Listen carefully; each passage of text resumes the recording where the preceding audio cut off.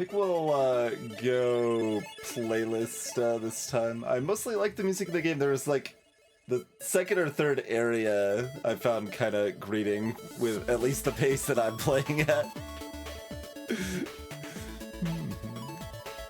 Let's see.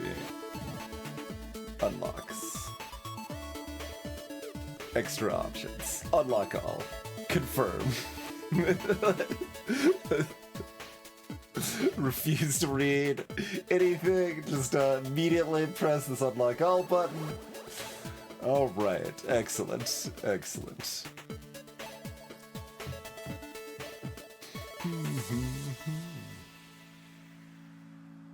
It's a very good button. I'm highly in favor of unlock all buttons. Greetings, Eaglefang. Okay, so we've done one run of this so far, and there's an ascension system that goes up to 15. So our second run should probably be at like 5?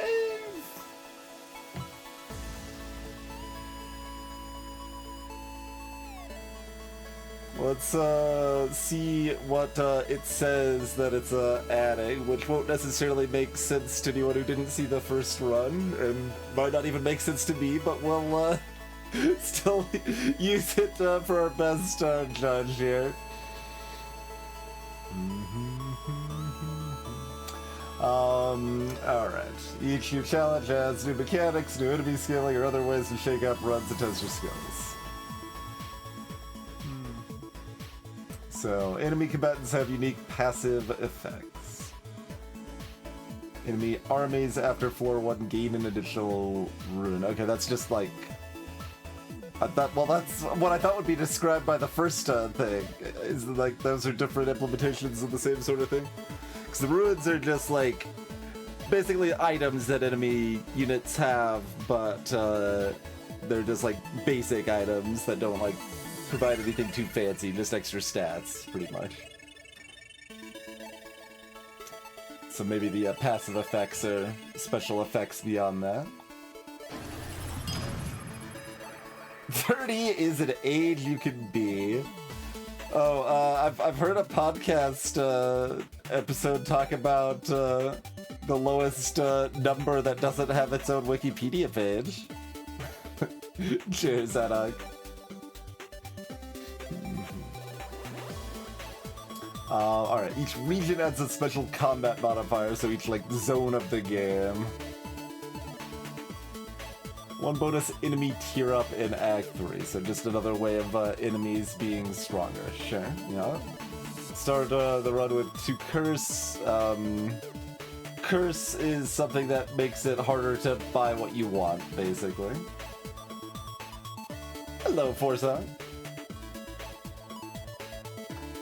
Devil's Deals appear, which offer rewards in exchange for tougher battles.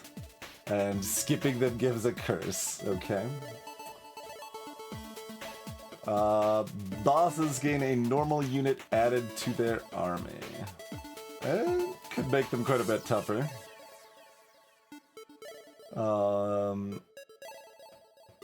Okay, the tier up is in Act 2 and Act 3 now, sure, yep.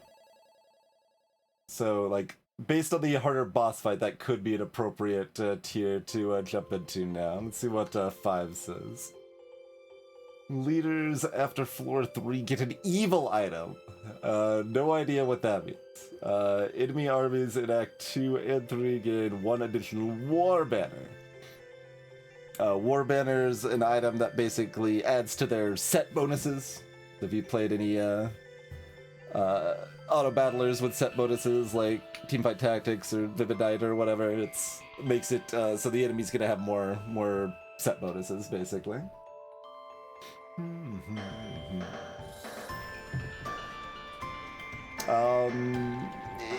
Sure, this sounds vaguely...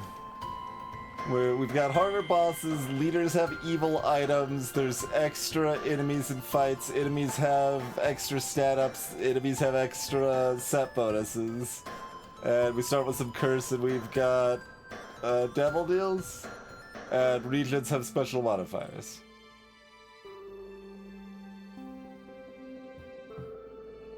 Yeah, something like that.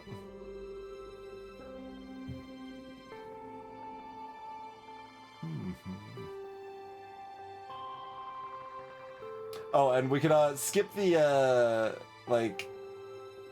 I won't skip this because it's good to have a couple easy fights at the beginning, I think, to demonstrate what we're doing here. But yeah, you can skip the easy stuff at the beginning too, which is nice. Alright, so let's do challenge climb 5. Oh yes, and now we actually choose a character rather than it just being a random thing, and it probably does something rather than... It seemed like it did almost nothing. It did slightly more than nothing before, but... Alright, so we got Singrams, who we were last time. We got Aladana, Zamfir, Cedric, Thokor, Brax, Ifreeves, Tet, and Rain. We probably won't read abilities of all of them, but we'll poke at a few that maybe look interesting. Tet, what do you got going on here? So there's... You got more, like, attributes for the character than I thought there was gonna be. Okay. Yeah, fair enough, fair enough. Alright, you've got... -1 max army size. That's curious, with a big damage up and damage resistance. Interesting. So that's very significant on both counts. So, makes it harder to get good set bonus stuff going on, but you just really focus on a smaller army that's boosted quite a bit. Like, normally I think it caps to like 5 units, so you'd have 4 instead of 5, which is obviously pretty drastic. Start the run with a portable forge, which can remove and unmerge equipment from your units. Sure, so you're not as hard committed to your item choices. It sounds like something I don't want to mess with, honestly, but at least on a second run. But start the run with a fusion gem, which fuses a random item component onto another. Blacksmith's Grit. After the Eager Newbie, so one of the early fights, choose an equipment-based perk. Start with a random component enhancement perk. Your units have an additional item slot. Okay. So our limited units have extra item slots, and we get extra item manipulation stuff. Huh. Hello, Kitchener.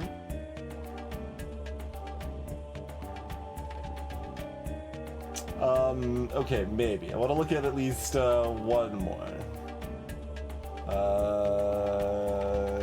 You. Aladana. Start with a special Elvish Empowerment Hex Puff for a unit. So that's probably if one of our units starts on a specific hex, they get damage, amp, and lifesteal. +1 maximum lives and potion slots. No, I don't want those things. Like, more maximum life assumes we lose. I say that having lost once with no challenge mode. The game expects you to lose some amount of the time. Start with a little extra XP. Archmaze perks. Okay, I'm liking the feel of that less. What does Zamfir got going for us? Saturn. If your team has no tanks, they gain armor. If they have no fighters, they gain attack. If they, yeah, you get the attribute of the thing you're missing. Curious. Greetings, Agent Wormers.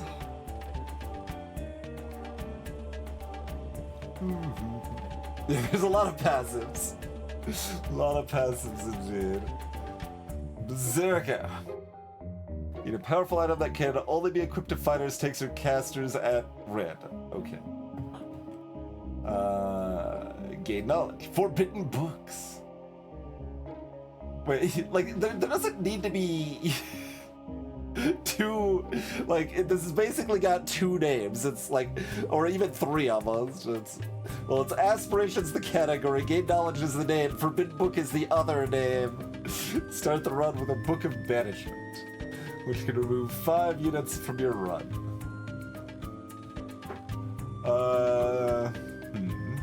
Occultist. Half Giant. What's Brax the Breaker got going for us? Block. A totem with 600 HP that remains in combat to block damage and can be equipped. Block survives combat, gain 1 star point. So, currency for buying units. Hello, Crimson Space Flowers.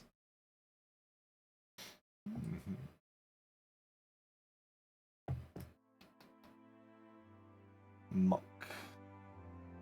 Start a combat with 5 or more star points. Gain a unit of the highest available rarity after combat. Shockingly, these give me a lot of things to worry about. Cosmic Observer. A unit placed in the center of bench space counts towards trait as if it were in play but is destroyed after combat. Pardon?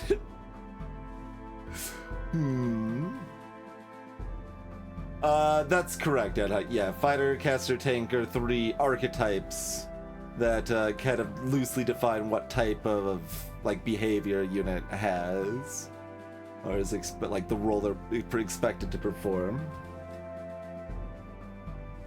So it's not a strict definition of what a unit does or any set bonus or anything, but.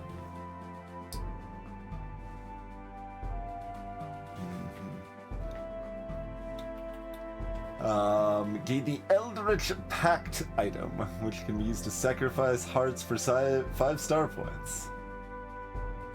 Well, that's powerful, but easy to ruin myself with. That's how I'm like seeing like a lot of these right now. I'm like, these seem like things that I would be better off if I had played more than once. It's almost like the game tries to introduce you to some of these concepts more slowly, or something. What's draft? Can you like draft your own set of perks? You can do a custom? That's pretty cute. Alright, what's this smirking buffoon got? Cedric. Human. As long as your deployed units start combat in a contiguous chain, they gain 15% damage. Yeah. Powerful. When you have 4 curse or more, your units gain more mana regen. Brace evil. Curse is less likely to spawn shades on a unit. I mean, I don't know if I want to embrace curse though. Thakwa. I'll just look at like 2 and choose which one I like best, but then I'm like, all these seem more complicated than I want for right now in specific ways. Your units with at least 2 of their traits active gain damage resistance. Okay. Start the run with a random war banner and less money. Okay, sure. So that makes it easier to get the Gold Dragon can going. So Chaos. Start the run with a Rainbow Slime Vial. Transforms a unit into one of a higher rarity. Get ourselves a Mythic or something. Pyrate.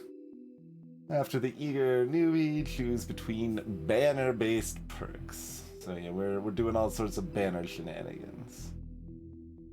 Maybe we go with the first one we looked at, actually.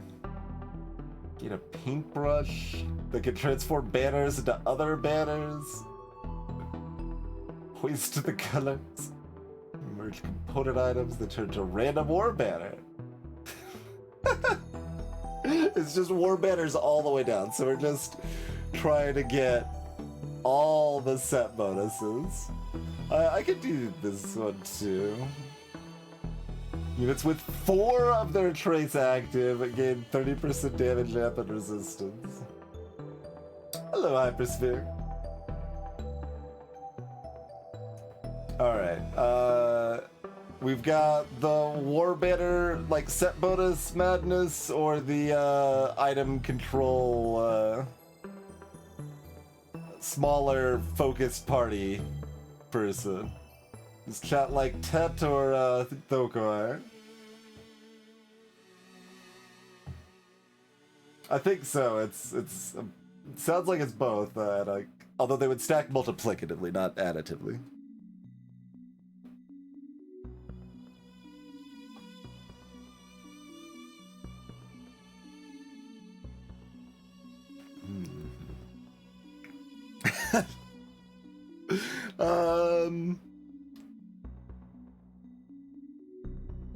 I mean, all of these people have attributes that make runs longer. Betterlord might be one of the worst of that, but like, not by that big of a degree, probably.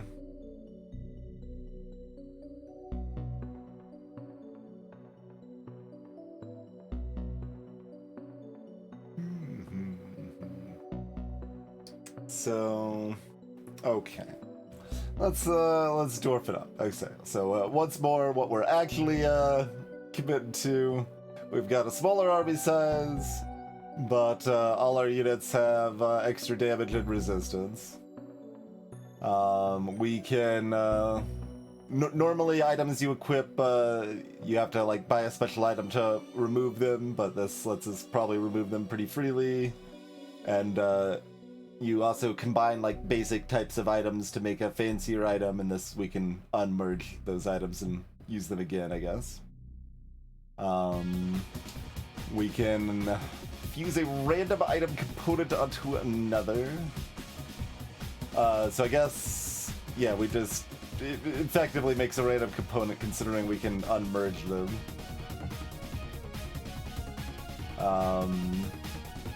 After an early fight, we get an equipment-based perk to keep like that theme of equipment shenanigans going here. And we start with a component enhancement perk. We'll see what that looks like. Our units have 4 item slots instead of 3. And our reasonably early, like late early game or early mid game perk becomes a trait boost perk, I guess. Sure. Wait, why does it say begin draft? I guess does it always say begin draft? I guess it always says begin draft. I only noticed it say begin draft when I clicked on draft, so I thought those were related, but apparently not. Okay.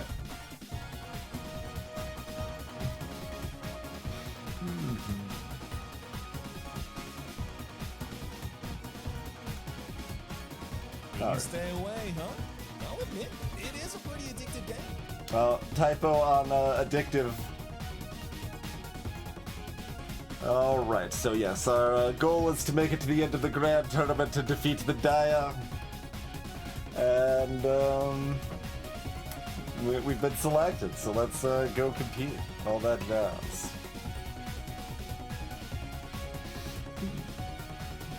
Oh, Forza, thank you kindly for the Patreon pledge. Much appreciated, Forza. Tet's me name, Tet Pahud, finest craftsman from here to Hexad City. At least I used to be.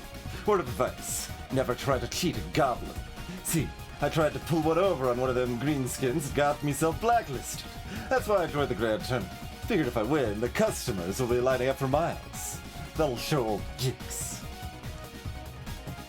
Alright, these are the elements that have been randomized for this run.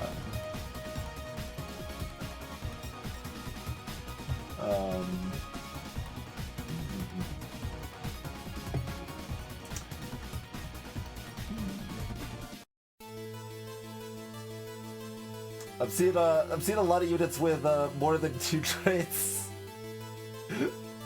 So all of those units have their normal traits in addition to these now, I guess, maybe?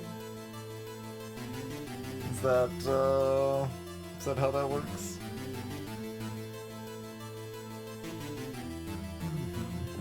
And the specific mythics available, I guess, are different each game? Okay. Vault contains duplicator, so that lets us copy units to be able to merge them and stuff. And Vault was that like investment sort of thing we weren't able to mess with on our first game.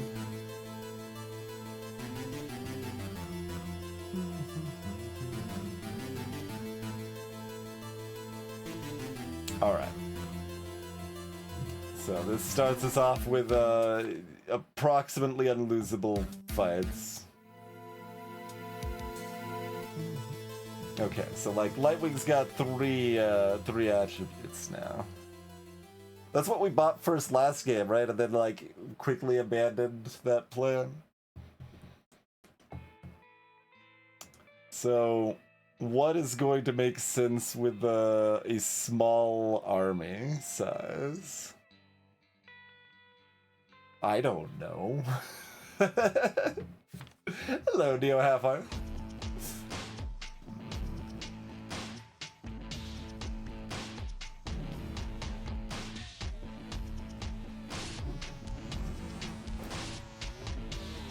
Drop this on a friendly unit to remove all equipped items from it, place them back to your inventory.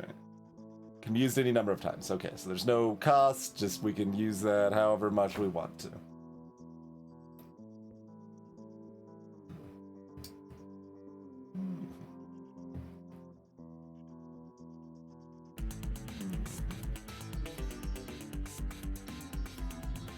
Yeah, so we spent 5 star points to gain a common duplicate.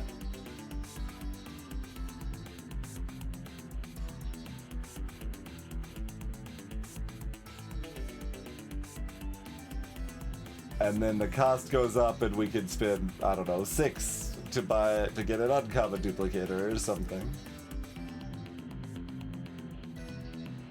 Okie dokie.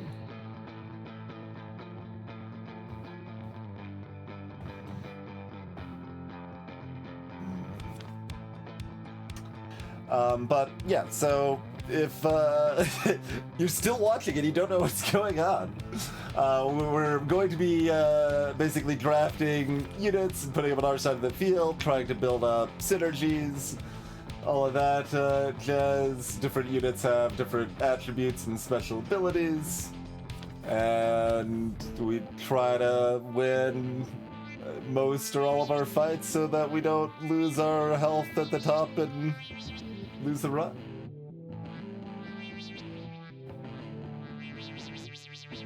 Essentially. So the little icon on the top left is kind of their archetype. That would matter more if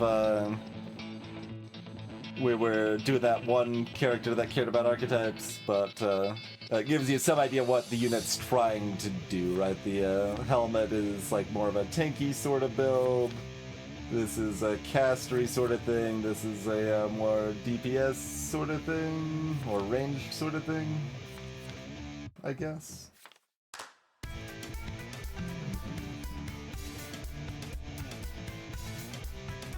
And then at the bottom, they have their traits for the set bonuses.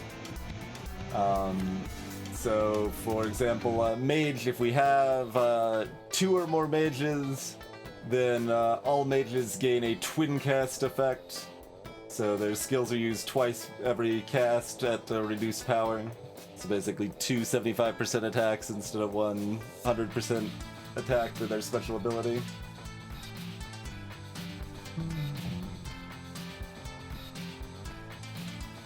Spirit is a special randomized one, I guess. If we have 3 or more spirits, gain a grave hex on the far right of your bench. Start combat, an invulnerable ghost of the unit in the hex enters combat.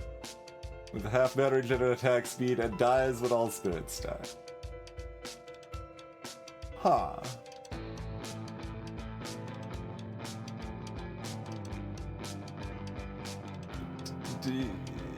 That's only after combat started, so we don't like gain traits of the ghost or anything, right?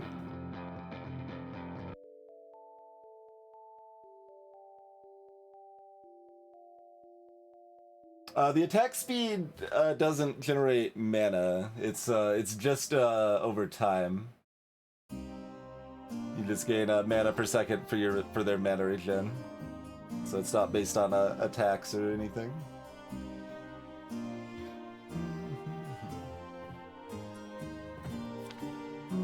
And Fae was 2 or more. Random magic fairies help a random Fae and a random other unit. Fairies grant cost reduction, mana regen, and spell power. So it just makes spells better and happen more often, sort of thing. I mean, 3 attributes is more than 2 is basically what I'm judging here right now. What's gonna make sense to only have like 4 units instead of 5? I mean, we don't need to be that committed right now. We'll be reasonably flexible as we go here, but sure, let's bring Lightwing into the fray here, shall we?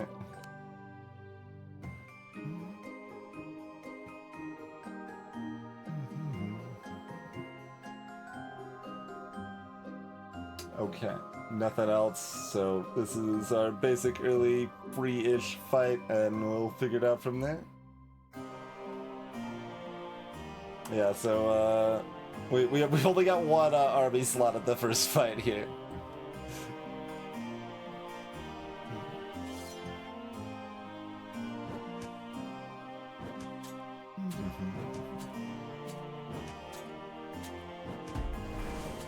And then you saw how much damage that Whirlwind did. That Whirlwind was our special caster effect.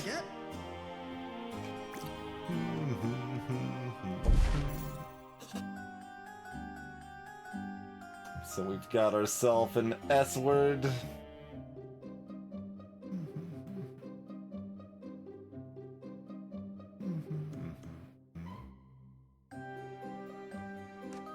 These ones aren't exactly my best one. Now we've got 3 goblin goofballs, but yeah, like these early fights are basically optional. They're meant to be super free, and you can actually just skip them if you want. But I figured we should go ahead and do them to at least ease into the game a little bit more softly here. So we probably go ahead and grab our Fae combo here. Not a lot of reason not to, it seems like.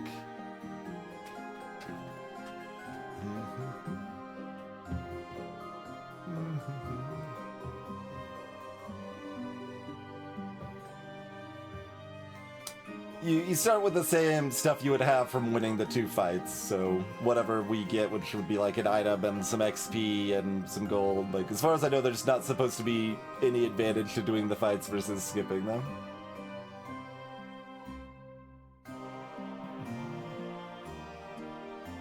So Sparkles is a tanky healer type.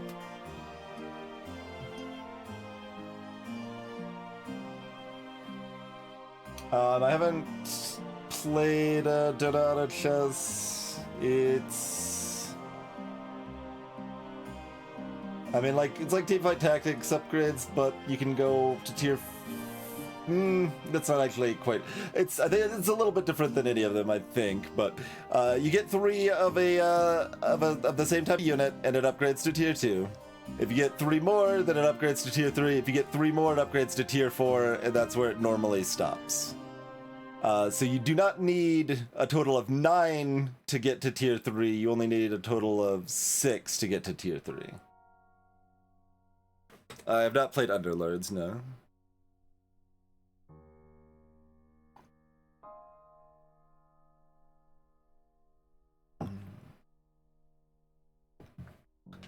But yeah, sure. Let's go ahead and throw Sir Sparkles onto the field.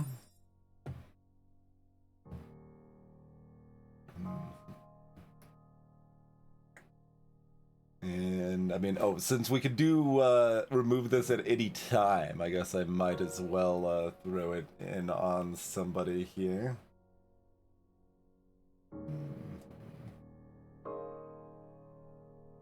Alright.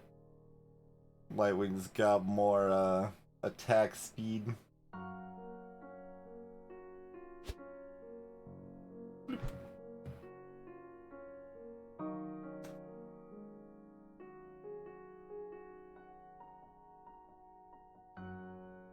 Oh, well, the thing said our army size would increase. I guess it starts at 0 and goes up to 1, but it rounded up to 1 with the Tets thing. Okay, fine. Be that way. Back to the bench with you, Sparkles.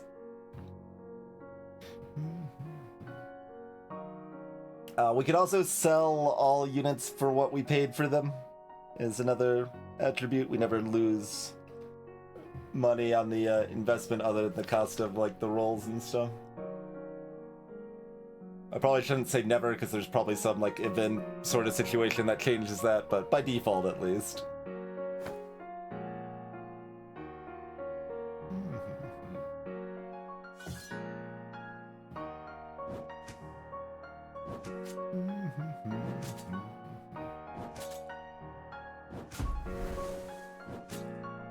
It'd be funny if there was any unit that it was possible to lose with here or something.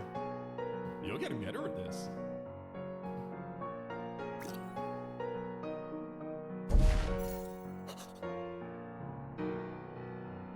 Alright, now we've got our extra army set.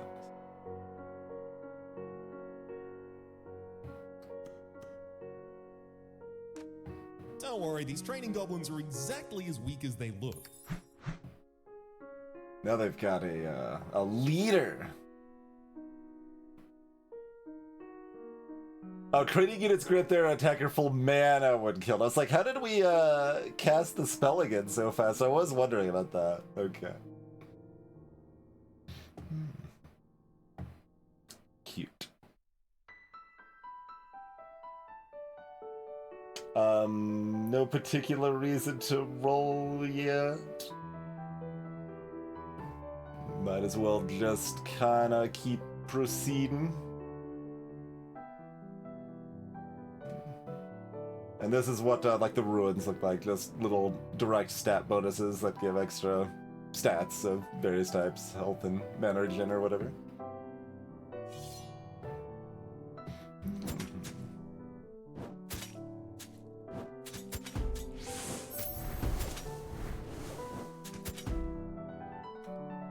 I'm almost a little embarrassed how easy that was for you.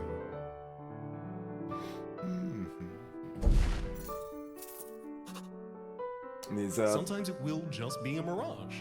Other times, you won't be so lucky. Okay, that's describing this special region modifier, I guess. The little pale hearts, the white hearts at the top, just are soul hearts, one-time use hearts, basically. Invest isn't a invest is not a good word, really. Because it's not really an investment as such, it's just a direct purchase, really.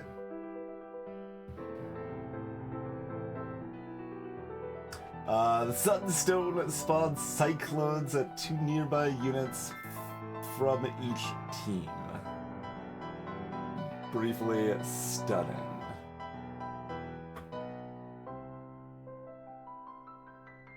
Okay.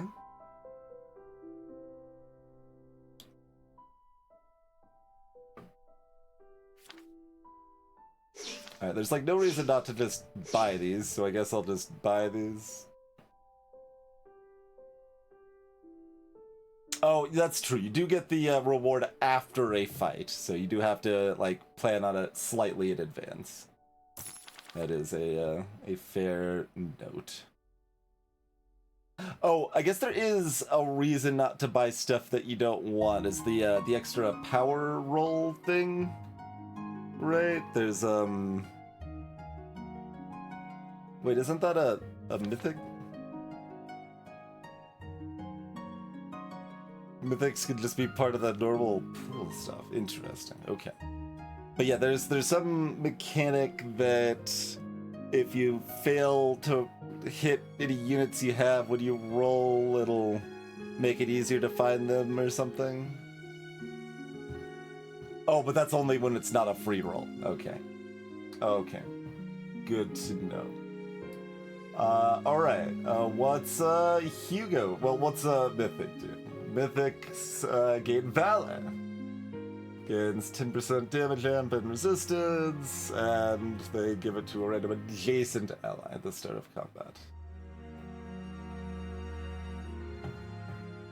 Hugo conjures a Frost Storm, hobbling adjacent foes, which is slower and less damage by 30%. For 8 seconds.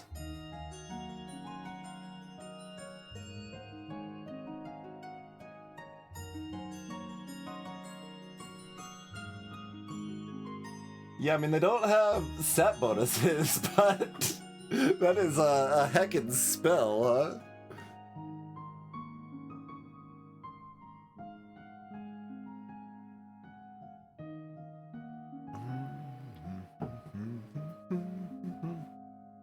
Sparky over here also has 3 attributes.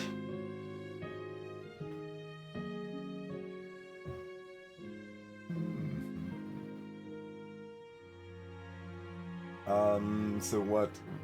Oh, they this is the Eager Newbie, right? They have no set bonuses.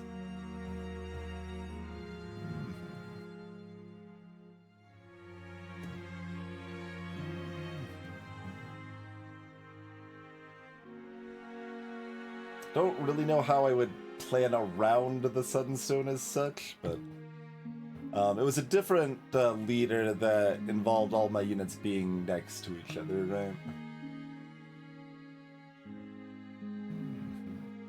Yeah, just as all of our units have extra damage and resistance. So like, Lifesteal is probably pretty great with extra damage and resistance. That's maybe something we want to be seeking out. Because Lifesteal is damage-based and more effective if you have more resistance, so it's benefiting from both sides of that.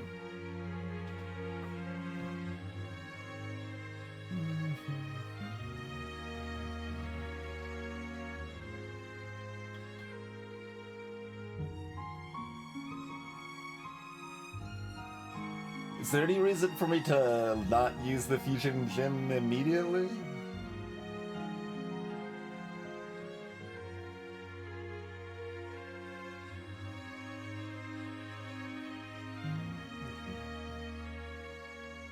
I mean, I could wait after this fight since we'll have an equipment-based perk, which might affect things somehow, I guess.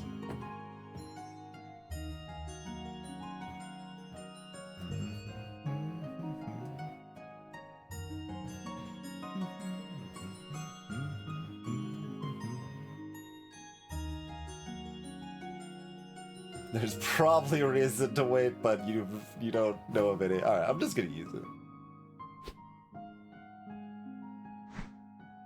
Alright, what did you get out of that? You got a spear.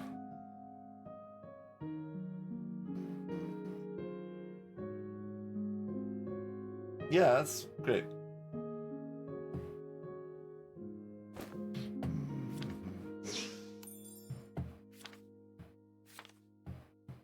Throw out a mythic for now.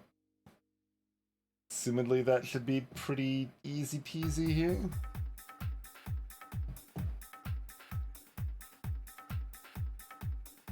Oh, the Eager Newbie gets no runes, apparently. Invest. I could. Should I?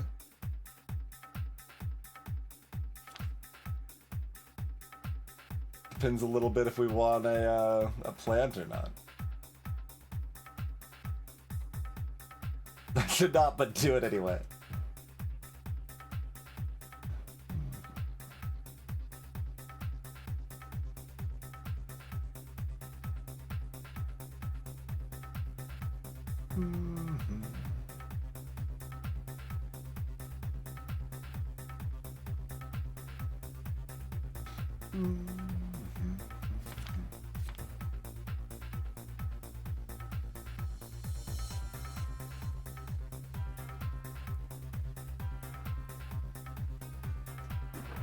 We were exactly one turn off of 25, eh? We needed just one more clue to burn.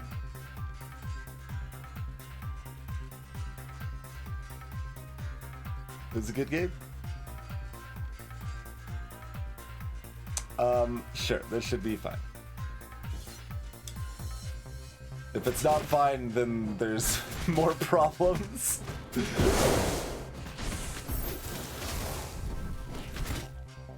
Well, they did have a, oh, decoy. Okay. I was like, I didn't think they had a stalker thing. They didn't. They just had a decoy. Okay. A solid victory.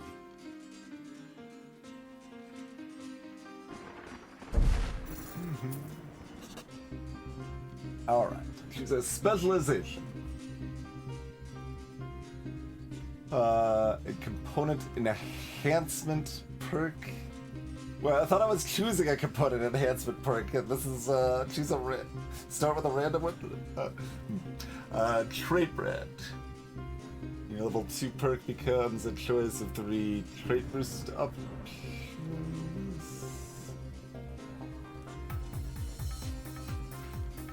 I thought like I already had that. Maybe that was one of the other heroes. Gain a common mythic unit, 3 free rerolls, 3 money, and 3 other money. 3 unit money and 3 shop money.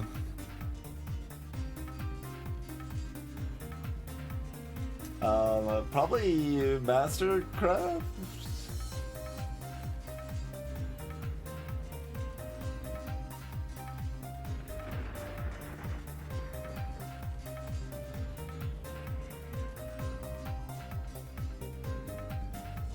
And I'm trying to think of mythics, like, we already have a harder time getting set bonuses with having fewer units, so having a mythic makes that harder.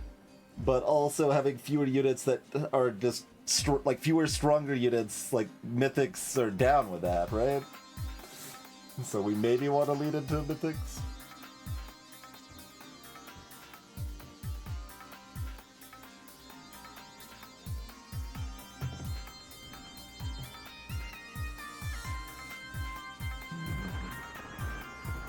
That's Mastercraft. We've got Crystal Mast. Units with an equipped crystal component or crystal completed item gain 5 cost reduction.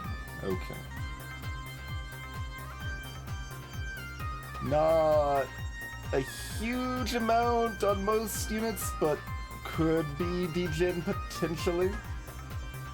And does, you know, lean into what we're doing with phase stuff already.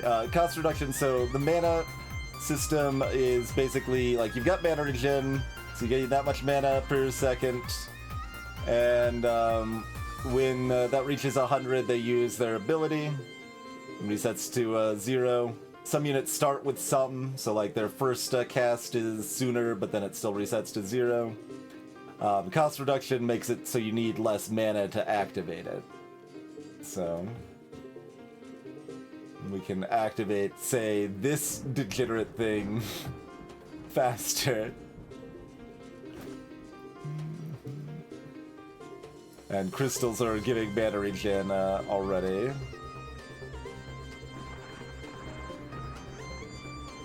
We also got Lucky Clover from some of all of that. Oh yes, that gives you a unit you don't have with a matching trait, yes. So we want to save that until at least uncommons are available, and basically we want to use it right when we get uncommons or right when we get rares, I think, is probably what makes the most sense.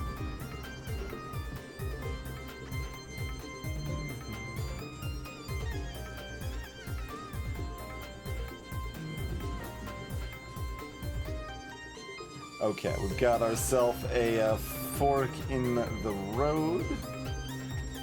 We can go to a slightly suspicious bundle of loot or choose a contract for XP and additional rewards when complete.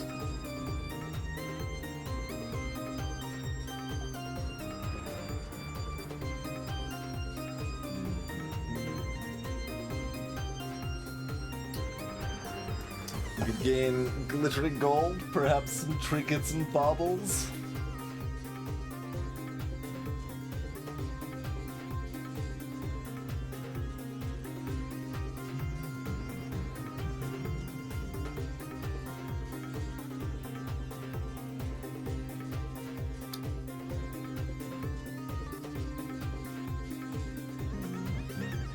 Or we could do the mystery one.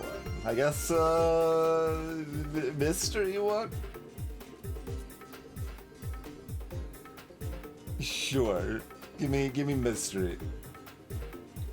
Traveling along the beaten path, you spy a notice board sitting there, rather out of place. You're familiar with the Help Wanted ad, so you take a gander. Number of ads catch your eye, but you can only take one. Rules of the Goblin Consortium.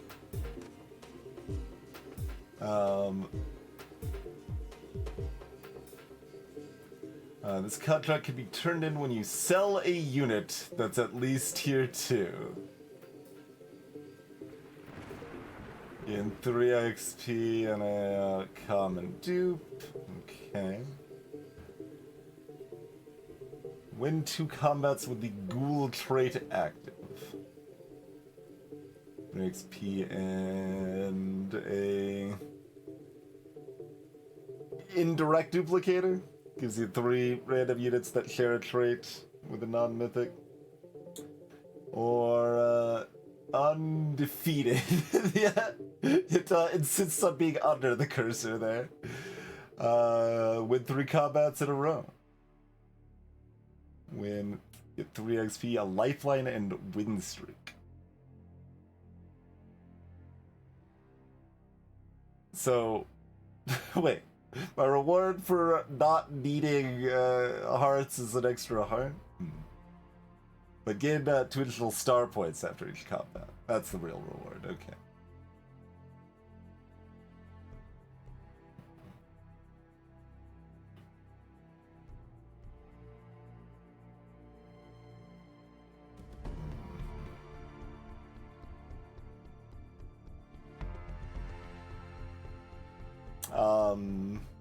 If we win our first 3 combats, that's clearly... Oh yes, that is true. That is true, Crimson. Yes, we can spin hearts to break chains to buy stuff.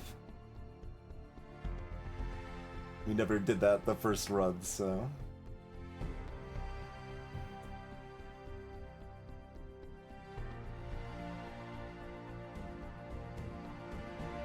Simply don't lose. I mean, we have no ghouls, and it's gonna be a while before I have an interest in selling a tier 2 unit, so...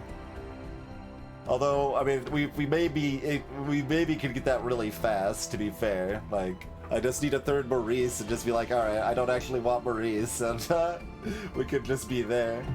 Hello, Magical Slime Girl.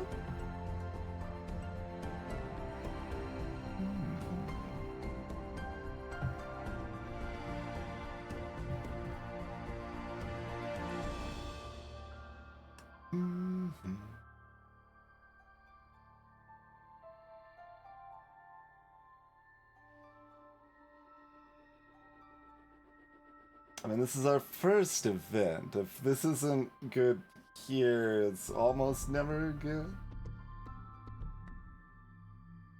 Just win 3 times. If it isn't out of your way, there's no reason not to help. Not to help for the bout of winning. All right.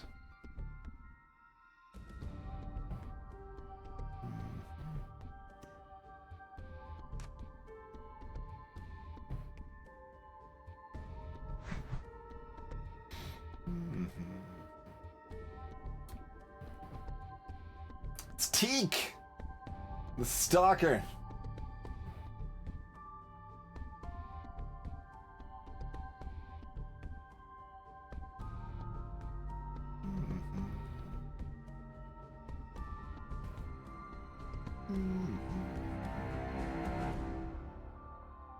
But that doesn't have a special like jump attack or anything. Maybe the stalkers do if they have a set.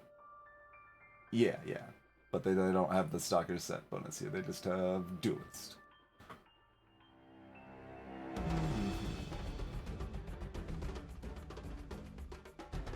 They stun us sometimes and do a little extra damage. Okay. Should I try to make myself a tier 2? Probably.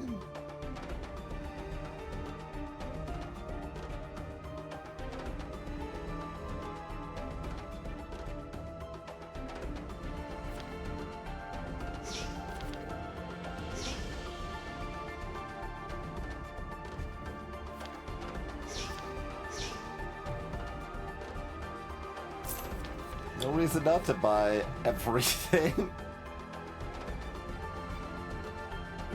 There's a tier 2 that we could have sold immediately.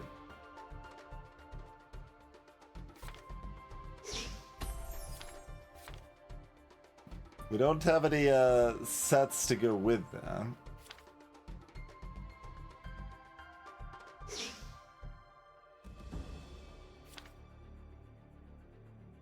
There's a Demon Brawler Spirit. So we can have either Spirit or Fae, currently. What? I'm right-clicking on Ura. Okay. Oh, I need 3 Spirit. It's not just 2. Okay, I was like, we just need 2. Let's throw the Spirit. That's like we got 4 units, and when we're -1 unit, seems perfect. But not quite. Alright, well, buy everything and use another free reroll and see where we're actually at here. Okay. Shelly's also got 3 attributes. We could have 2 dwellers. We need 3 before it does anything.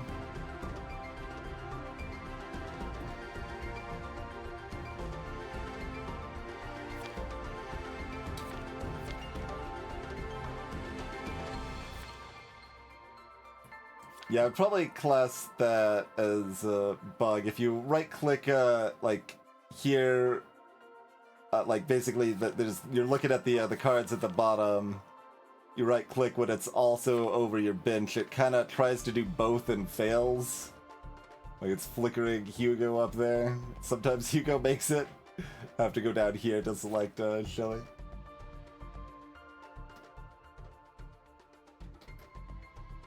Oh yeah, Reptile's the specific bonus. The Reptile's gonna be worse with fewer units, yeah?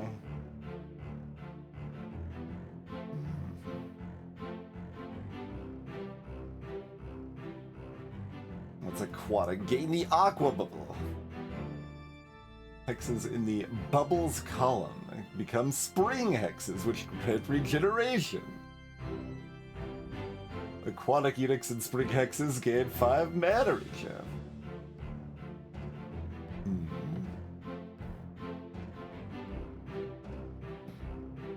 Well, now I'm at the point I need to, like, actually make decisions.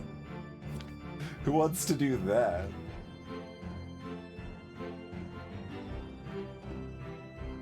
We got 2 more free rerolls.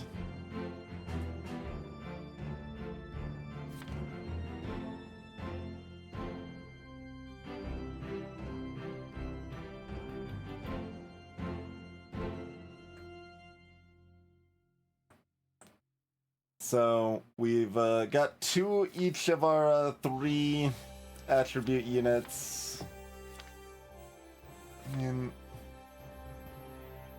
we can't get to 5 on Spirit very readily, but 3 still would be pretty cute for sure. What's the flame here? In the flame mark, the mark target is shredded. And when it does, flame units gain 80 spell power.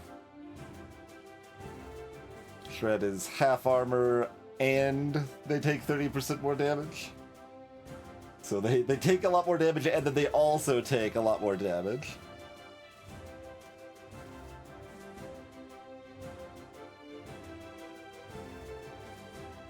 Like, that does apply to an enemy, right? Because it just says, gain the flame mark.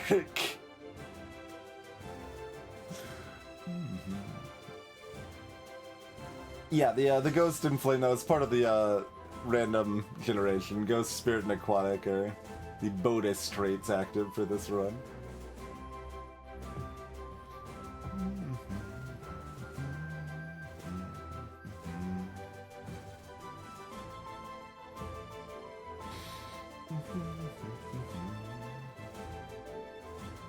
Oh, it's an item.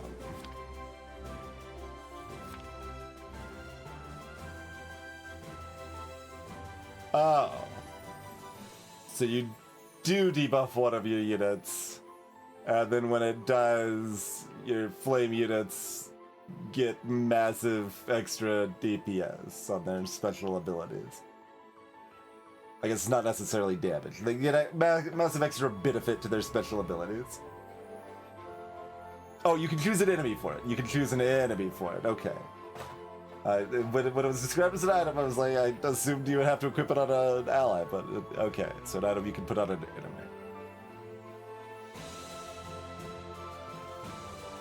And I assume you can do that each fight, right?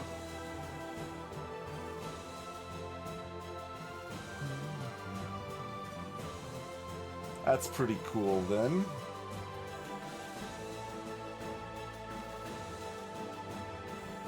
Reasonably do like the sound of that.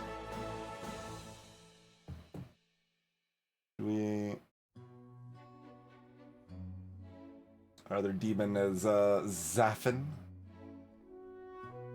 Demons require 3. Oh yeah, that's the Demon Lord thing. That seems... I mean, it's gonna be really hard to get to 5, which would be ideal, but that even 3, that seems like what we want to do with this dwarf, right? Like, all my units are stronger and harder to kill, and then when most of my units die, then one becomes ridiculously strong and ridiculously hard to kill.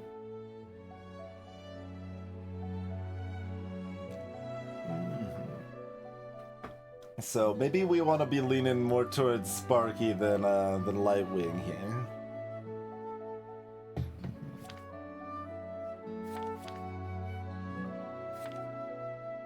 So Sparky and Zaffin.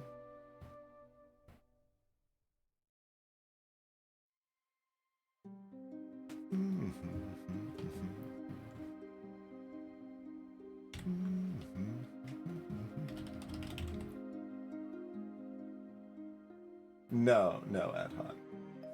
This...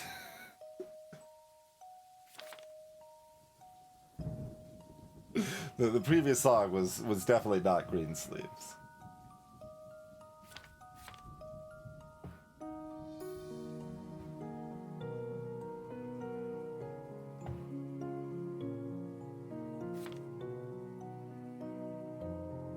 Oh, Uru's a demon too. Sick.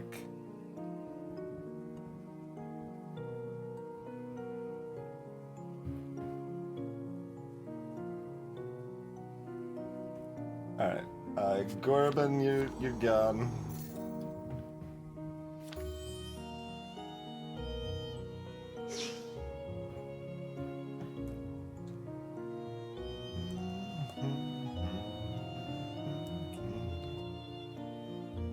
Bulwark, see you later.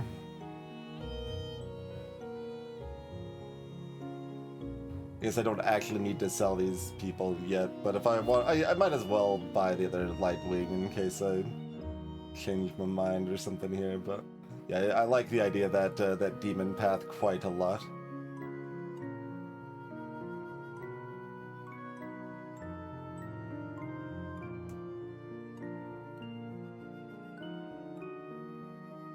I don't think I care about either of these. Nah, I don't do that.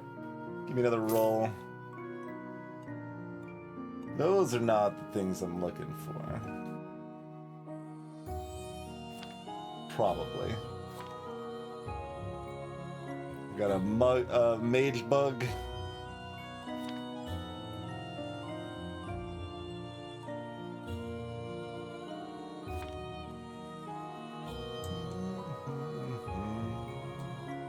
Teek's got the spirit.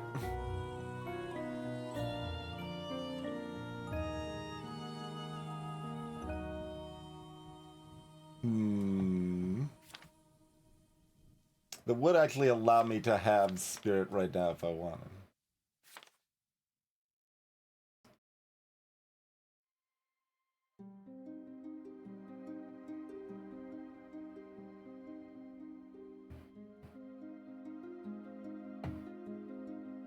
And the tree folk could go with Mariz. So we need 3 for that bonus too, though.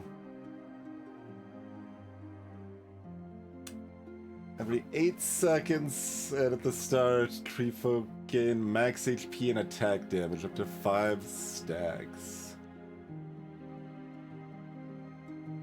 Pretty good.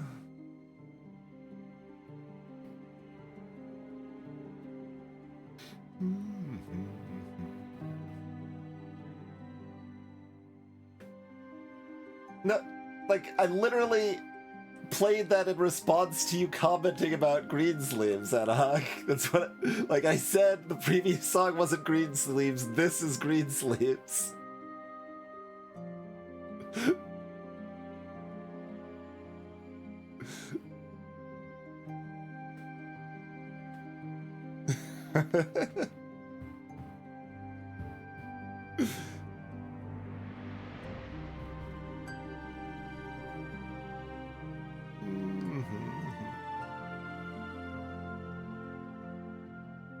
Sparky dashes to the furthest foe, dropping bombs.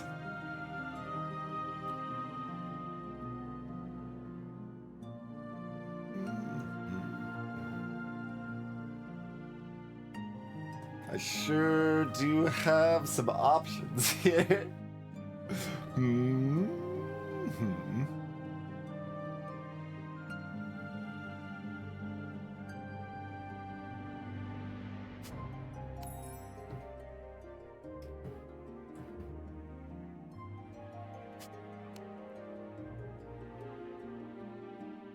Okay, we don't need a Kipri. Get out of here.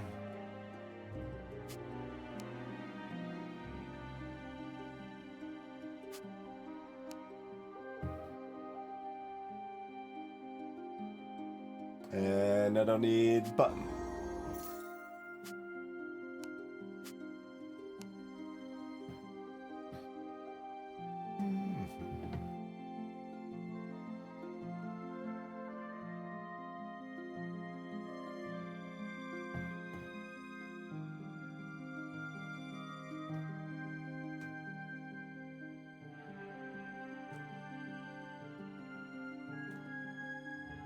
Yeah, Teak was definitely there in the first run.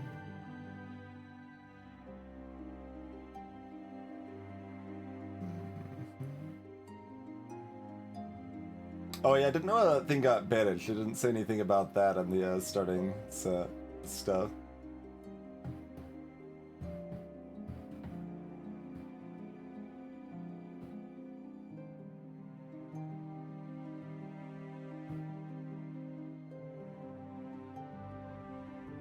There's too many paths out ahead of me.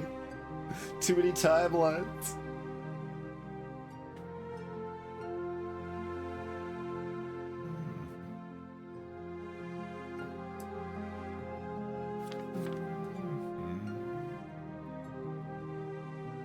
I think leaning pretty hard into demons probably makes a lot of sense, though.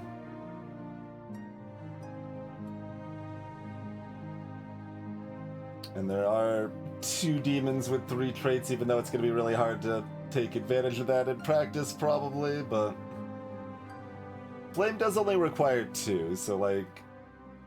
There's some possibility we could get Flame going, certainly.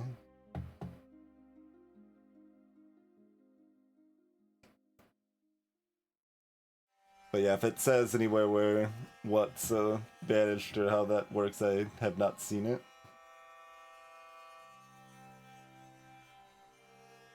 Alright, so if we want to pretty hard commit to demons, we could probably just go ahead and drop Maurice.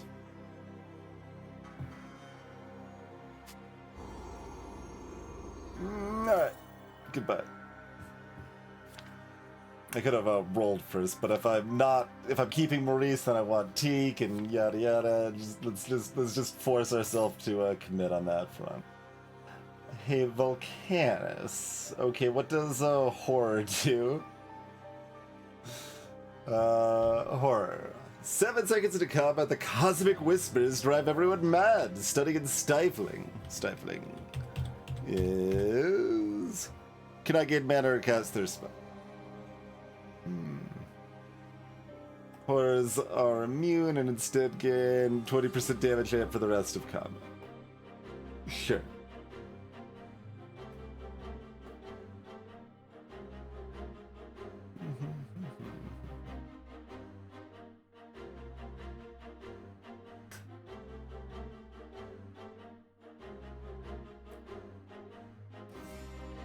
What if they have a single horror unit, though? Are they still immune? If so, it should just say horrors are immune instead of your horrors are immune.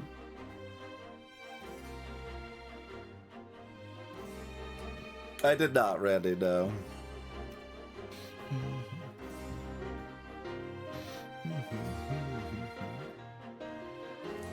We took Wood 3 times in a row.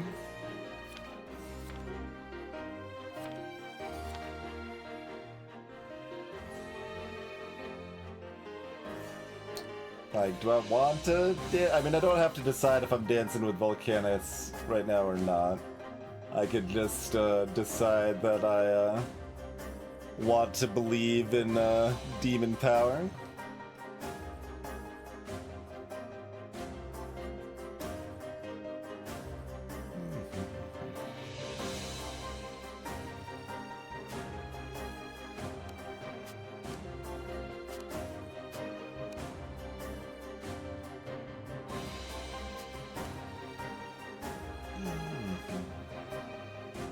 Oh no, you're actually more squishy because you have no armor, right?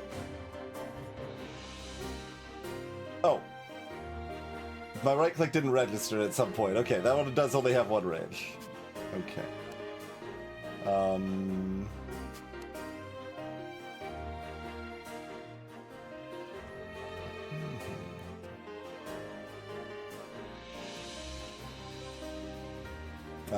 Zafin has a Nightmare Bolt.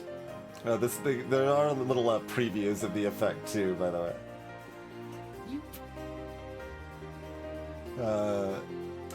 Beam of Magic at the 2 nearest foes, dealing moderate damage and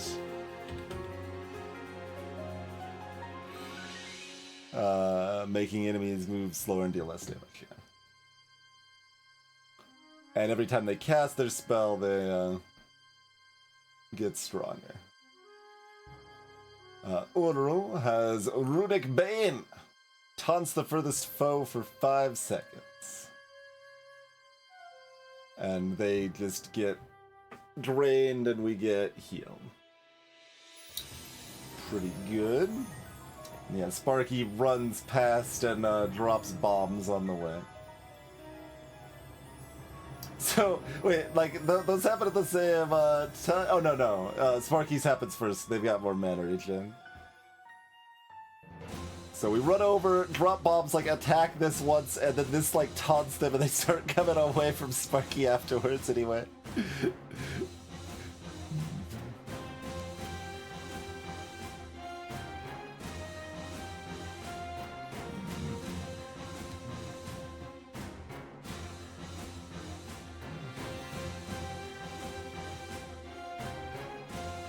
So sure. I need to pop off the item. Who wants more mana regen?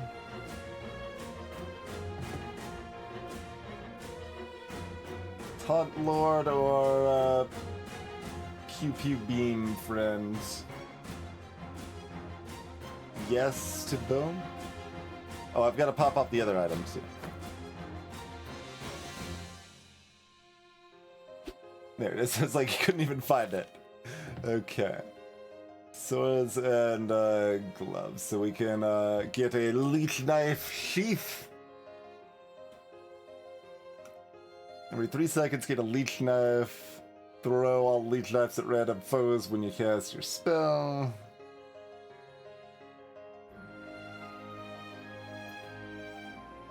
That's a lifesteal source. Interesting. On attack plus 3 mana. Okay. So, there are, yeah, I was like, I bet there are some ways that it might matter. Yeah, there is mana gain directly related to attack speed. You have Gauntlets of Grace.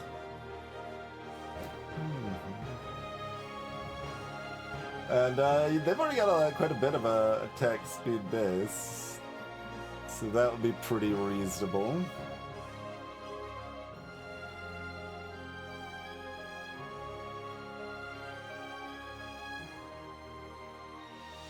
Do they have any... yeah, they've got a Stalker, but they don't have the Stalker attributes, so nobody's doing any jumpy shenanigans or whatever. Oh, except Kipri totally is doing exactly that.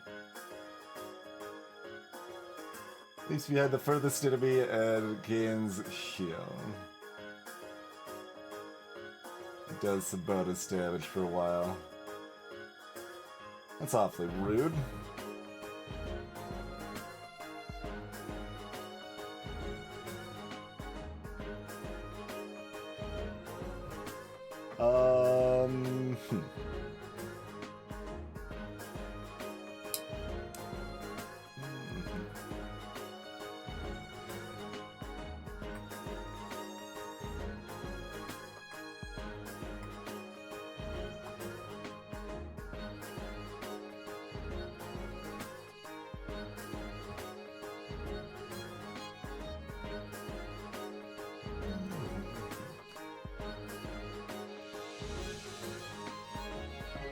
And what was the, these two together was the spear. Just fire a bolt to, an enemy other than the one you attack. So you do like an extra 25% damage that gets spread to a different enemy, sure. Okay, I think I prefer the, other options here. So we'll do one of these.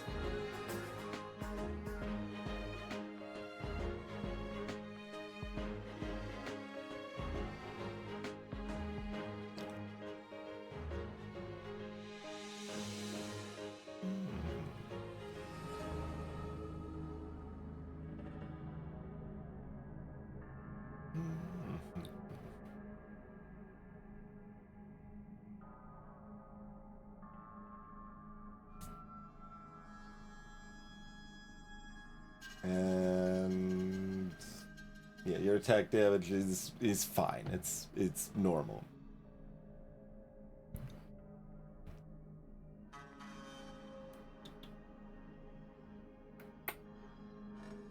I mean, theoretically, this should be a pretty easy fight. It doesn't matter that much. But now we've got extra. Like we really need to win like our first 3 fights. It's pretty important now.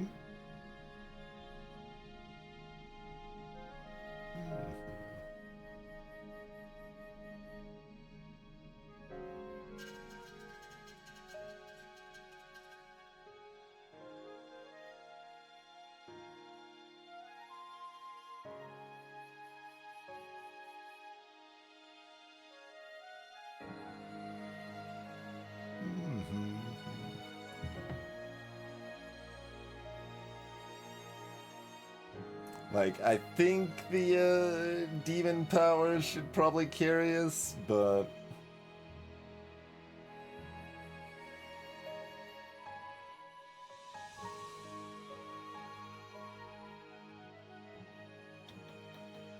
I'm also wondering, like, if I want to start my units up at the top and try to focus down this jump and jerk.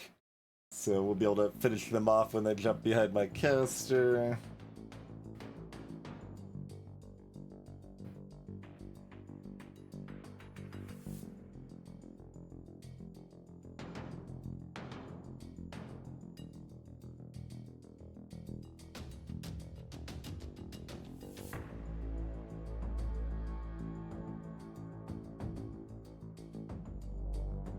Yeah, I think we'll do the leech knife thing. Okay.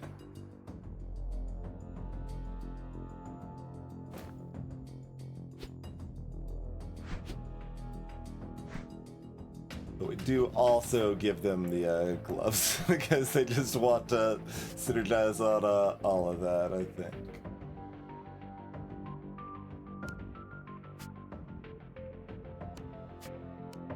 So do we do like this? What's your range?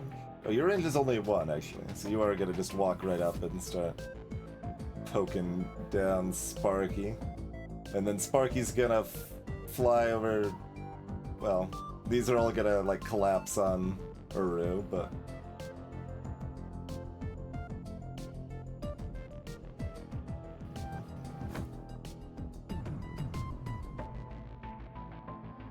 Surely this is fine, right?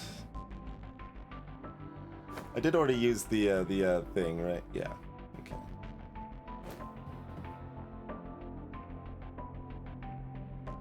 Last demon standing becomes the Demon Lord.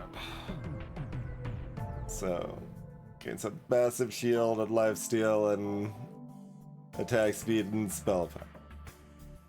Which should basically let anyone carry. Like, that's worse on Sparky, but Sparky's probably already set up to be the first to die, so that's fine. If I click the cell portal, it does not appear to do anything. If you just click it.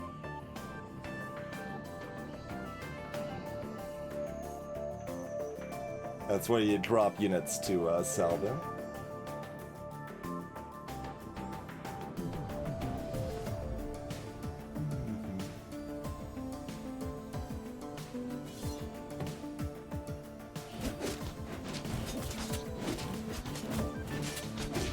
Alright, Sparky dropped a bomb, and then this jerk jumped back here, but they're gonna probably die, right? Please? Please? Okay, Sparky finished them off. Oh, we're really low health. Come on, this one needs to be the Demon Lord, I think.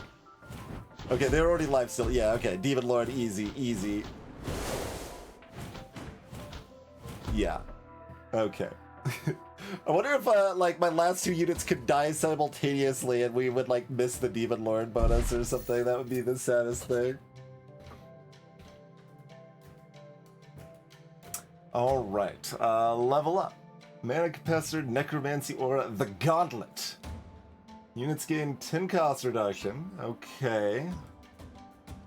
You could probably build up some degenerate things with that. I don't think we really are, but it still has decent general utility. And we already have, I mean, we already have some synergy with it, right? Like Crystal Master here.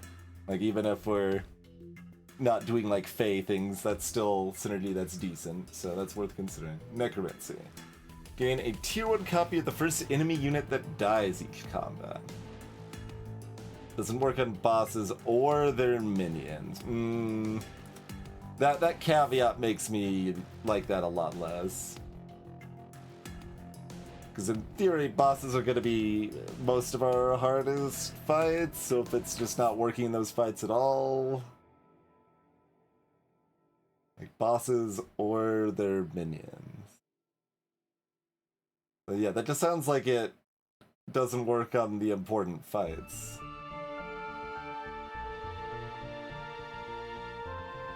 Oh, it's on your bench. It's an economy. Okay. I thought you gained it in the fight. Okay. It doesn't say you get it in the fight. It should probably clarify bench, but yeah, no, the default read should probably just be the bench. That makes sense. Gain the Gauntlet, which grants bonus attack damage and XP if the wearer gets a kill.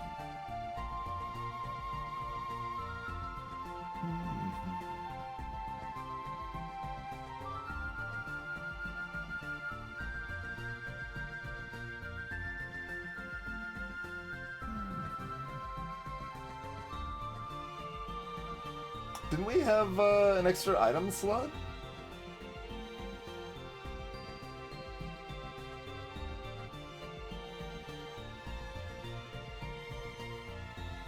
I thought we had an extra item slot with this character. But I don't see that up there, and my characters still seem to have 3 item slots.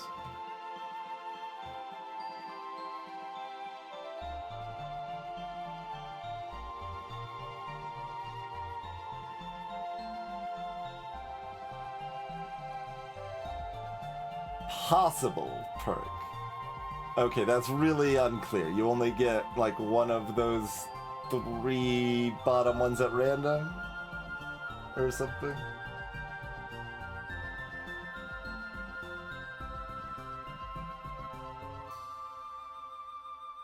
Okay.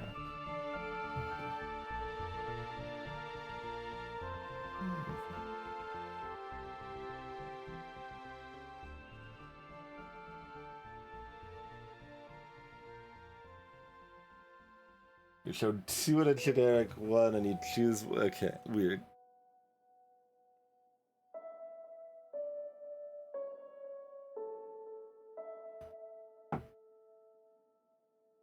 Yeah, the way it like lists it just strongly implies that's just what you have. It's possible if you don't skip the unlocks, the game explains how it works. I'm not sure.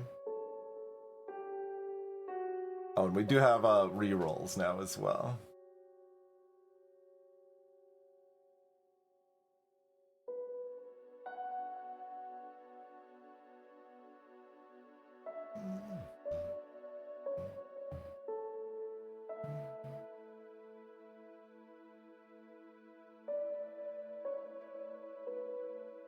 The XP is so quantized that it is kind of hard to judge like how good extra XP is and stuff. Like it's very good or irrelevant, basically. But also XP is like giving me this sort of stuff, right? So like.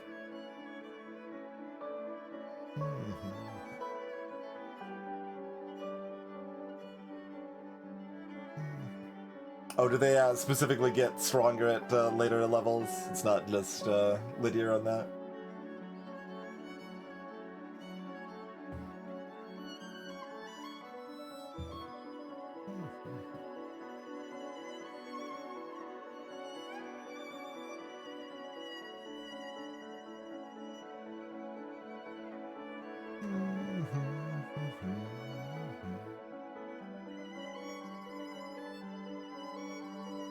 Interesting.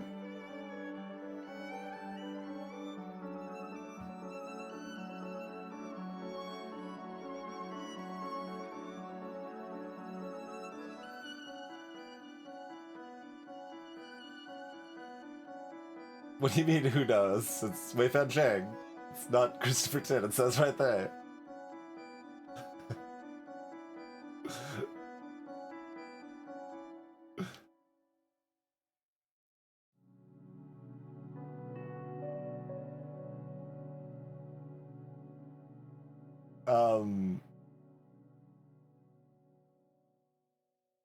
I mean, am I remembering the name wrong? They're most known for composing Baba Yetu?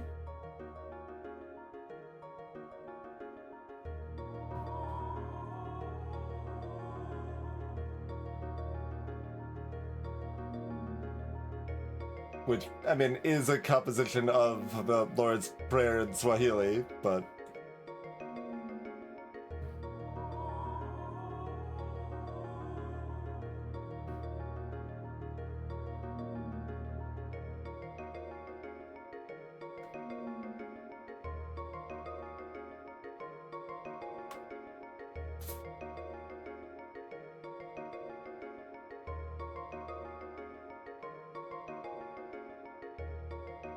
Okay, fair enough. Mhm.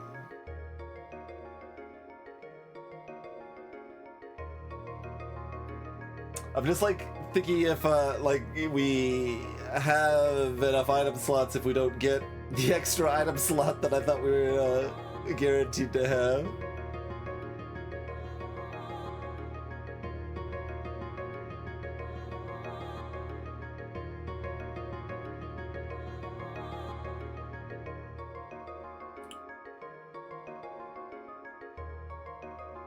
So just like consistent value that synergizes with a thing we've already got, or an economy thing, or a different sort of semi-economy thing / some extra damage.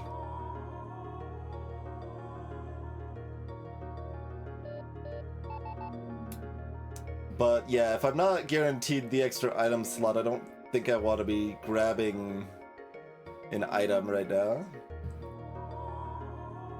So I think I'm just gonna go the capacitor, and like then it's gonna feel like, oh, I should have gone with the Fade build sort of thing, and we could probably do something to Jin there, but it's still synergizing with something we've already got, and we can cast abilities really quickly, and we can probably do cool stuff with that, and that's probably good enough for me.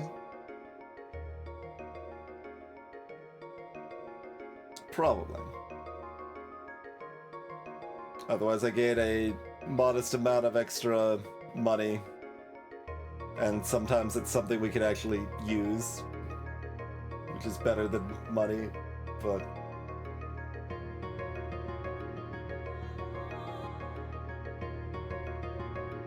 let's just win. We gotta win those first 3 fights, which gives us money. So, you know, we got the Rug Merchant or Shady Patrons. I guess let's check out the Shady Patrons, perhaps.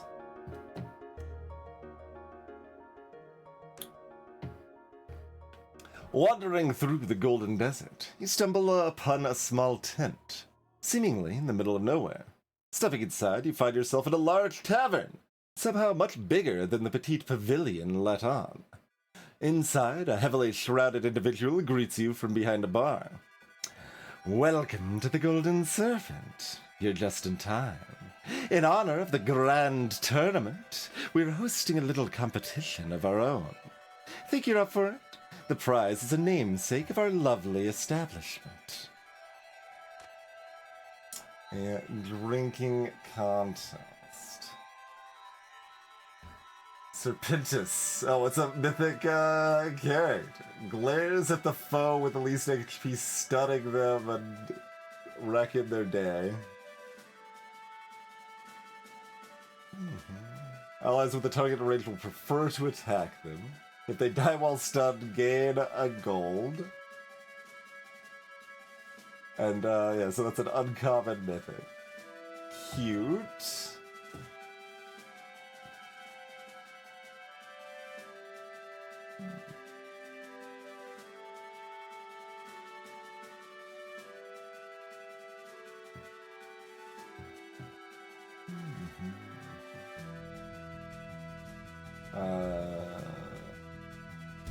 Tactic. I'll just proceed and see where we're going from there. It's like 8 or something? That'll work out great. Okay. 2 armor and spell power per held gold. Sure. Up to 15. You quickly agree to the friendly competition, and one by one, you outclass, outmatch, and outdrink your opponents until you were the last one standing. With your prize in hand, you walk a bit wobbly back out into the blistering sun. As you look at your trophy, you notice something in its mouth. You reach in and pluck the object from the serpent's maw, looking it over. As you do, you swear the statue moves a little. But perhaps it's just a side effect of your victory.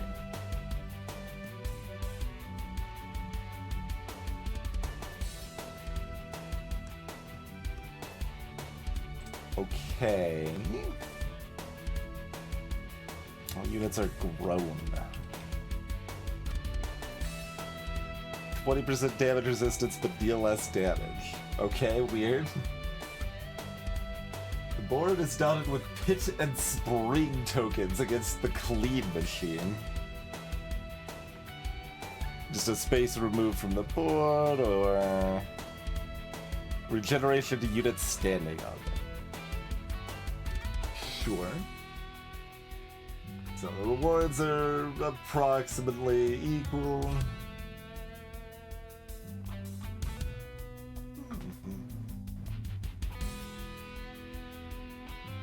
But yeah, the mythic was 10% damage and resistance to themselves and a random adjacent ally at the start of combat. And if you have two, when they receive valor from another mythic, they gain mana regen as well.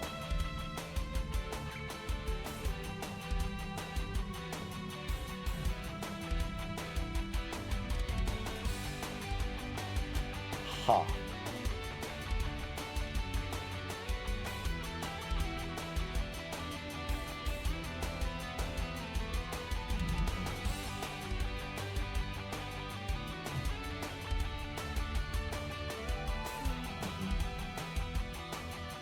So, we got elemental or healer shenanigans,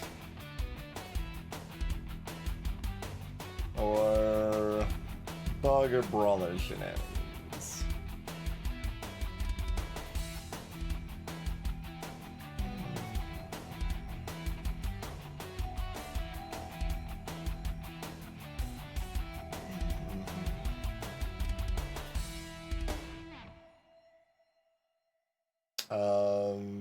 Let's fight a Gigantomancer, maybe.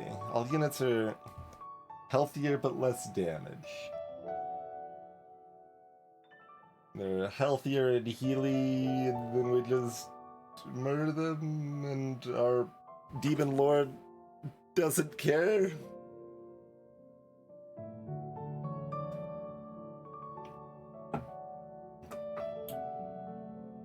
And it seems like we're probably more able to take advantage of the spring tokens on average too, but... Care to take a dance with the devil? Oh, okay, well there's a devil's deal. Get a bonus reward after combat, but... all enemy units gain brawler.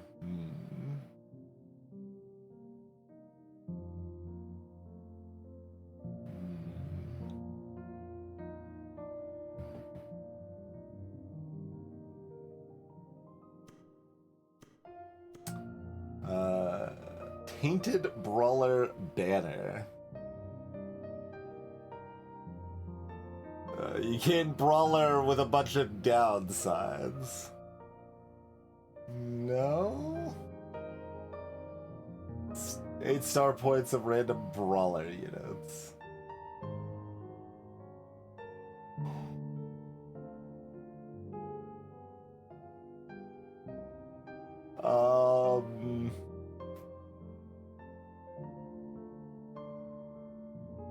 How likely are we to lose?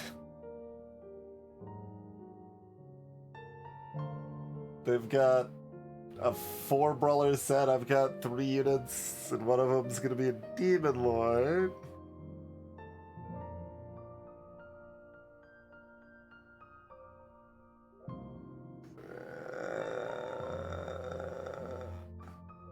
And the reward is, the reward is good, I guess. It's 8 star cash money, but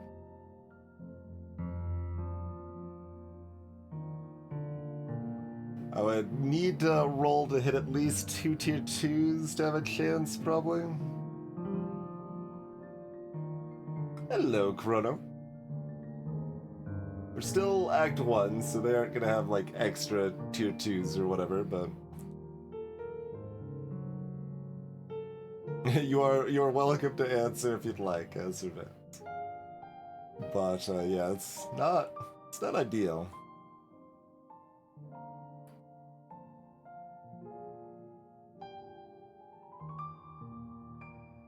And they could keep healing, so the brawler effect, like, there's a lot of synergy there.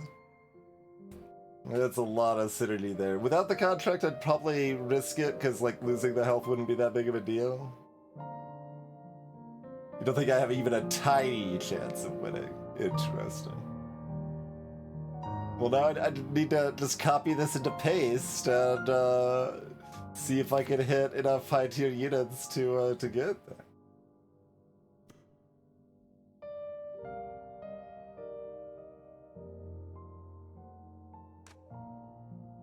The very forces of nature themselves stand against you now.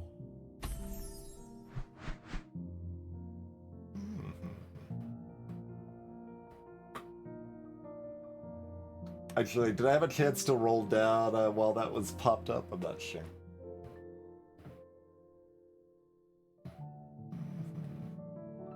Okay, you're getting both healer and elemental here.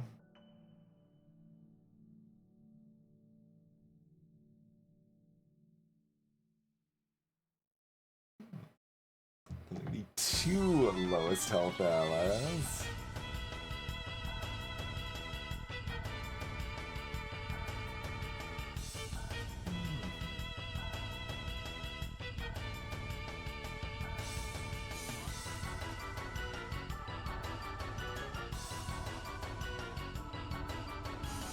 We got this tier 2 healer leader over here.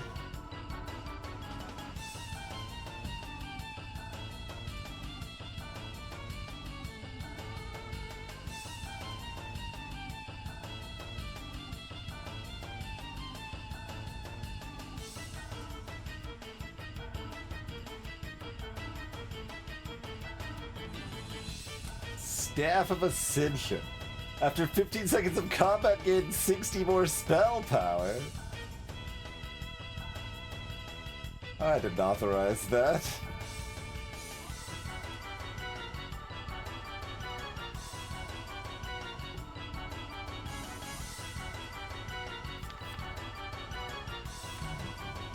Oh, click on the thing I clicked on, please.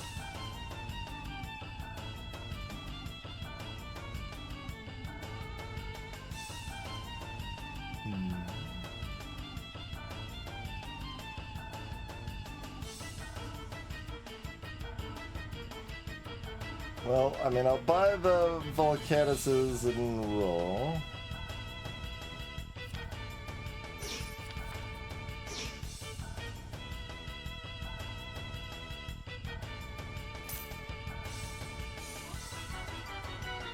No.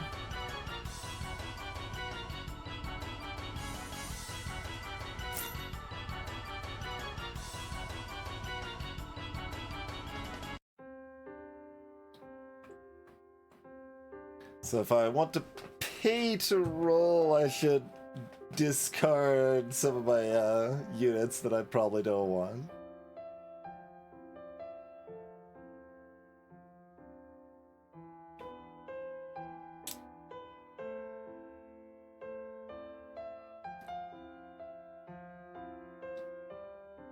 Luke the Mythic Possession.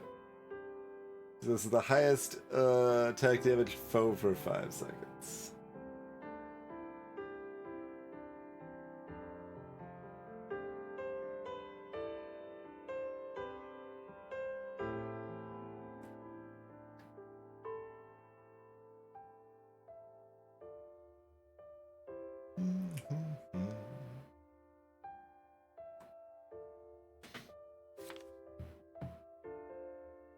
I think if I would be running Mythics, I'd be running one or both of my other ones instead of that one, probably.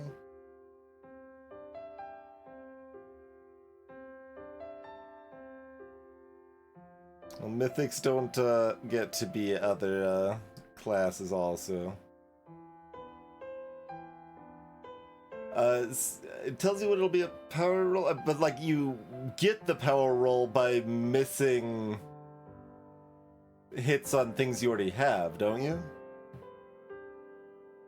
At our first run, we got rid of the ability to power roll before we ever got one, so I might be wrong about that, but...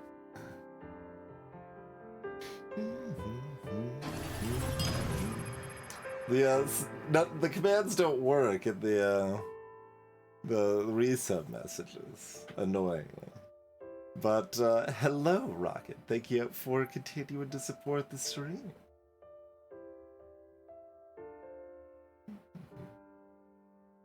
Yeah, that's also true, Ad Hoc. Final boss of our last run was a dirty cheater.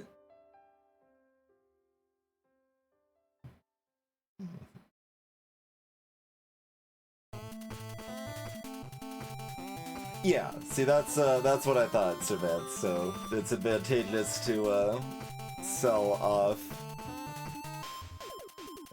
things I don't want before paying for rolls. In that case.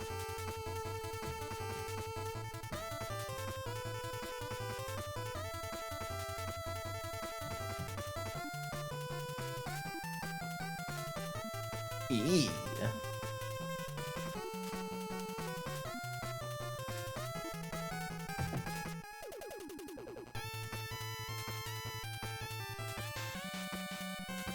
For energy tank. Sure, yes. Yep. Previous song got you covered. That was implemented really, like, actually immediately. I think I knew to put that in from the very beginning, I think, when I first made the command. Because it's often enough, like, the song is just finishing playing and you want to check and, like, especially with, like, a 5 or, I mean, in those days, sometimes 30+ second stream delays or whatever. It's really important. Alright, so Sparkles is gone, Lightwing's gone.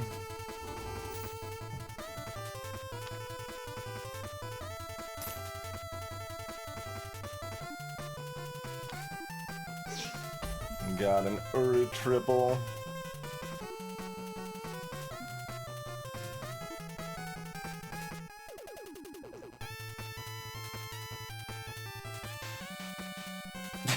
It's not a remix.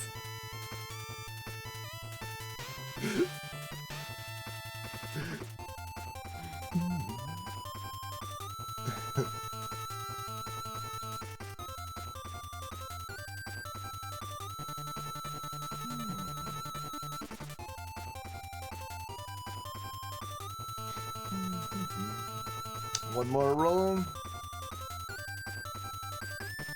I would still leave you enough to press the invest button if I wanted to.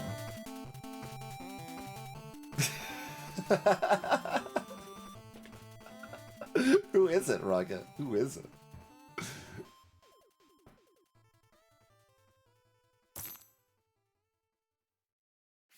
Okay, okay, we're stuck on the demon train then. That's fine.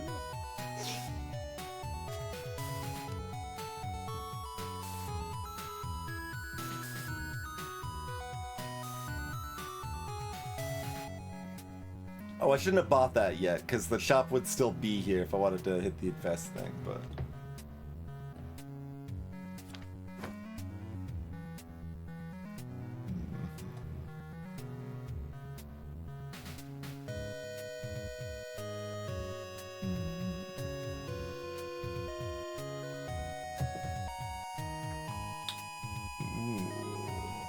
You can pick up lifesteal that way.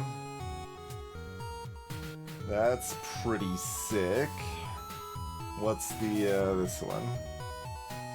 When they cast, they heal the 2 lowest percentage health allies for 2 times the mana spent. Huh. That's also pretty cute. I like all these things.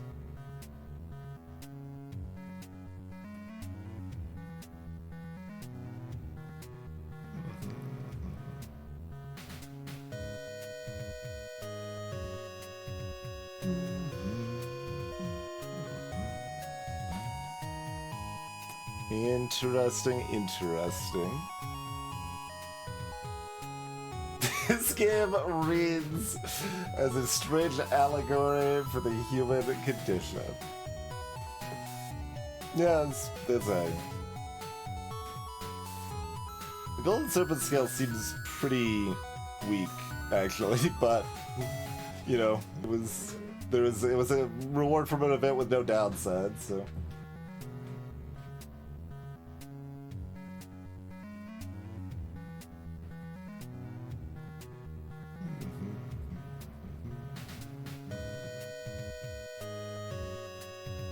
Oh, this is... Okay, I was reading this as... that makes way more sense. Never mind, this is good again. I read this as +2 armor, comma, and 1 spell power per held gold. But the effect is +2 armor and +2 spell power for each held gold. Okay.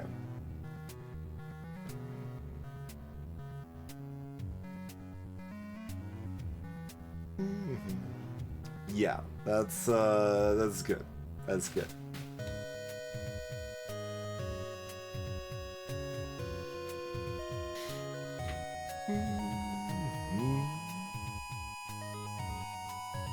Cool.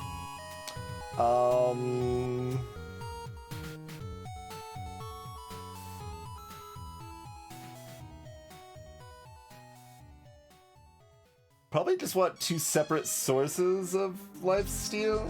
So we can have our leech knife lifesteal and... Oh, our glove was the thing left over, not the sword. I thought the sword was left over rather than the glove. Yeah, I don't want that combo. So we're probably gonna rehash our combos then.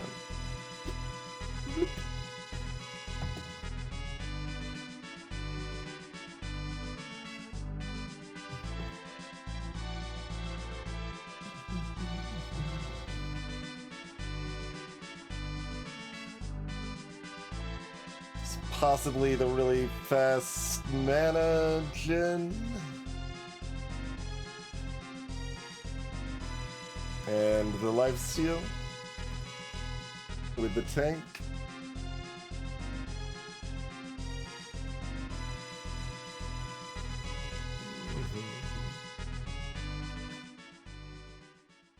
Yeah, crossed a lot of different composers too.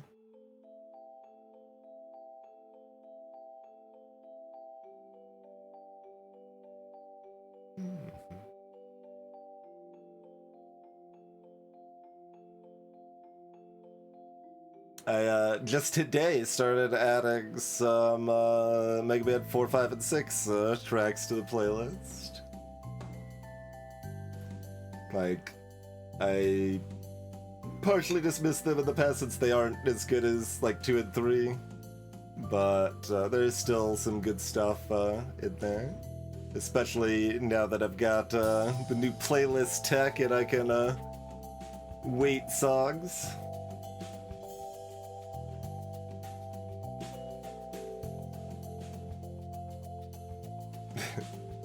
I mean, they're popular for a reason. Like, Wily 2 is absolutely a banger. Like,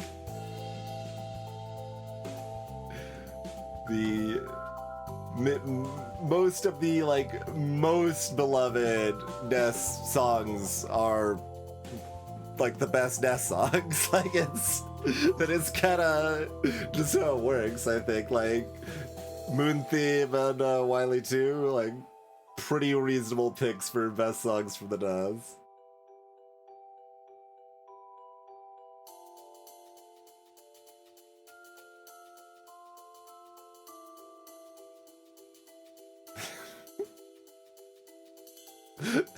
Yes. What even is this? Ring? Merge this with a component to create a more unique item with twice its base effect. Stability Ward. Where it takes a big hit, they ignore most of the damage. That's pretty cute. Yeah, no, it's a really good song, and yeah, that version's really good. Like, I didn't watch the series at all, but just like the way they implemented it, like I teared up. Like it was really good. I loved it a lot. Praise the sun, yes. Yes. 20% darker filter. Okay, it's break time. Let's take a break, and then we'll see how close this fight is without having taken the extra challenge.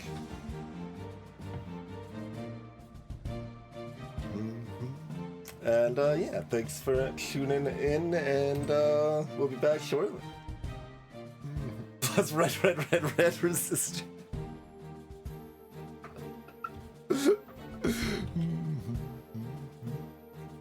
Sleep well, Aaron.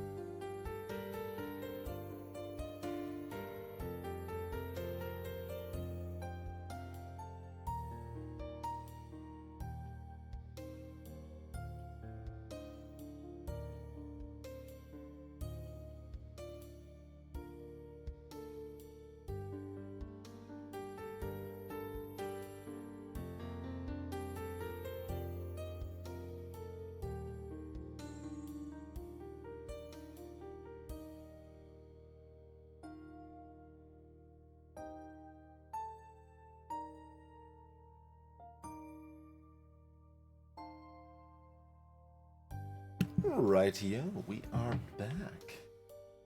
Unfortunately, Moon Theme is not on the playlist because it's one of like 4 Ness songs that's actually copyright flagged. So no Wily 2, no Moon Theme, and just recently I had to remove Ninja Gaiden songs.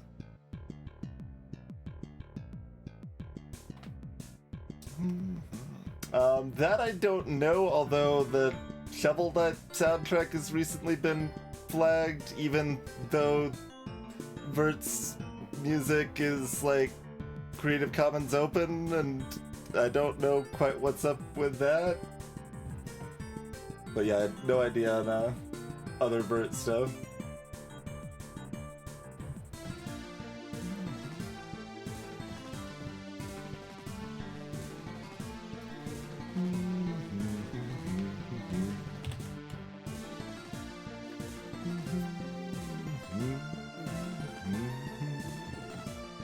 Okay, we decided that plus that on who?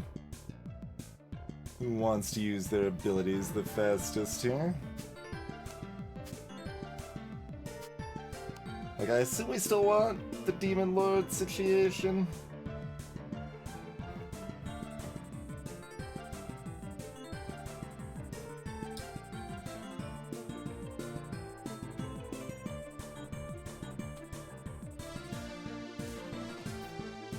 But yeah, I can check if there's any reasonable OC remixes that I like or something, perhaps.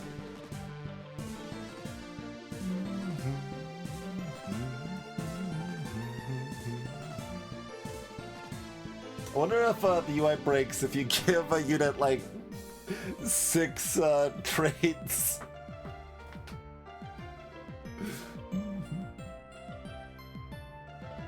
So, as far as I know, you can give a unit up to 7 traits from what I know about the game so far, but there might be a cap at like 4 or something. But yeah, I should probably actually like try to message Jake Kaufman and see if that's intentional, because it doesn't seem like really their intention in a lot of cases. So I don't know, the fact that like their music's pay what you want and it's like Creative Commons open and stuff like that, it's not what I would expect to be intentionally flagged, you know.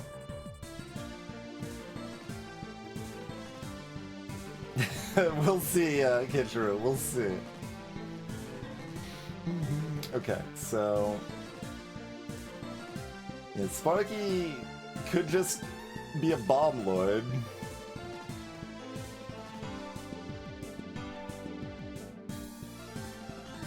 Otherwise, we could put it on Zephan, and then the tanky sort of stuff on Uru, probably. Trying to figure out how much I want to try to like. I could just load everything onto one character and be like, alright, they are destined to be the Demon Lord. And they will murder everything on their own after my other units are dead. Like, maybe that's the play. Let me check the enemy stuff to make sure that like no one can jump to my backline or whatever. Oh, sort of. Spawns spores that seek random enemies. Reducing max HP. Rude.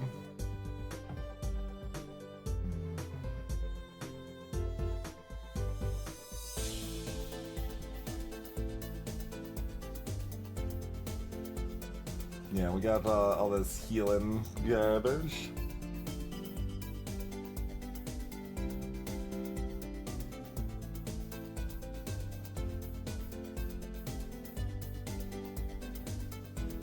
You see a lot of names in some of the old OC remix stuff, like Big Giant Circles, for example's in there, too.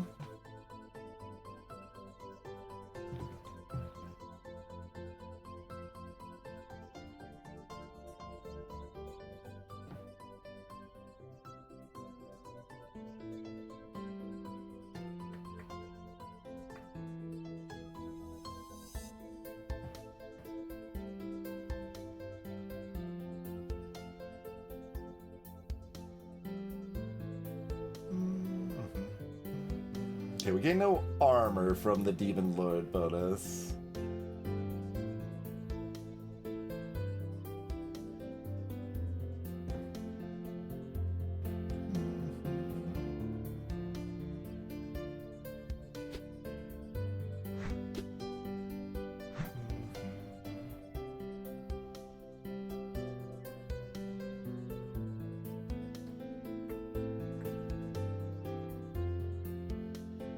Alright, why don't we put the extra armor and lifesteal on Uro, probably?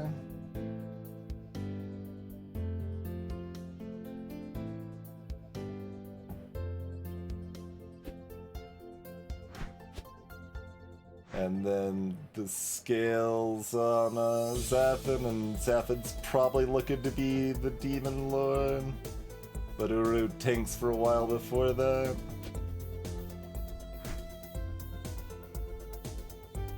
That seems like it makes sense to me, so hopefully it does in practice as well.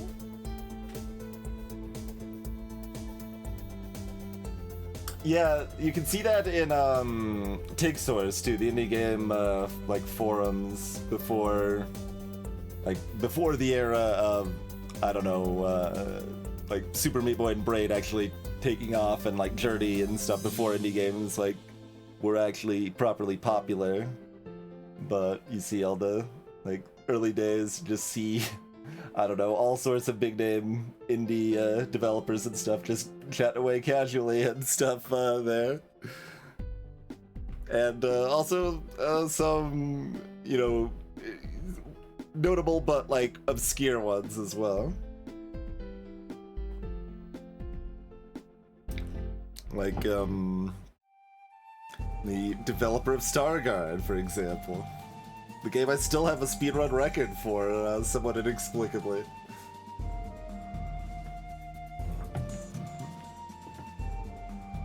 Alright, I think this works. Let's hope this works. Go Demon Lord.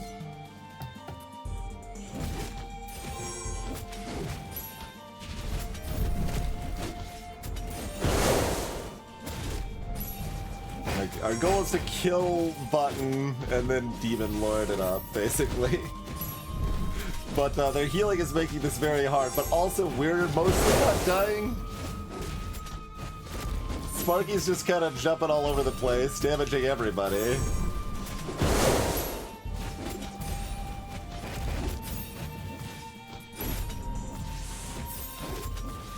Hopefully we can kill someone before my other two units die. We're working on it, but it's close. Take out Button.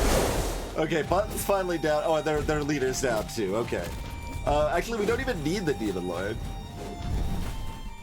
Oh, see, we didn't even need the Demon Lord. Clearly, we could have handled the Brawler bonus, right? Right?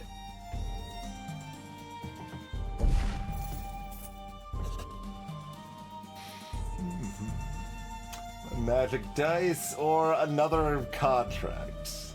It's a different contract that has still unknown rewards, apparently.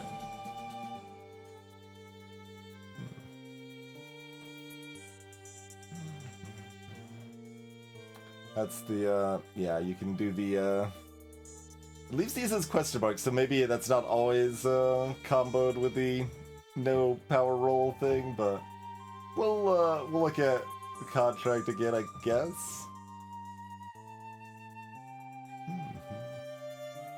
Is that, 3 that we already won, or is there one more? Yeah, there's one more.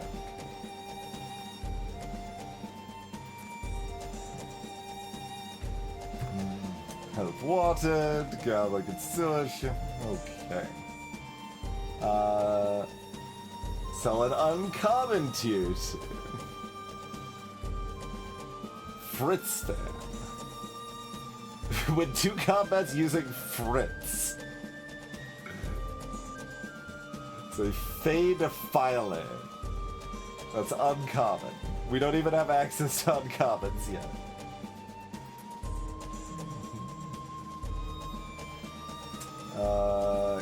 Killtacular? One of your units kills 3 enemies in a single combat. Okay. Slayer.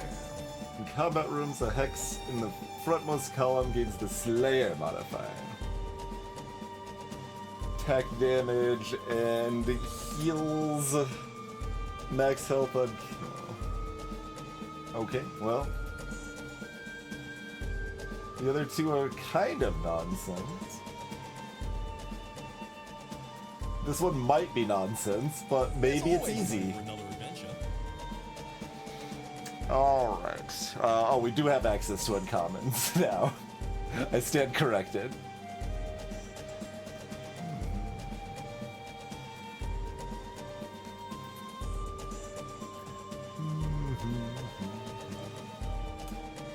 Alright, so 2 unit slots are now uncommon. Do we want to roll before that? Only after that? I mean, we probably want to, like, clear our curse, to be honest. Although buying things also hurts the ability of that item we just got. Alright, give me my uncommons. Next. You got shiny coins. I got shiny wares. What are we gonna do to make this work? So we want the crystal. Stalker and Duelist banners, probably not what we want, and also very expensive.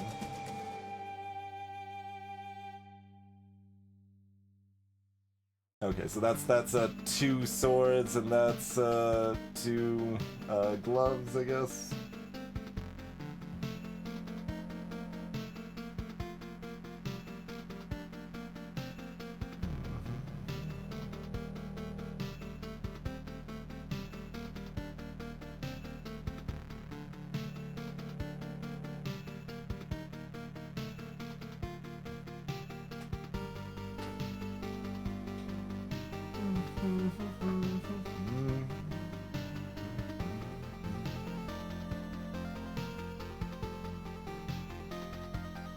I can remove 3 curse for $3.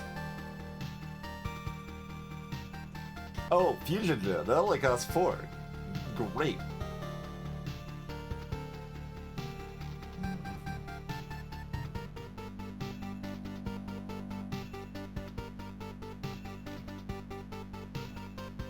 Definitely want to buy every Fusion Gem we see with this character, I assume. Unless we run out of item slots, and then still maybe, but...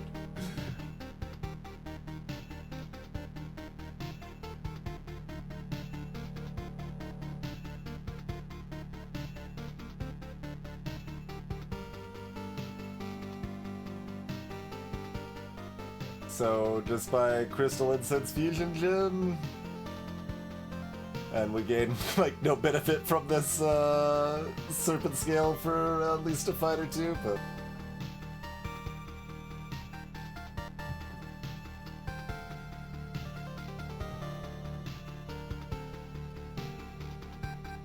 Yeah, Fusion Gem's cheap because it has a downside, but for us it basically doesn't have a downside. Like, it doesn't matter that it's merging immediately, because I could just undo it.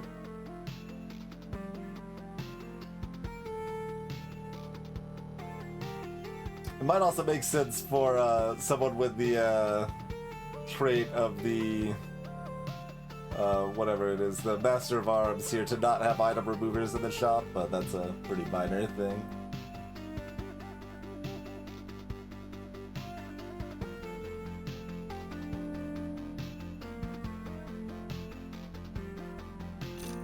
Alright.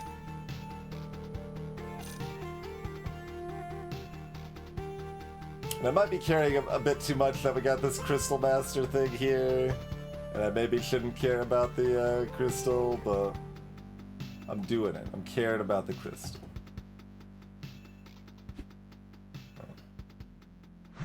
This works now, by the way. We can drag it directly out of there.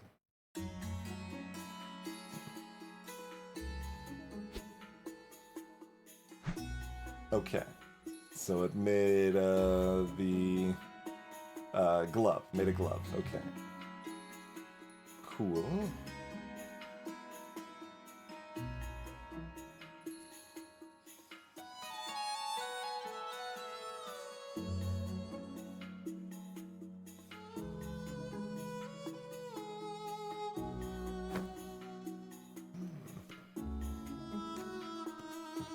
Alright, we've got a tinker or a traveler.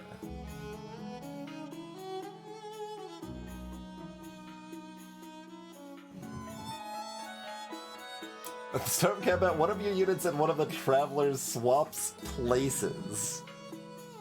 Excuse me? They're both healers. It does look like they're looking at each other, yeah.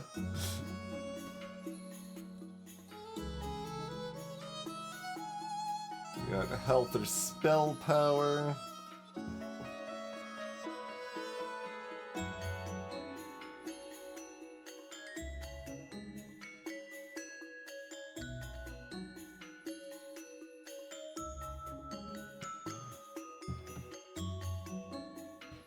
That's the mash mallet.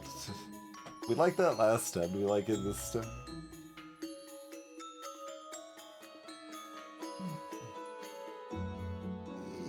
Sort of. Is it time to invest? It might be.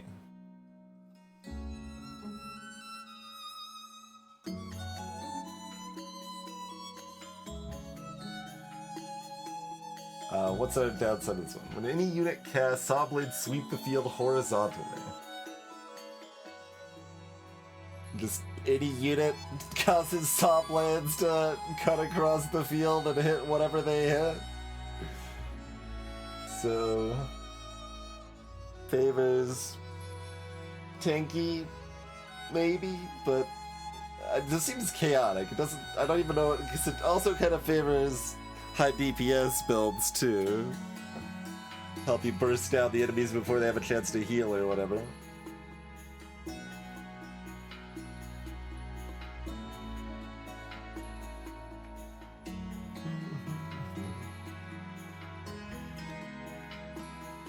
And we just beat a Sanctus. I also want gold though, because it actively powers up an item I've got.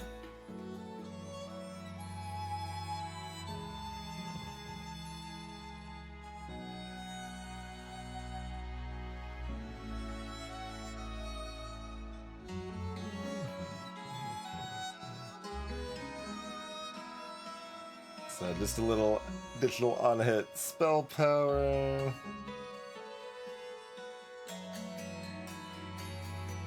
Night foes.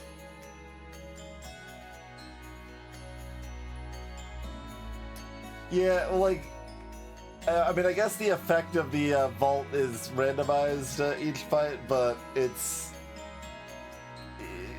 Invest is not the best word for what it's doing right now, I think, but it's more like I'm purchasing a benefit, and then it like becomes more expensive and becomes a better benefit. But it is something that needs to, like, it is investment in the sense that I don't get it right away. I have to do one fight before I get the reward, I guess.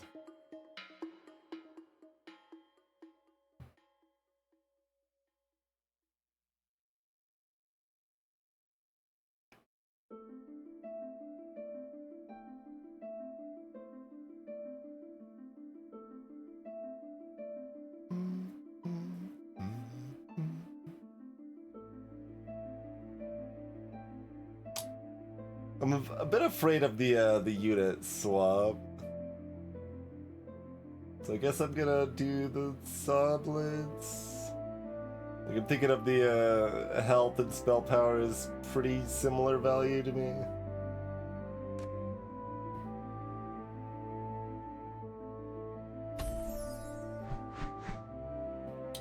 Alright, so you've got, yeah, same sort of thing that we just fought, but with a little bit different units. You've got all these uncommon units now instead.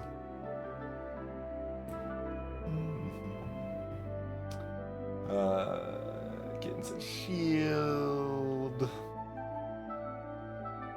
with some bonus damage. Gains infinite range and attacks.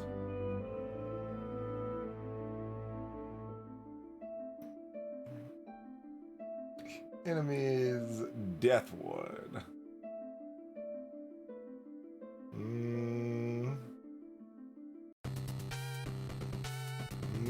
Don't like that.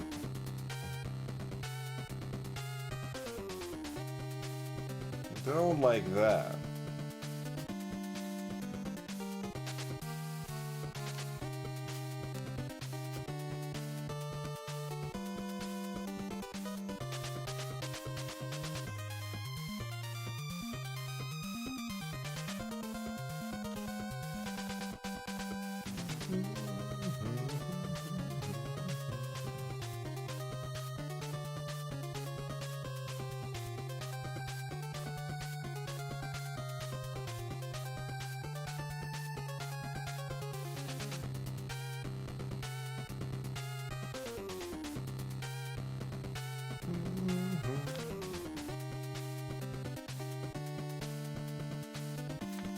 Yeah, I mean, I think we've got kind of two lines and neither of them care about the Vex, right? Like, we can do kind of the Flame plus Horror thing, we can do a Demon thing. Like, Flame plus Horror plus Mythic is okay, certainly. Just, Demon is kind of like having 4.5 units instead of 3, like, it's... But then I don't have any set bonuses on them otherwise.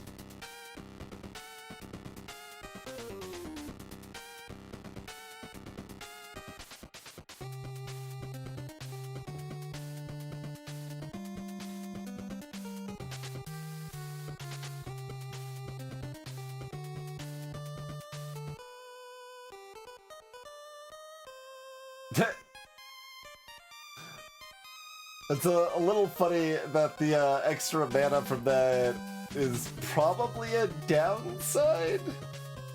Because they immediately cast the spell and it does nothing because no one's really damaged yet.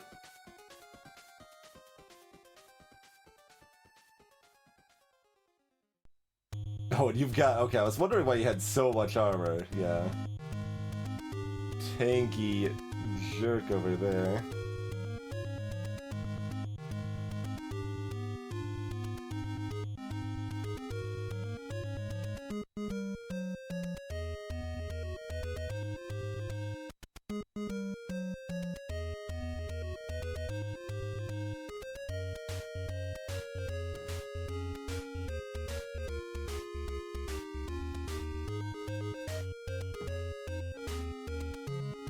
I don't know where I want my items. I don't know if I want to try to find more units. I don't know anything.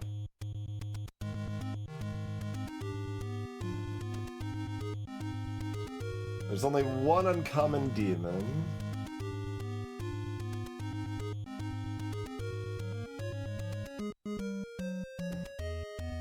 And they are also a, what, brawler or something? No, brawler's a different color. I don't know what the orange fist-like symbol is. I can check probably pretty easily. But...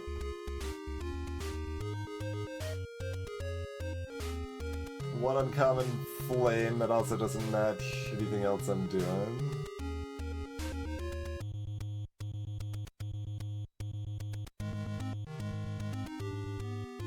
Oh yes, there is one on the scrapper here, yeah.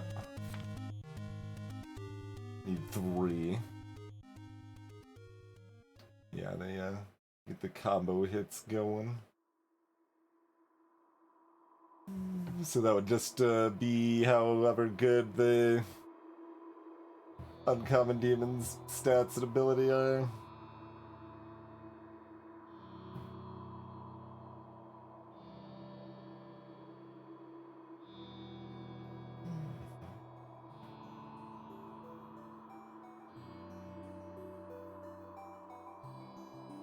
One uncommon bug horror.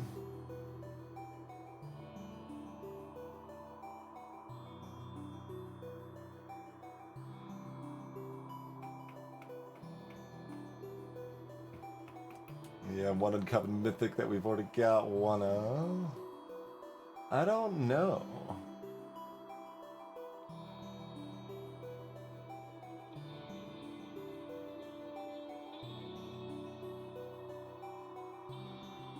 Yeah, I mean, we really don't have a lot of set flexibility, of course, with this dwarf character here. So, yeah, it's pretty much just horror plus flame, or it's demon.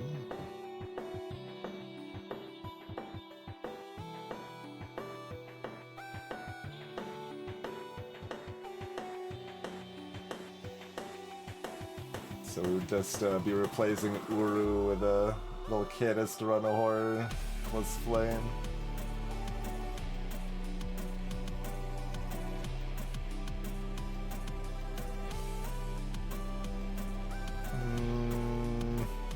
It seems not as good as Demon to me.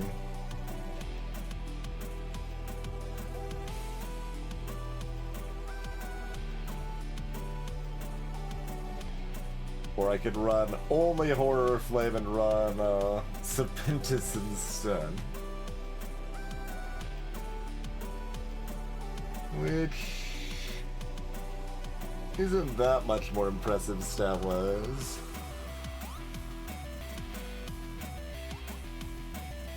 More impressive ability-wise, like the ability is good, but...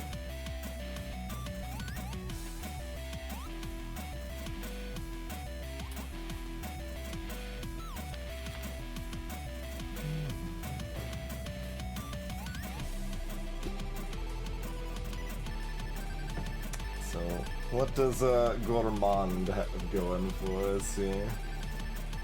They eat a tasty snack.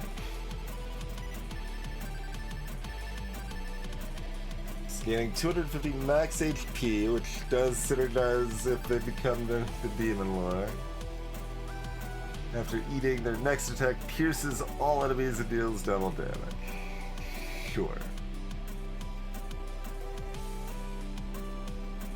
Oh, they've got 2 range as a base, not just 1. With reasonably high attack stats. Oh, and they've also got low mana, so we can bring that 50 down to 35.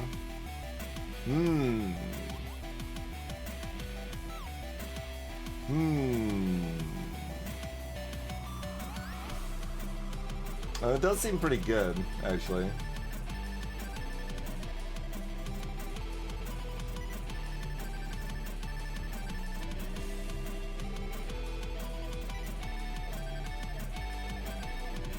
So we want to clover ourselves up a Gourmand?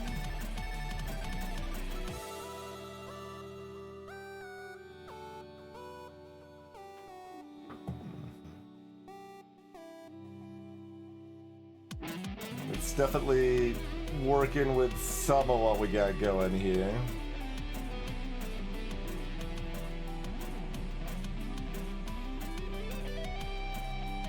And then we decide if we drop Sparky or Zavin. It seems like it makes sense to me.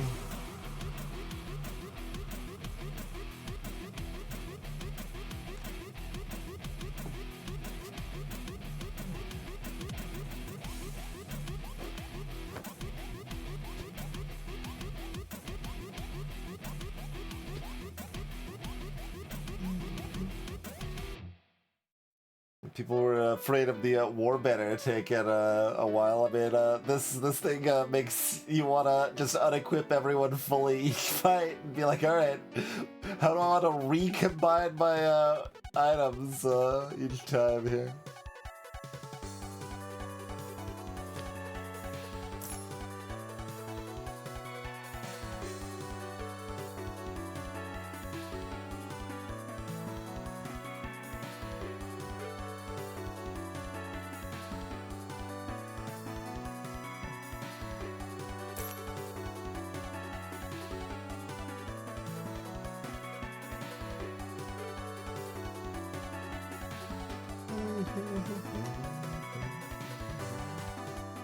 Yeah, I haven't placed my units at all yet.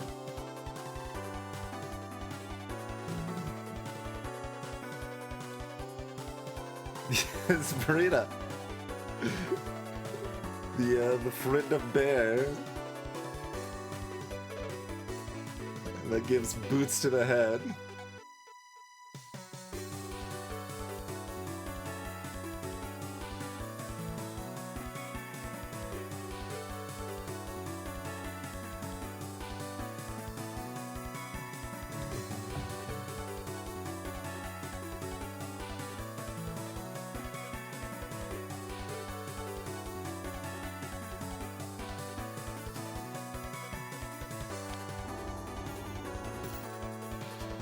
Ditching the Volcani.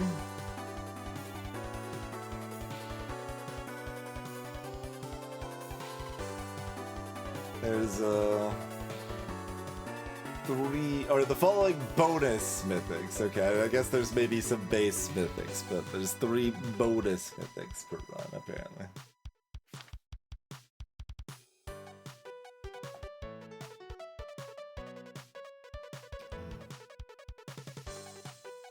They start rooted, disarmed, and extra armored until they cast.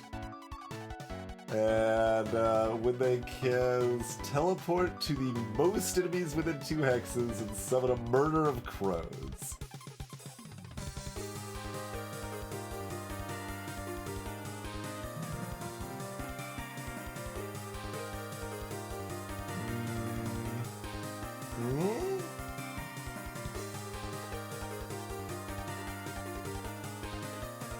Yeah, that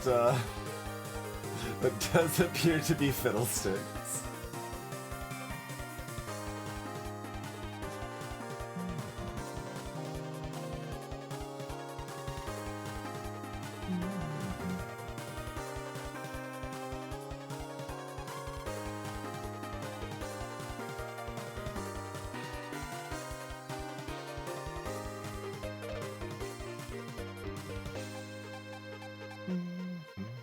Okay, am I pressing this roll button? Am I pressing this invest button?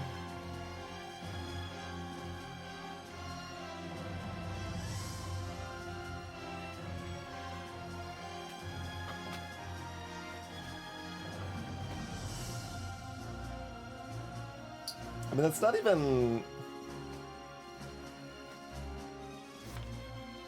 like that amazing, like, of a deal. You get a common duplicator for 5.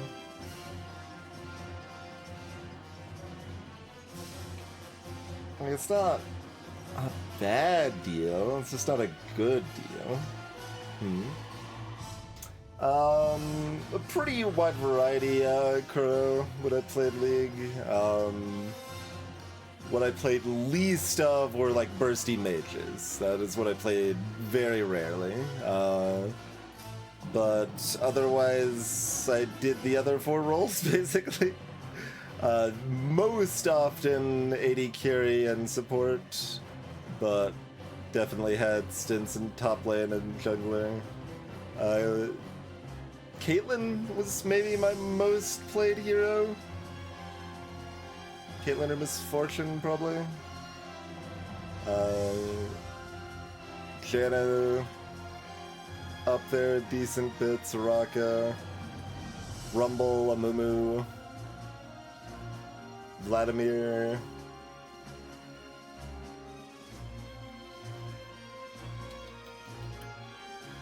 That probably covers most of my most played champs.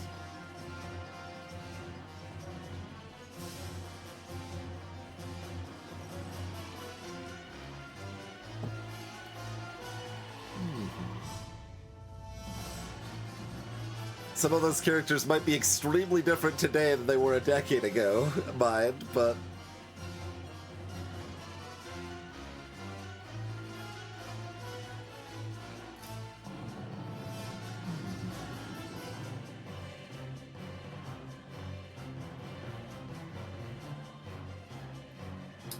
Rock is very different. I mean, she became very different while I was playing, too, but I would not be surprised if she's had, like, another 2 reworks since. It's been a long time. Soraka, and yeah.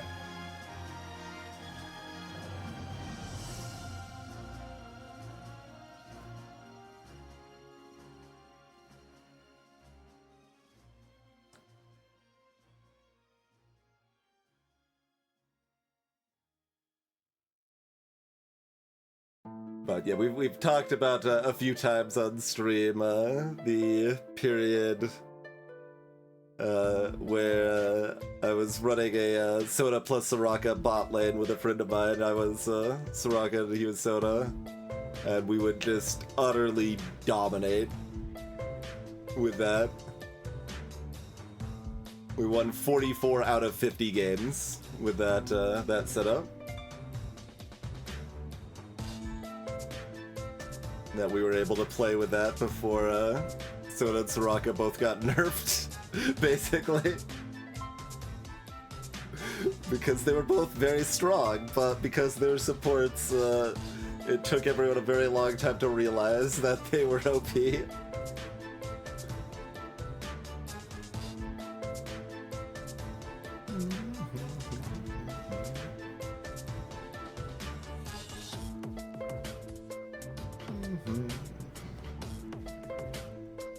But that was a fun period of time, for sure. Amumu could double manage shots. I mean, Amumu was pretty viable at the time I was playing, but certainly there's ebbs and flows there that they can fall off and come back up and stuff. But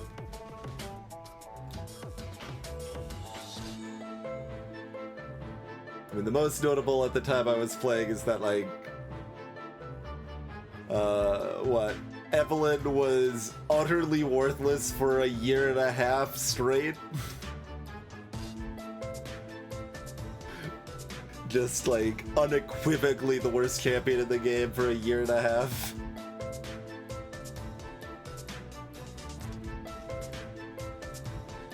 And Karma was probably that bad for almost that long, too.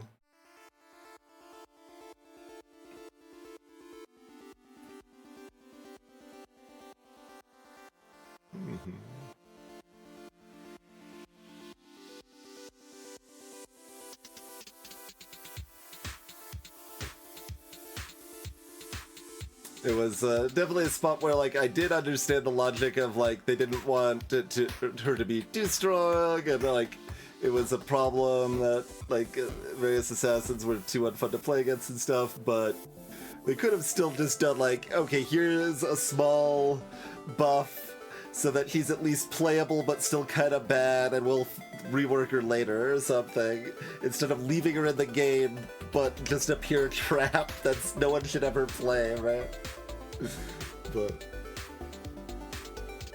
that's reasonable, Magical Slime Girl. No, I haven't played League in I don't know, I probably did an ARAM or something like 7 years ago or something, but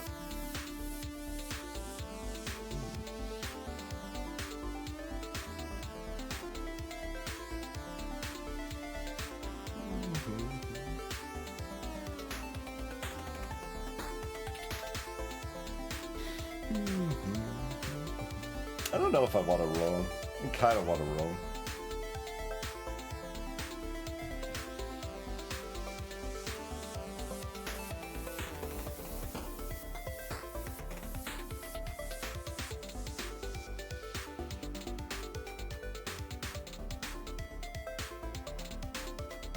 Might just sell Serpentis.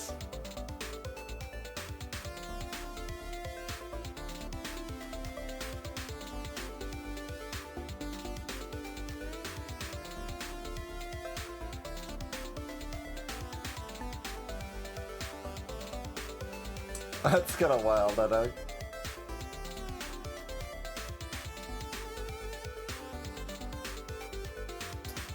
Lilia and Briar. See, I don't even know who those are. I'm just like, those sure are probably names of people, I guess.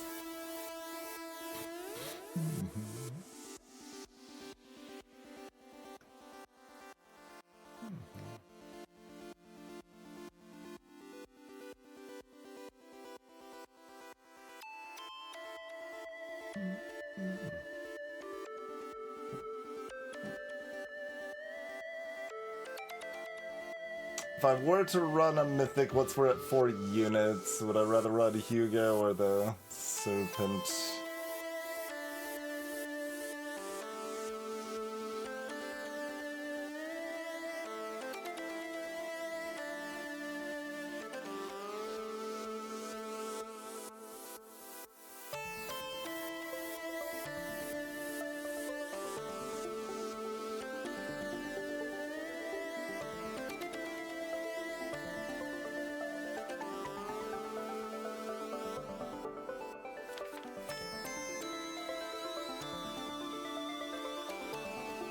I mean, it kind of depends on my other units and how much I want them to be taken versus not. I don't know.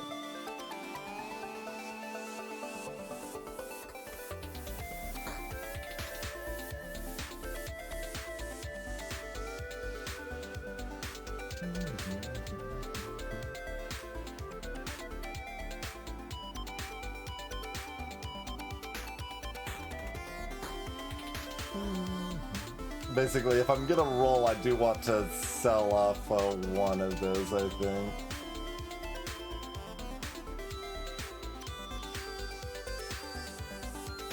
I should maybe decide if I'm hard committing to losing Zaffin or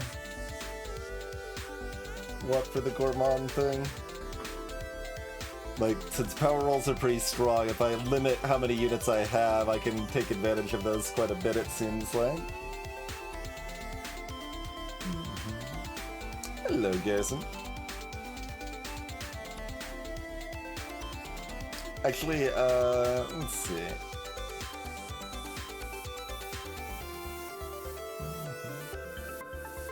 Yeah, okay.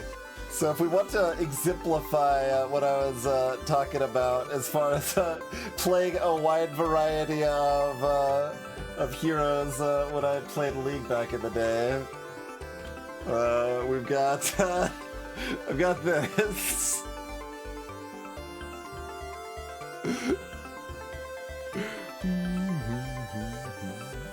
Ten wins in a row with all different heroes.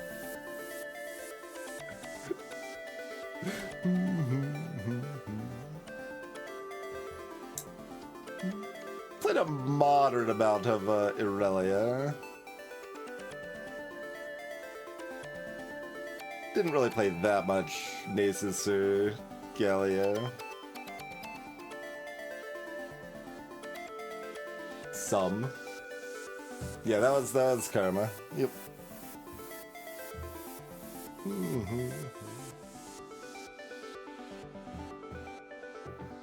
But yeah, there you go. That's what a little saved bit from over a decade ago. Dressana isn't even blue anymore. Why would anyone even play the game now, then?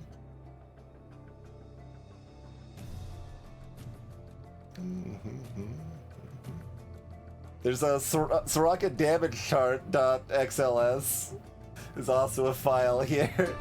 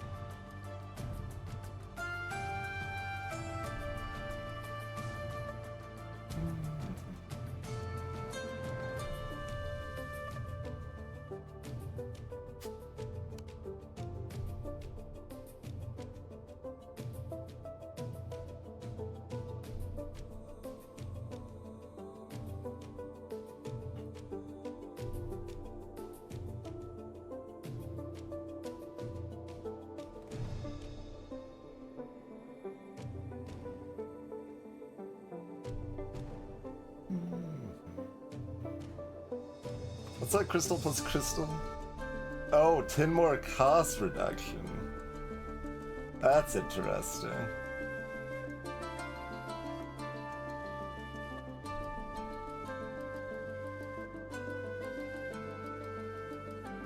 So this is at 40.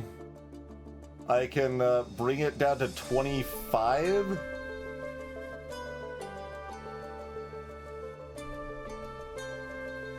It's up every 2.5 seconds.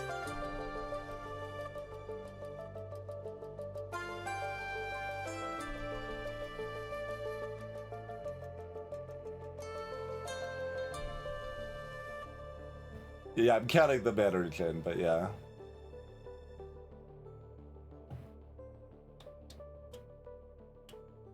Pretty cool.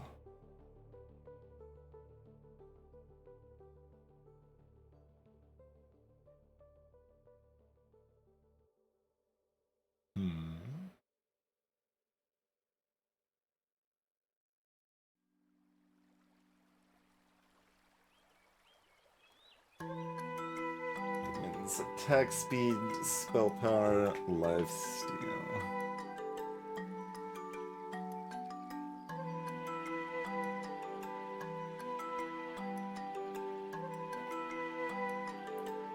It probably means they have enough damage to keep up. What was...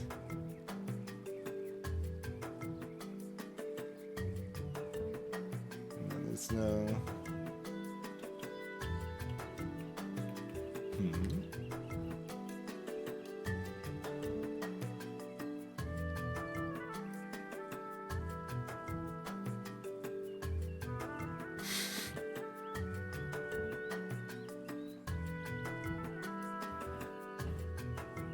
Not in-game music, no. The song command would say the playlist is paused if it was.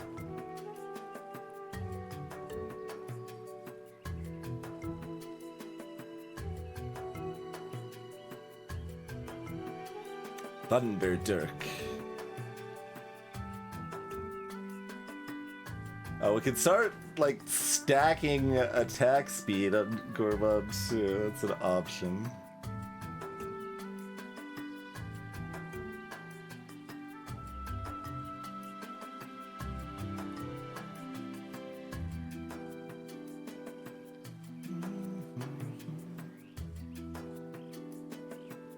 You got the Sunstone. I could be immune to that.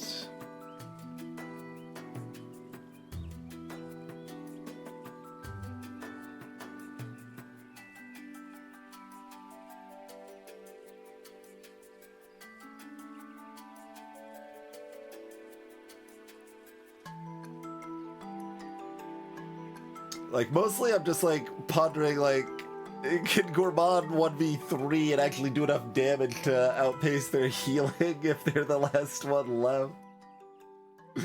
Like, I might need someone else to have some items, too. I'm not sure.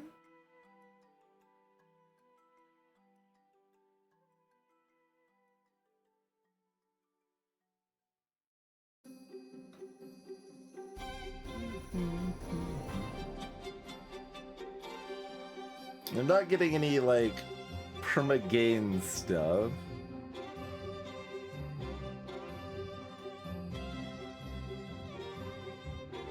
Yeah, I mean, it kind of seems like I just want to go put all the items on Gourmand.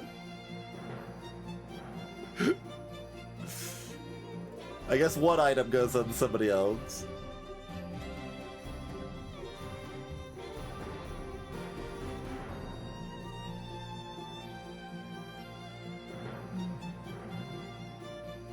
It could be the garbage item, though.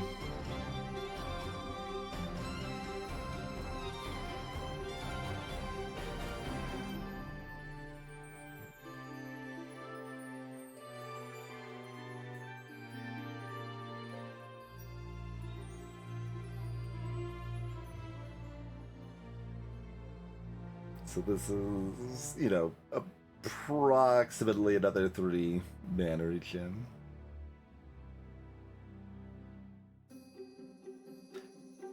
if we spread out the crystals, we gain extra cost reduction value, but yeah, I'm thinking I maybe just load up here. Alright, Gorbon, crystal, and a crystal.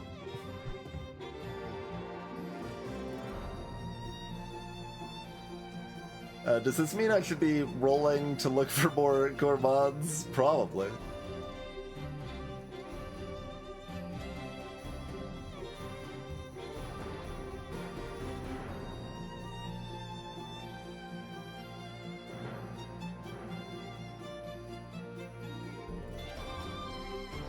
Alright, so do we want immune to crowd control plus ignore every 6th hit? Or do we want a bunch of lifesteal?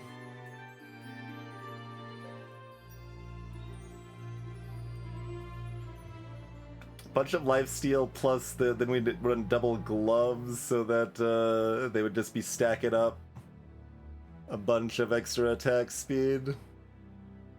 Yeah, that probably makes sense. Correct, Ad Hoc, yeah. Lucky Clover can only spawn units of available rarities that you don't already have.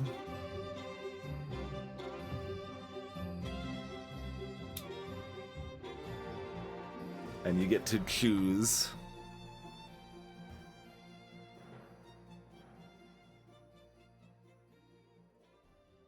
You put it on someone and it brings up all the other possibilities that share either trait with the person you put it on. But yeah, that's some form of perma-scaling, so I think I like that.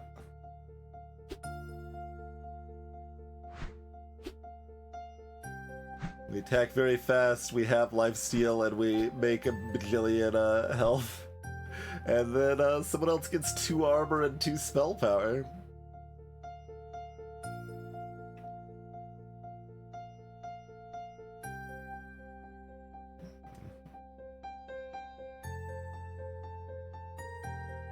There you go. I have 2 armor and 2 spell power. So hopefully, like, we can kill one unit, and then Gorbon can kill the other 3 or something, and we can snag Killtacular here, too.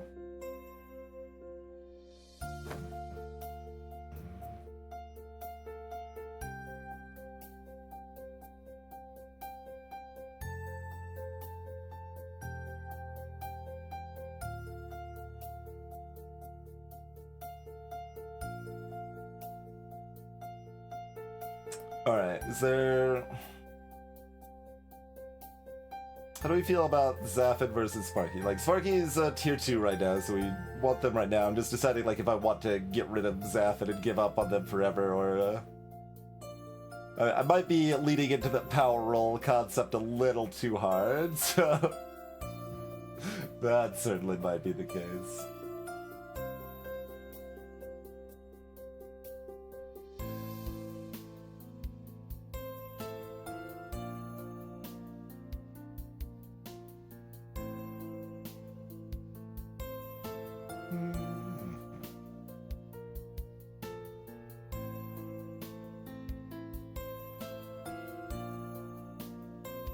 Like, both of the abilities of these are pretty great.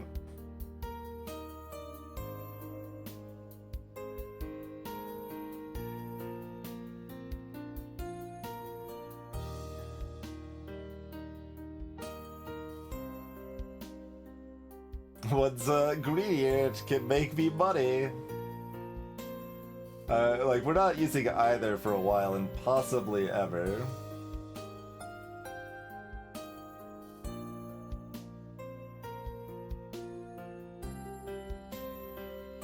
But yeah, I guess we'd probably rather run Hugo if we're running one of them, so that, like, that's a frontliner that kind of... We don't want the last one standing to be well, it could be Serpentis teaming up with a Demon Lord, right? That would be fine too.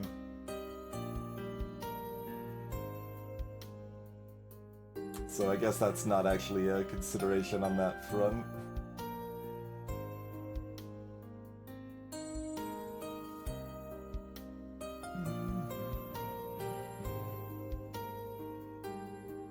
Why does it not show Serpentis gaining the bonus stacks and Hugo does? Oh, I like if I put them on the field, they gain the.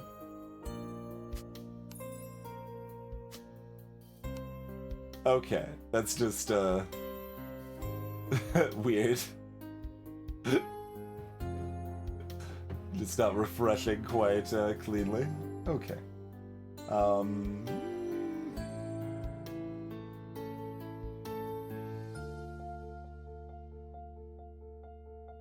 Yeah, I've decided I'm selling one of these. I still don't know which. They're pretty close.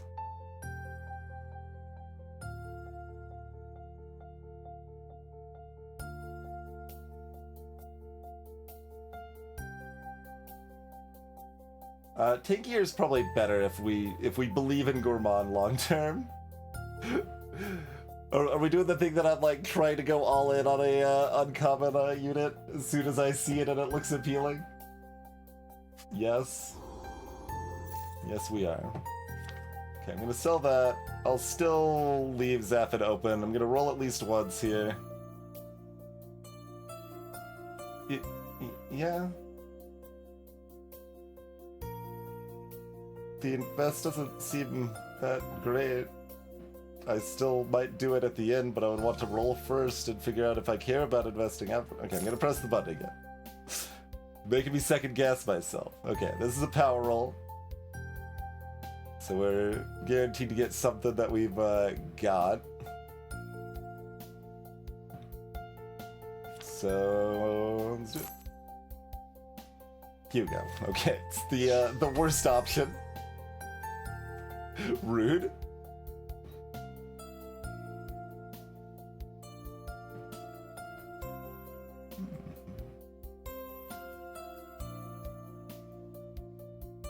You do gain quite a bit of health with a level up, though.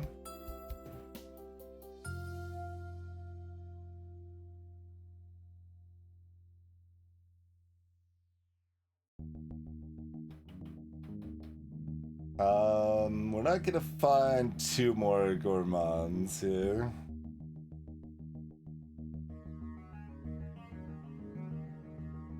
So it's not like a big rush to roll down more right now. Alright, give me the duplicated thing, I guess.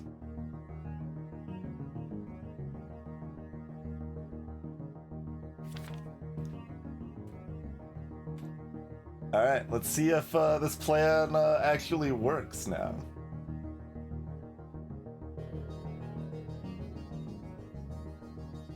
I'm still not like fully in love with this positioning, but I don't know how else to do it differently really, so...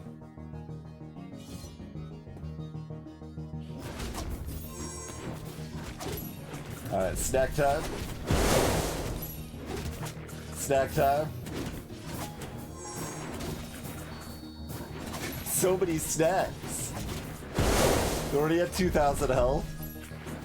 My units are all dead. There's 4 of them alive, though. That's probably a problem, but we'll see. I've got a lot of lifesteal. We're about to take out one. We've got 4,000 health now. We're just munching. We're just munching. The spikes seem to be targeting Gourmand here. But it's fine. They've got snacks. They've got 5,000 health. Nothing can stop this. 7,000 health. 75. 79. It's so fast.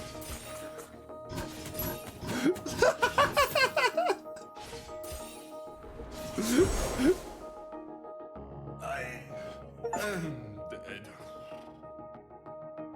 Have a unit take 10,000 damage in a single combat. Demon Lord of Snacks.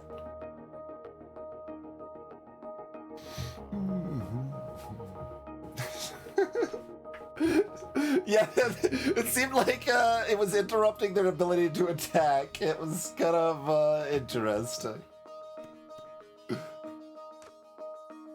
Alright. Is this the same? Oh no, the text is at least a little different than last time.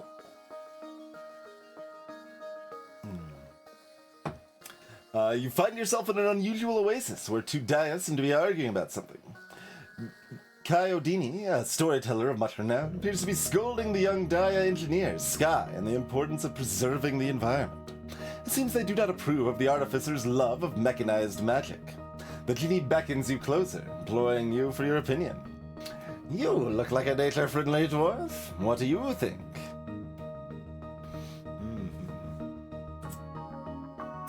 Well, we fought Mythic Genie last time, so I guess we'll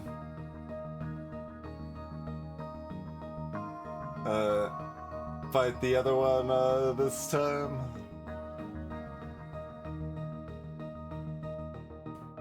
So we choose them, so we have their favorite, their ire, so we fight them at the end. I think is how that works.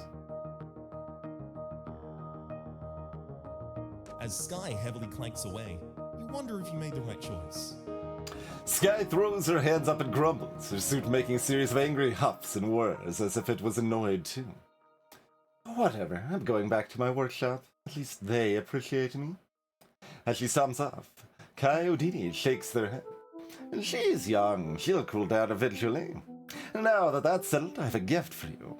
Whatever wish your heart desires, I shall grant. Within reason, of course. Just no tentacles.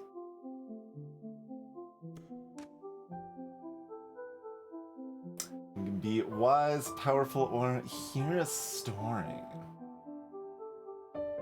If your team has 3 or more units of the caster archetype, all your units gain 20 attack speed. No. Replace the wearer's skill with mana battery, which grants its mana to teammates. Then we can give that to someone other than Gourmand, so that Gourmand can eat more food, more snacks.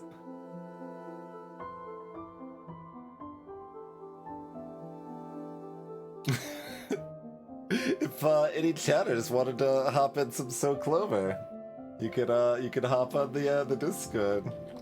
They're looking for a third, desperately apparently. But I already used Lucky Clover, I'm afraid. I don't think I want this. Like, we're gonna be too limited on items as it is, but it is a little cute to give to someone else to let Gourmand proc their ability even faster.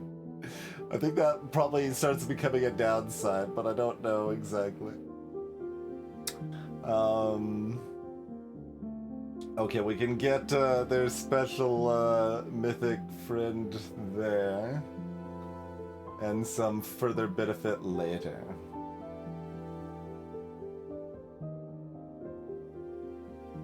Blessed with righteous fury.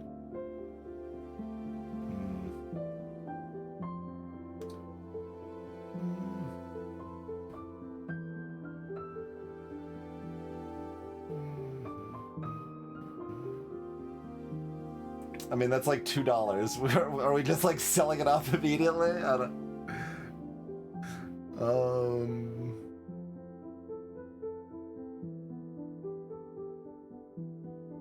That is a lot of healing.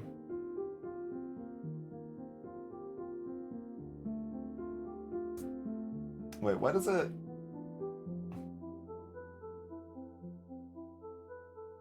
What does it show them with that much cost reduction? It's just interpreting the amount that Gourmand has?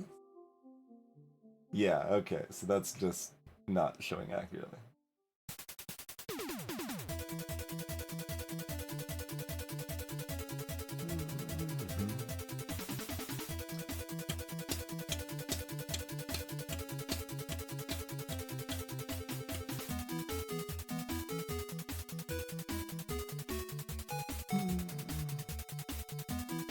But I don't, like, this is useless and this is of dubious use.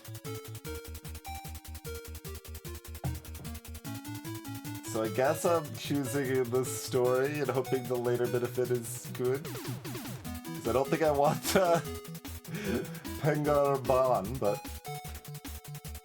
A story? How delightful. They don't call us the fabulous fabler for nothing, you know. All you have to do is stay a while and listen. As Coyote spins a wondrous yarn, the pages take on a life of their own. Quite literally, in fact, as one of the genie's illusionary creatures animates before your very eyes, bouncing around and rubbing against your leg. Looks like someone wants to join you. I hope you don't mind. Just don't feed him after midnight. If the Pigger Bob's a gremlin? It's the unique unit Adelon.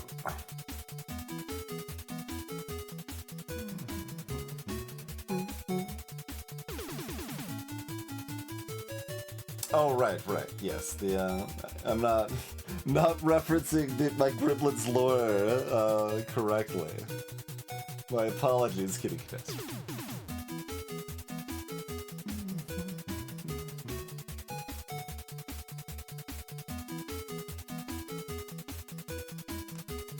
The Priest of Adelon arrives, decked head to toe in his intimidating dragonbone armor.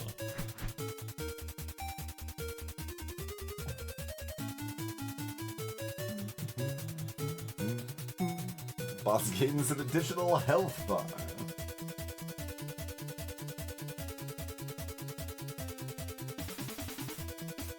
Right, and then they've got these frozen effigies. They steal mana! We need to kill an effigy fast so that I can snack.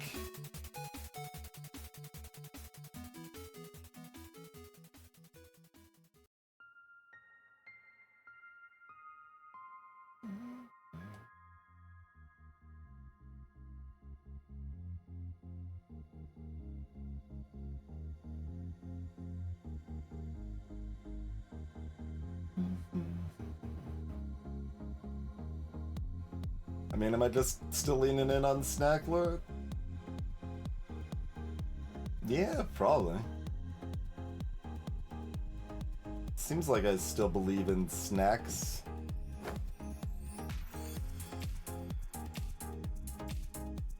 I've got a staff now. If we got that in the mix, snacks would give me more HP. What are our spell power things? We get damage amp on the weapon, a different flavor of damage with the glove. We get the burn dana, the ignite, so adjacent damage that's especially good against high HP enemies. With the crystal, we get 10% of the max mana to themselves and the lowest mana ally. Okay.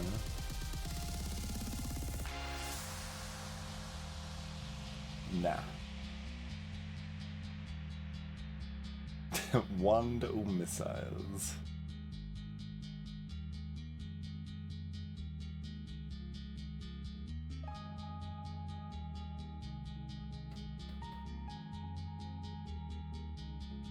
So here you go.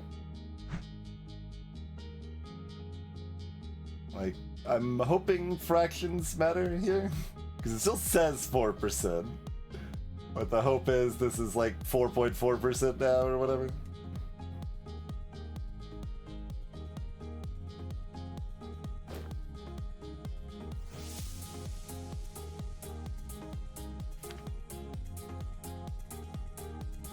Oh, okay. Next one gives a common and an uncommon. That's a lot better than I thought. I thought I was just gonna give it uncommon for 7. I'm like,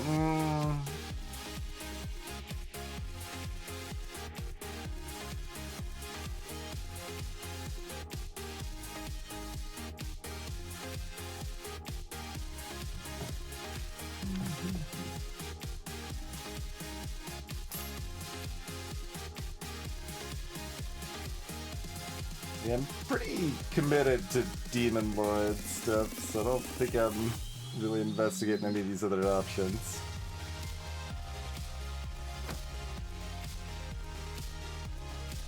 Oh, I have to turn them in manually. Okay, so I'm gonna say, I'm pretty sure we got Killtacular last time, right? We sure did. And this also gives us a level up.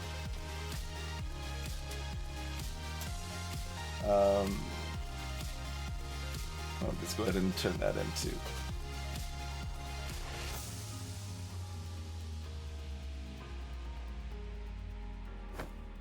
I will close that and reopen it. Wait, where's the oh, it's a right, yes. 2 additional star points after each combat.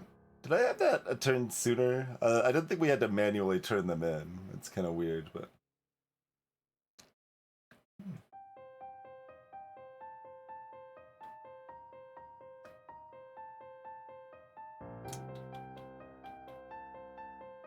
20% attack damage and heals for 20% max health on kill.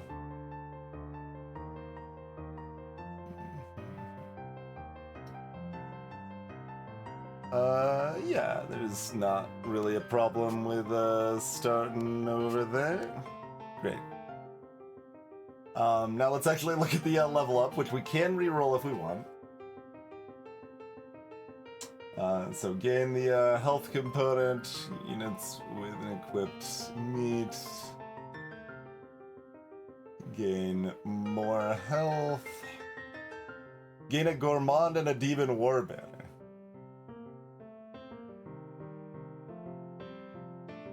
So I could make someone else a demon. And we'd be one step closer to getting our tier 2 Gourmand.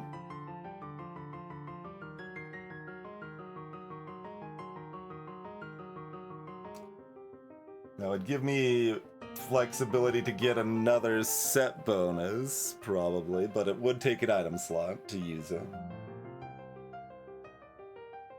Of which we currently still have plenty. Blitzshot. In combat rooms, a hex in the rearmost columns gives the Blitzshot modifier. Infinite attack range. The first 5 seconds of combat gives 100% attack speed. You can just have Gourmand in the back with infinite attack range. It is cute that assumingly it works on melee stuff just fine.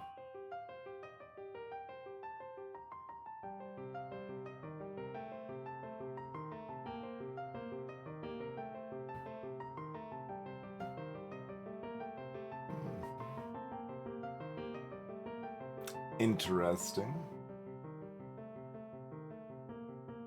You need 3 to hit Scrapper, yeah?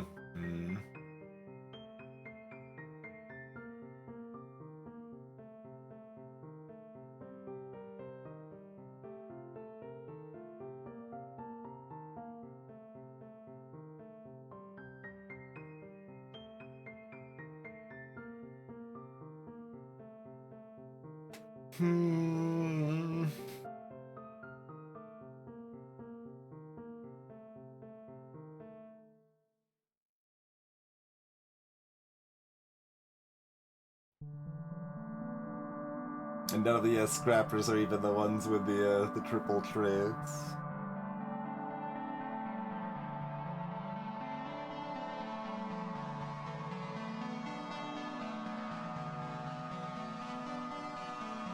Nor any other synergy with my other demons.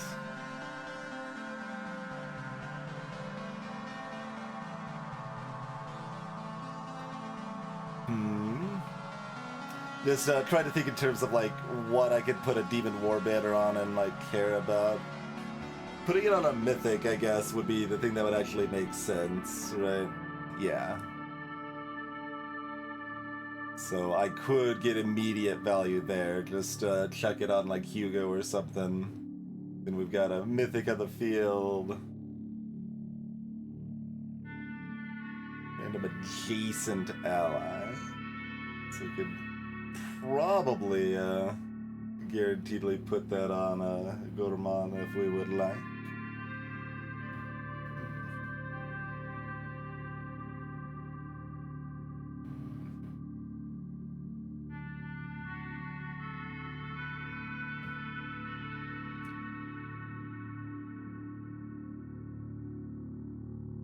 Interesting.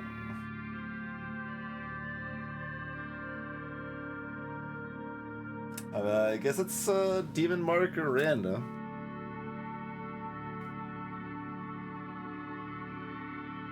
It's a little weird since like I kind of already want to run demons. I kind of want different war banners to get other sets going, but it does work both ways. It does work both ways. And the mythic situation. Oh, this is a tier 2 Pingerbon too, not just a tier 1.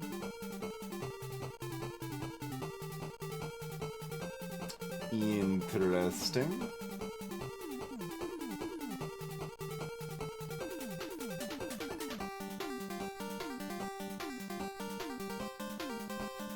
Like, you're also allowed to go all in on Pingerbon with if we give them the Demon War banner. That's also viable. They've got 30 armor base already.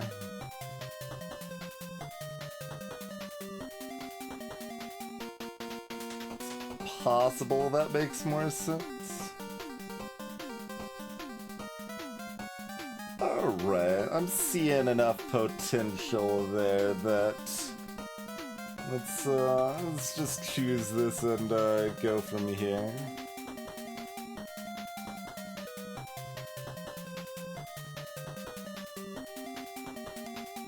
Put Sparky on the bench. Which I should maybe look at some of the stats, right?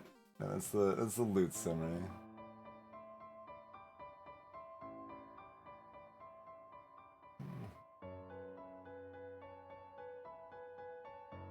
Okay, oh,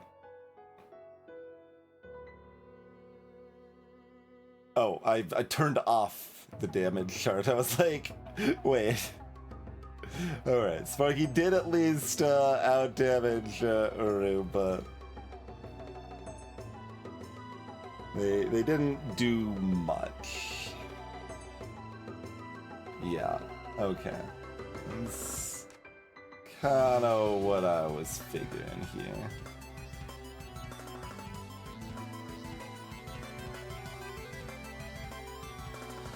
Okay, base stat-wise, the cat is better than Hugo.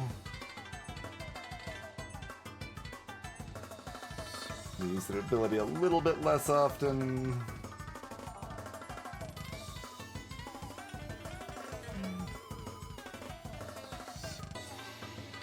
And when they use it, they restore 25% of their health.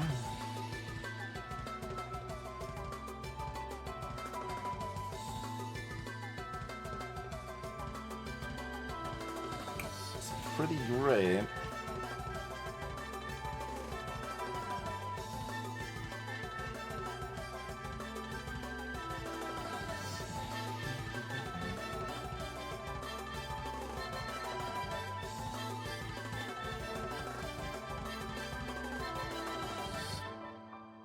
I don't know how hard it's going to be to upgrade them later, but...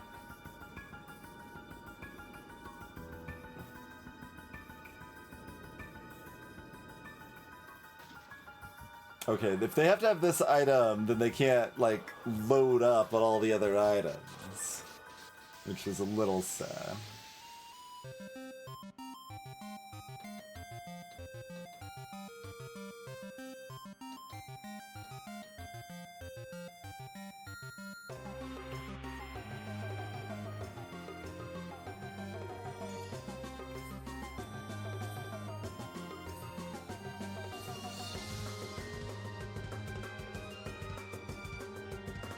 It's also interesting because I can position to optimize my ability to kill one of these things as quickly as possible, which gives me mana gen again.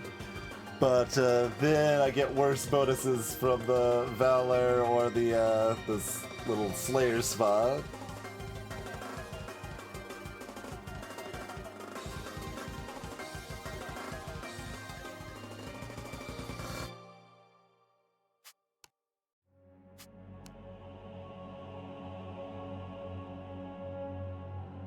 I think it's solid on Gourmand again.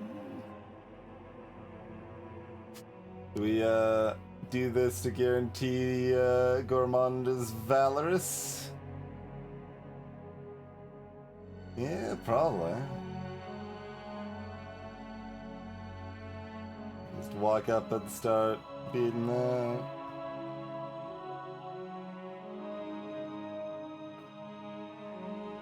Alright, let's see if we can find a third Gourmand.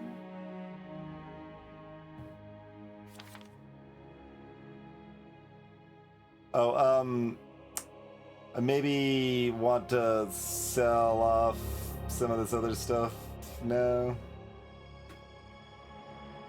Yeah. Well, this is another free roll. I guess I don't need to do it yet, but...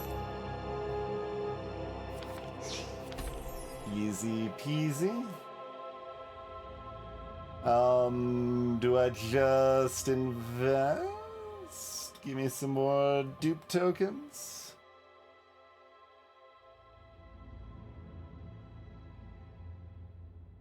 And then proceed to not use them.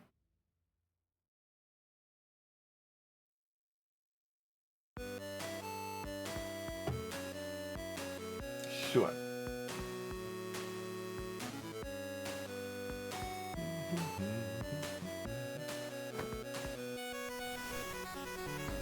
Alright.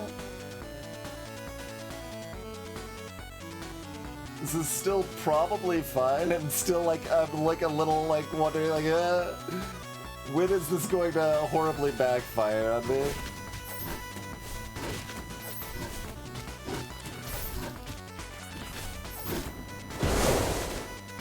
Alright, one effigy is down. Snack time.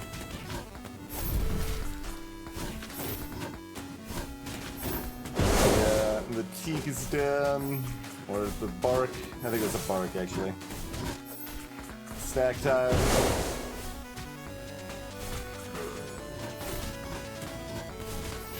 The cannon, we might even take them out before anybody dies. It's close. Gonna be close. They were too busy snacking to finish them off. Well, that shows me up, I guess. But nobody even died that time. Alright, we level up again, because we completed both the contracts, so we had a lot of extra XP there. When a demon dies, remaining demons gain 10% attack damage and spell power. Okay, okay. Or we roll. I guess I am fine with that, probably. It's not that impressive when I have fewer units, though.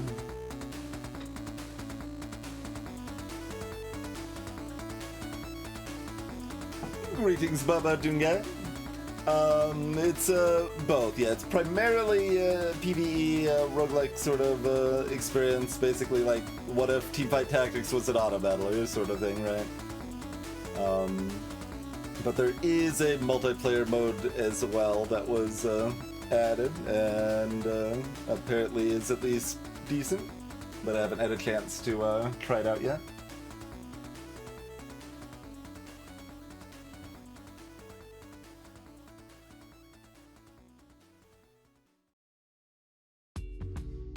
So our Demon Lord would end up with 20% extra attack damage and spell time.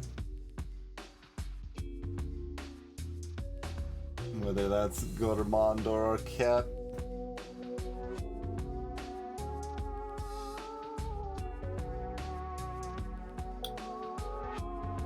Oh, actually Scrapper Boost is interesting too, to be honest. Well, sort of.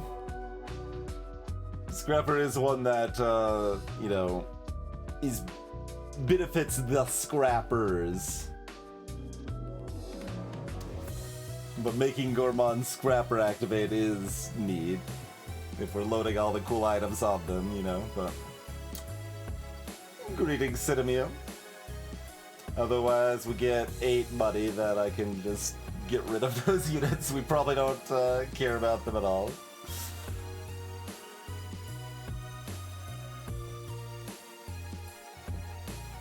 I mean, I'd probably just take this over rolling, right?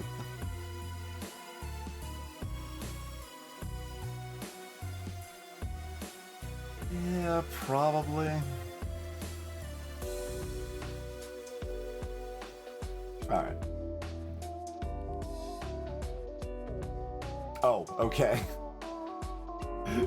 We use almost the same symbol. Makes sense. Alright, so next one's 2 uncommons and a common. Okay, okay. Campsite.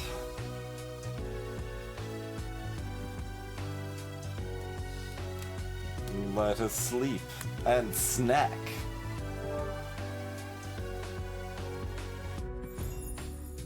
Now I have to figure out what I want to do with a 4th unit, though. Hey, how's it going? All I need's a destination. Pardon?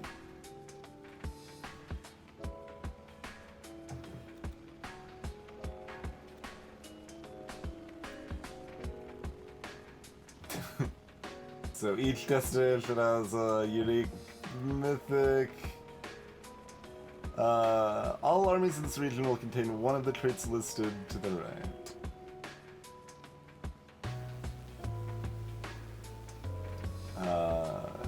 I'll look at the boss modifiers last. Okay, so region modifiers, we've got 10 seconds into combat and every 20 seconds after.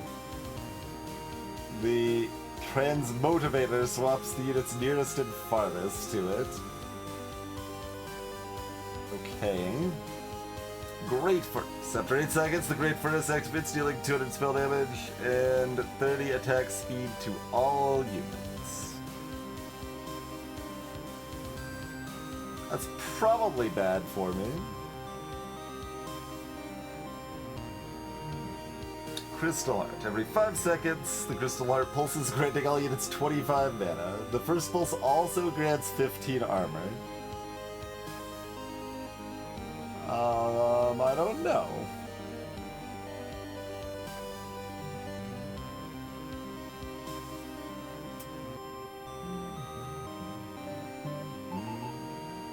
Unleashes eye beams at 3 random foes.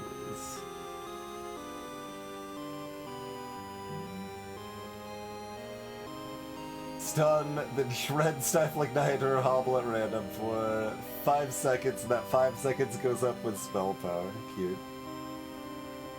That's a expensive spell to cast, though. Takes a long time. For a second there, I thought that said prismatic beans! I was eating those prismatic beans! Overcharge.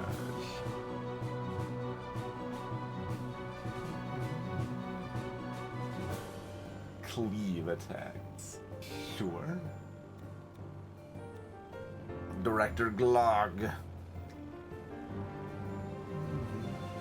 Portal above the column containing the most enemies and conjures a fireball that sweeps that column.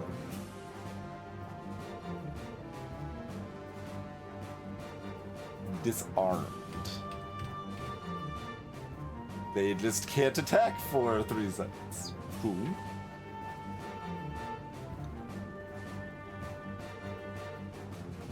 I don't know that I care about getting any of those units.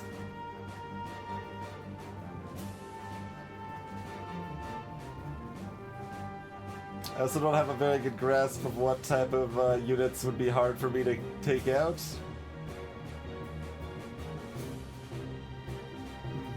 That's what the enemy. They are units we can get, but it's not related.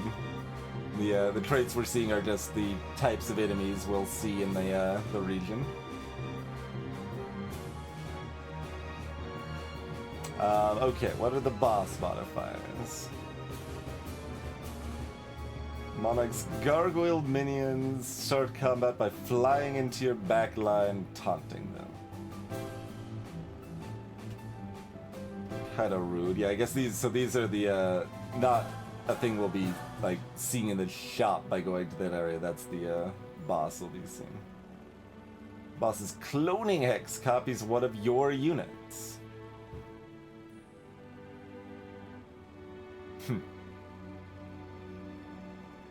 That's pretty bad.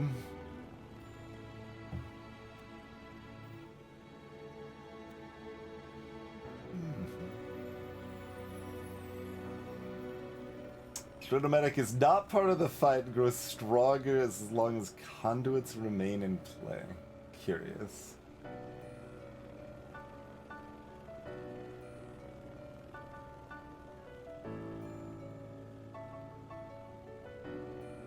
So it sits there getting stronger, and I sit there getting stronger. As we slowly plick away at early conduits or something. That kind of works. What was the, It's,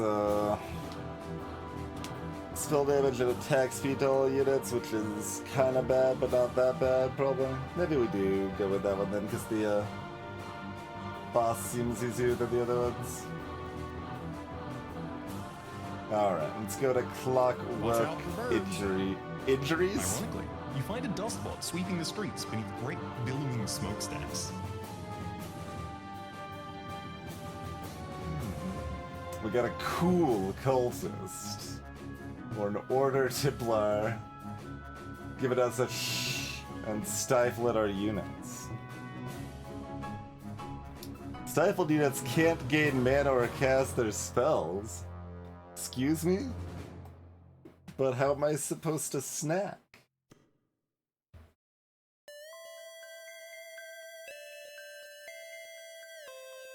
Start of combat, a random unit on each side is stunned for 15 seconds. Well, that's also terrible.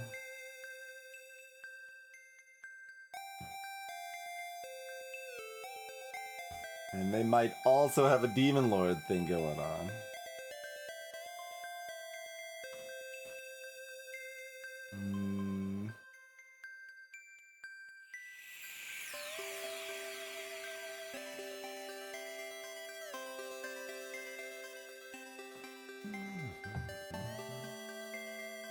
That one gives us the potion, but yeah, all units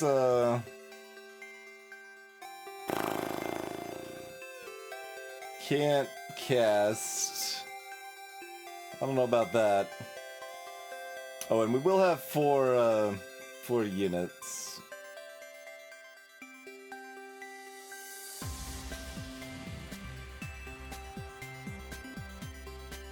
Right, and if we get to 5 demons, somehow we could end up with 2 demon lords.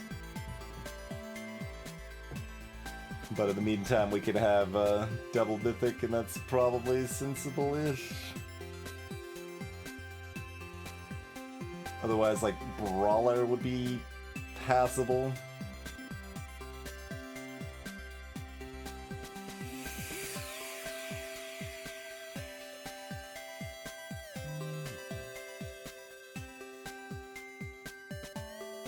Like, sorta maybe a horror. Sorta maybe flame.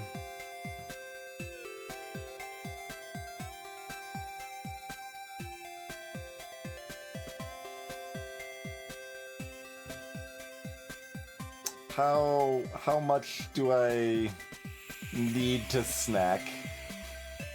Okay, now I'm just watching the stuff on the conveyor belt at the bottom right. Or no, it's actually going all the way around. Yeah. And they start as rocks and then become like gears, and then they have the output stuff's down here.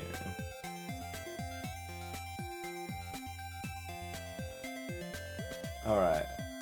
Cool Go ahead, cultist. try and kill my demons. You'll only make the remaining one even stronger. Okay, I was gonna say, they better not have 5 demons. Or we could probably manage.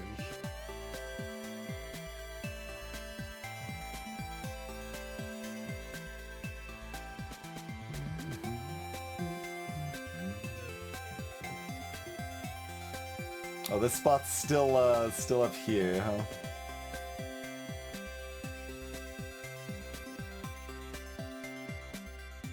It's kind of awkward.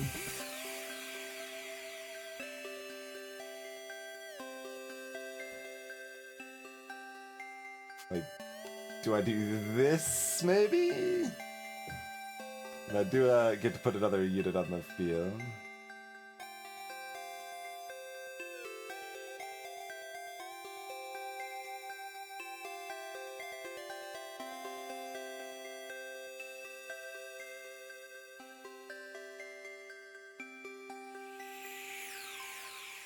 I could put the two mythics together and they would also get the mana gem.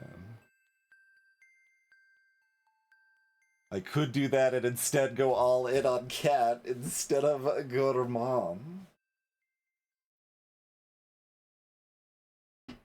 Interesting.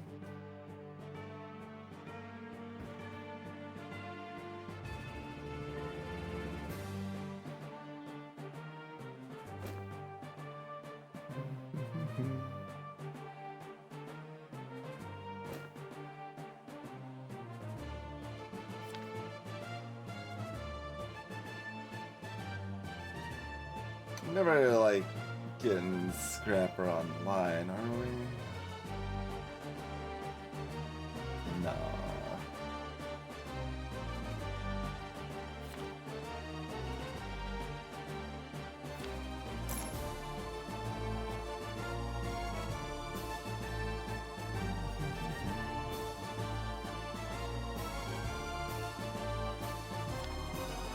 So many other options that are like, yeah, maybe, could, maybe tried it, yeah, probably not, but maybe.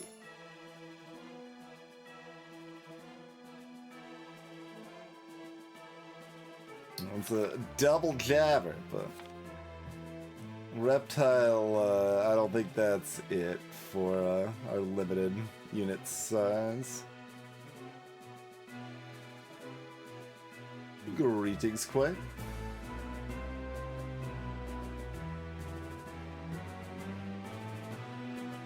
We're probably just going with the other mythic.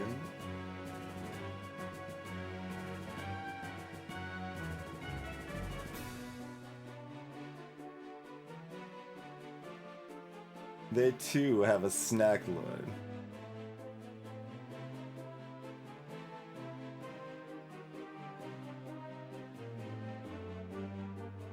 They even have one item on them.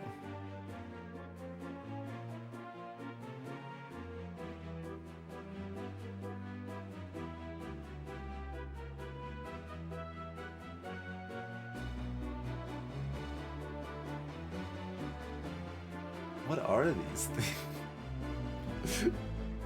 Oh, we got like propellers, we got claws, we got scaled models of the USS Enterprise, we got stoplights.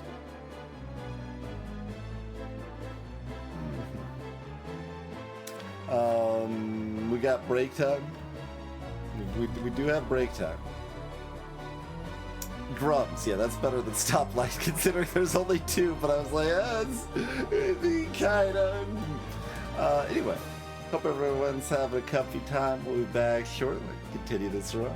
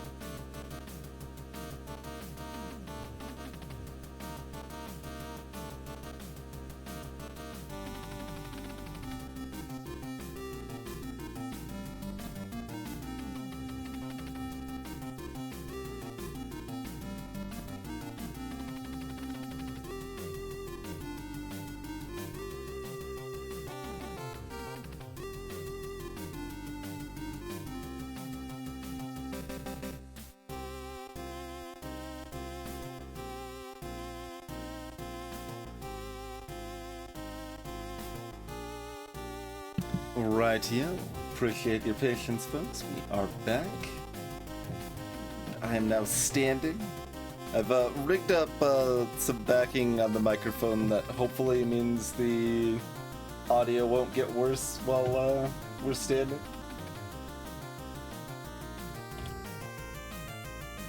You can let me know what you think, but yeah, hopefully it should basically just sound the same as it did earlier. Would be the goal.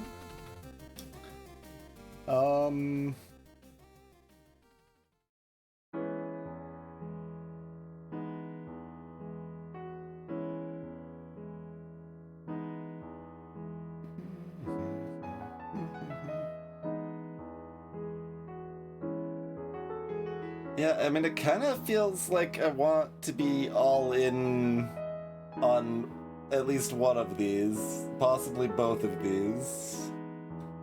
And that just kind of seems like my line right now.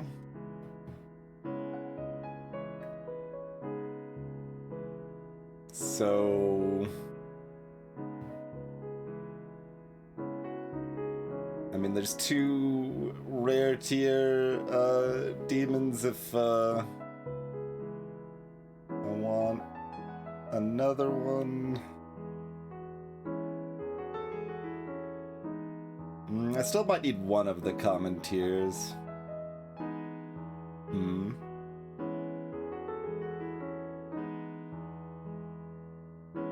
Well, I mean, we do. But I might need two of the common tiers, is what I actually meant to say there.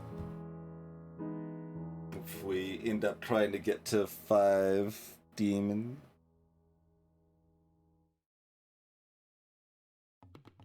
So I think we get one more army size. So I should probably keep what I like most out of these two here.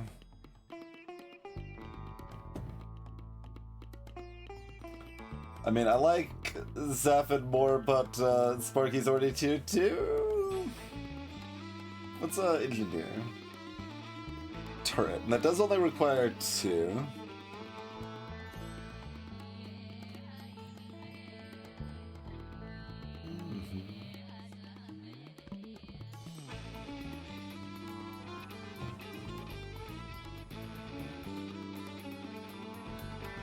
Alright, it's probably easier to get value out of, so we'll get rid of Zaphod.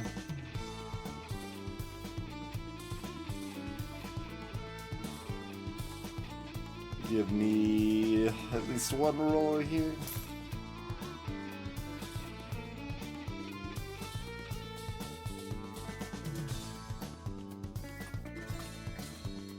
So I assume the power roll stays around, right? Like if I didn't use it right now. I think I will. Well, I mean, there's not like... I'm not gonna power up right now by roll it unless I roll all the way down, basically. And we do have a couple duplicators already if I ended up wanting to use them. I don't know if our cat can appear in the pool, so if we want to power them up, we could probably only do it with duplicators. Curious.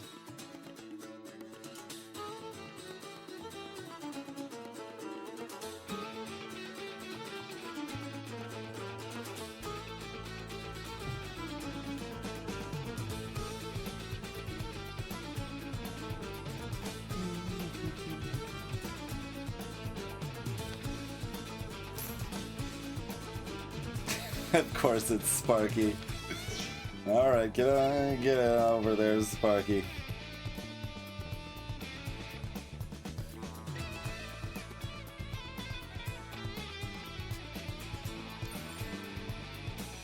We just spread out the mythic. So just everyone on the team gets an extra 10% damage resistance and damage. Or do we try to get the mythics to maybe hit each other? Or perhaps double hit Gormand? Hmm.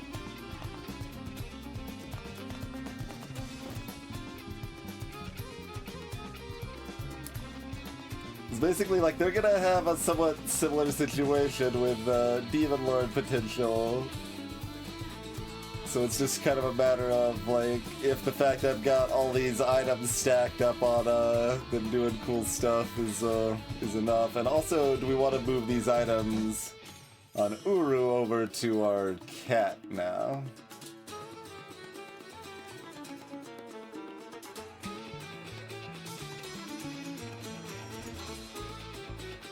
Big old kind of.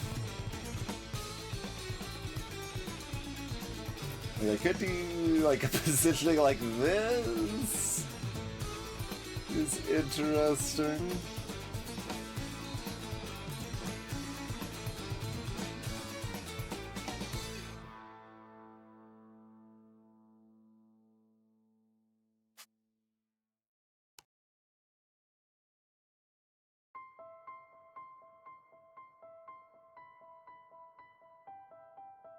Poof.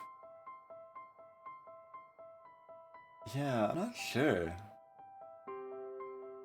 There's a lot of ways I could slice this for sure. Like,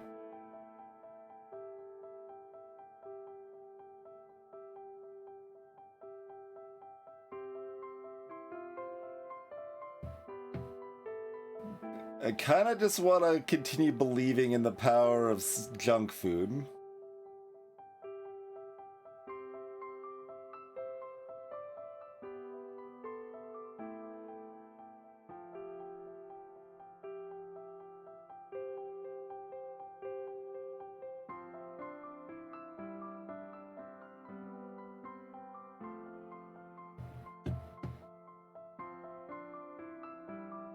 So I guess I will. So that means we're positioning like this. And I'm pressing the invest button and moving on. Hoping for the best.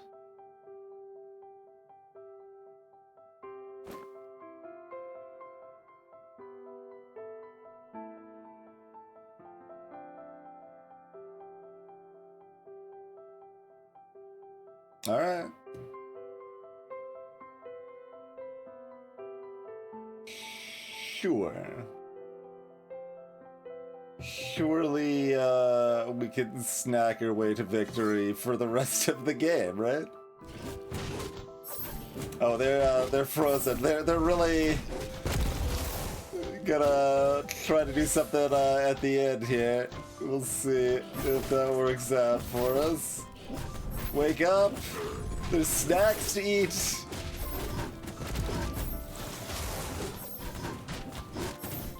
Okay, 2 enemies down. I think we're probably okay then.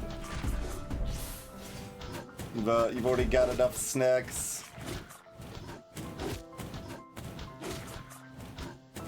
Alright, I'm the Demon Lord! I'm the Snack Lord is what I am. I knew you had it in you.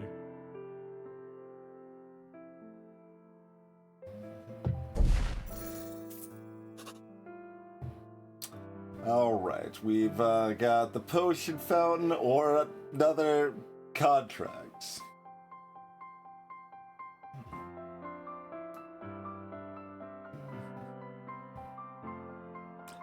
I guess, like, are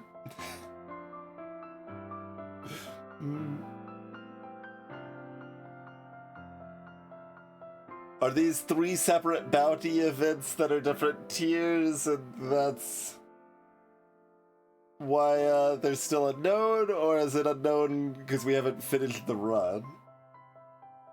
I am not sure. But, clearly potions are for chumps, so let's just keep doing bounties, I guess.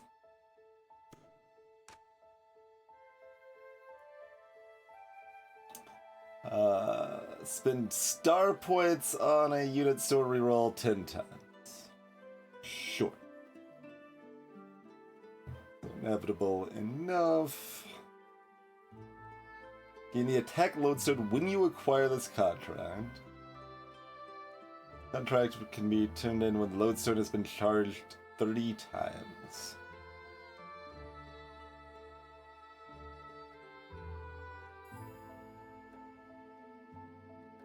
Can transform into any other component item on demand. Cute. Can you do that more than once? Like, normally you would just be able to combine it and then it's done, but we can uncombine things, so that might be really cool for us. This doesn't tell us how the lodestone works, though. Last one is when you win a combat without any of your units die. We are not set up to do that. Yeah, so not that one.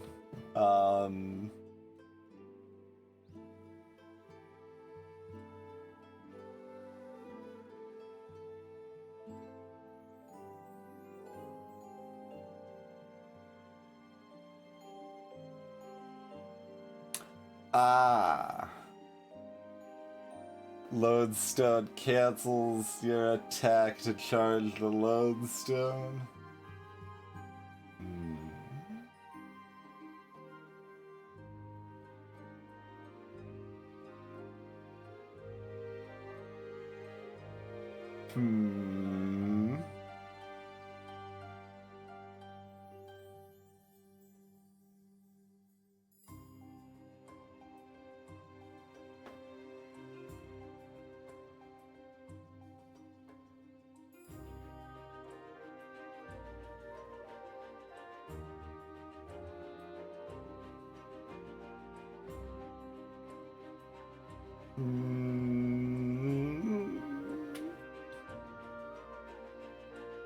Feels like I'm probably supposed to just take Big Spinner, but have you seen this prismatic sword? I kind of want to see if we can keep resmithing it.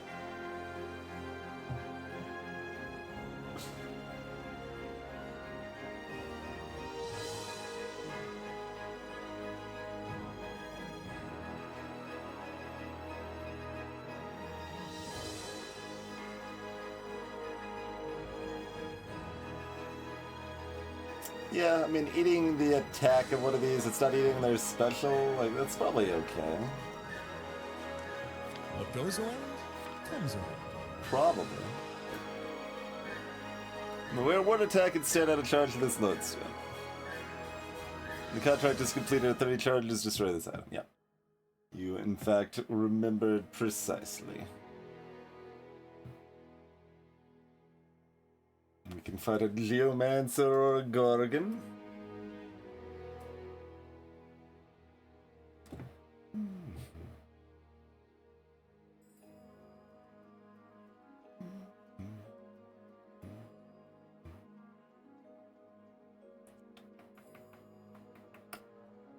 So, probably similar value rewards, and Pistol has extra benefits. Enough that I'd probably still preference this way if it's fine otherwise. When units first fall below 400 health, they turn to stone and are stunned for 6 seconds. Sure. That tokens occupy the center of the board, so impassable terrain. That's probably worse. I've got almost all melee. I've got an Orc Engineer situation.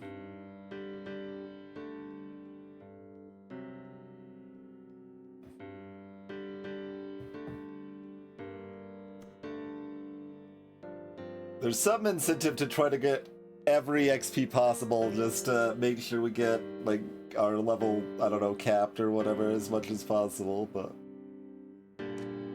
Don't make the orcs angry. You wouldn't survive them. They do have a boot to the header on their team.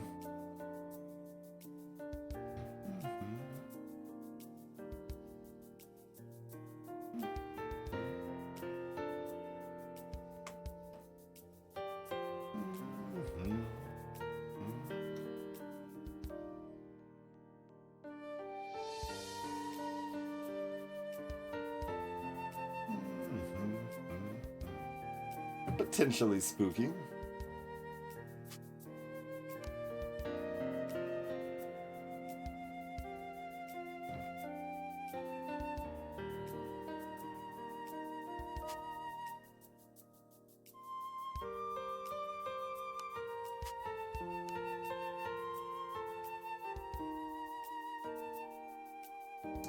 Position something like that, perhaps.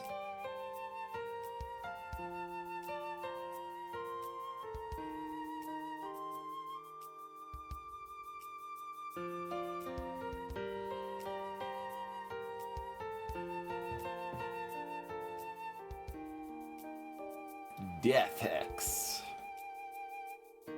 Hex is the high spell power foe.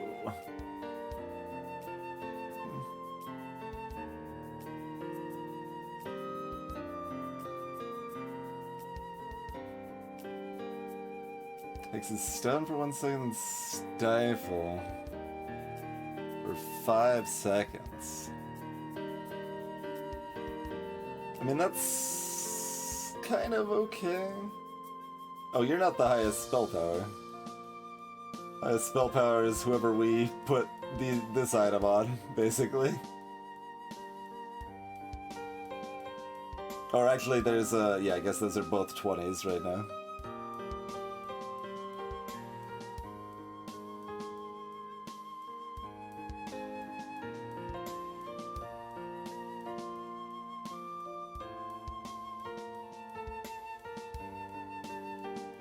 Yeah, that's fine-ish. It's fine-ish.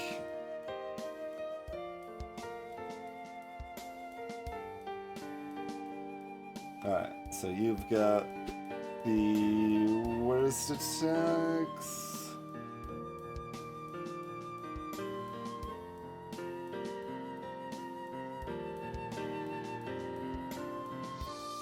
Do I put this... I could change my spell power, like... I do like Pingerbot living longer. But they're just gonna get hexed.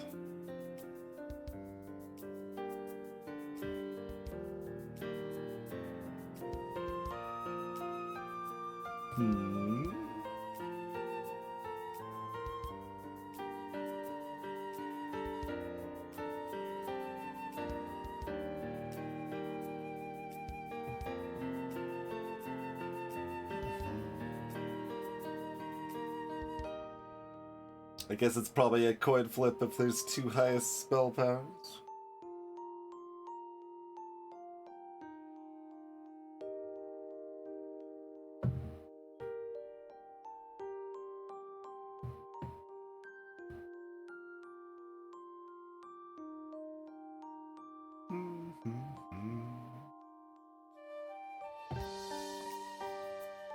Already forgot what our contract. Oh, right, the lodestone. Yes, yes, yes.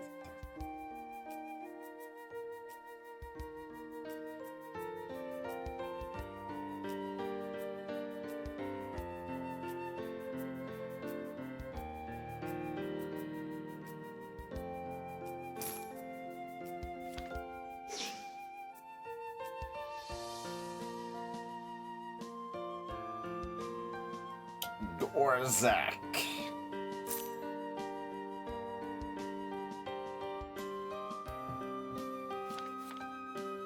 Next one's a common, uncommon, rare.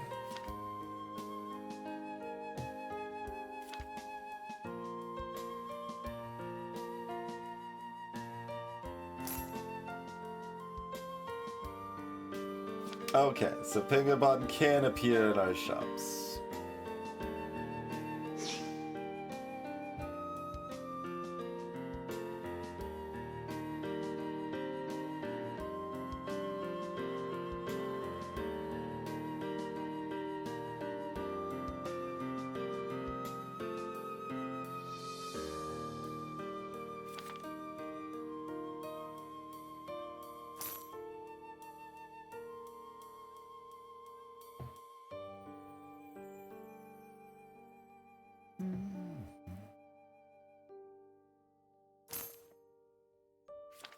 Okay. How committed to the cat are we? Reasonably committed. Basically, do we want to go ahead and use one of our duplicators here? We've got 3 of currently. Like, probably. I am, like, reasonably afraid of this fight. And then the follow-up question is, at that point, do we switch the items around and go all in on Cat instead of all in on Gourmand?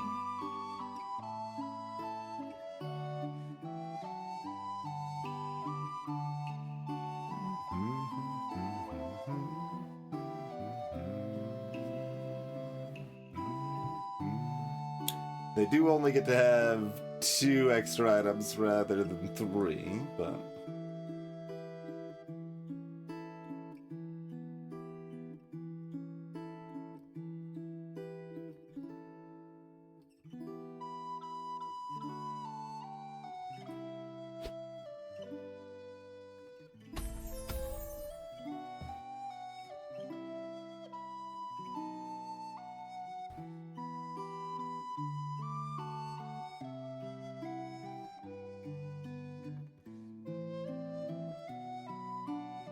They're close to the soft armor cap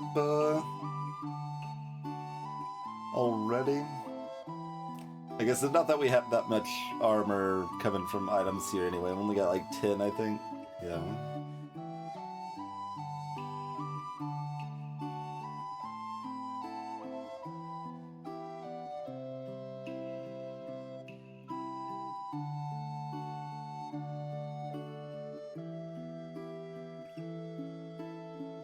It's quite interesting. I'm not sure how I want to finagle this.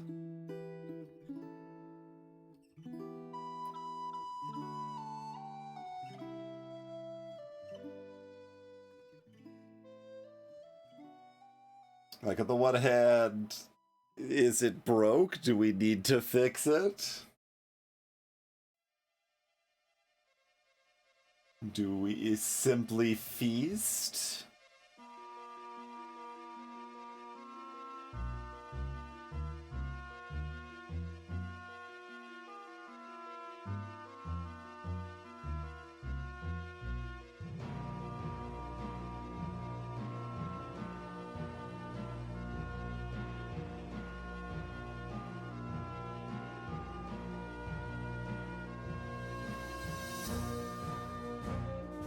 I guess we simply feast.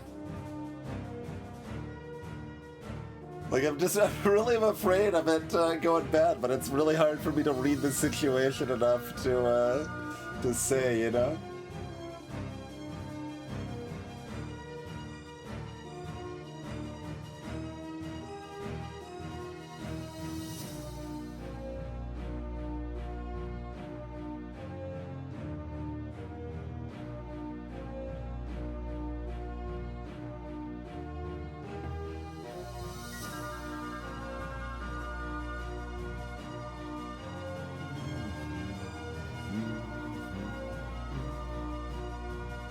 We kind of need to try to focus down somebody, so maybe I do this. And, you know, like, we're less guaranteed for the Valor to land where we want, but that's probably okay. Oh, no, this is no good, because now this can't get close enough to get into the fray. Okay, okay. We're back over here again.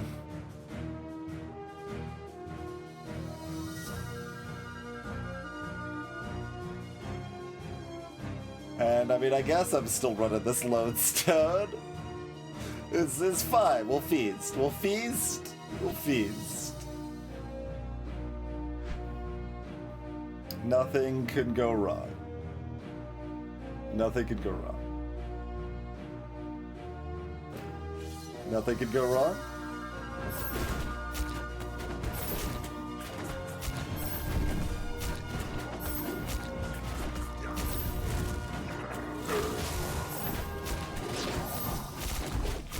mean, they're gonna power up a lot as they get enraged and all. But not enough. Yeah, look at that. The power shots once we've sufficiently feasted. Just bloop, bloop, bloop. I'll have to try harder next time to give you a challenge. It's pretty good. It's pretty good. Just don't doubt the feast. Don't doubt the power of snacks. Okay, both of these events are new. Zoltan the Fortune Teller. Craft an equipment of your own using factory tech. Give me more items so we can start set up for the double carry.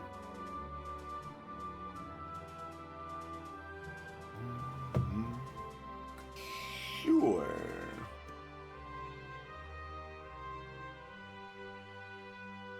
I mean,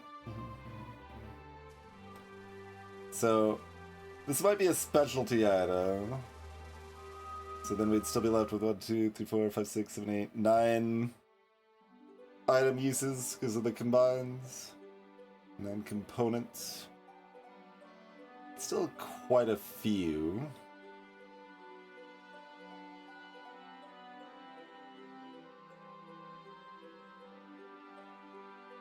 Yeah, fine. Keep leading it.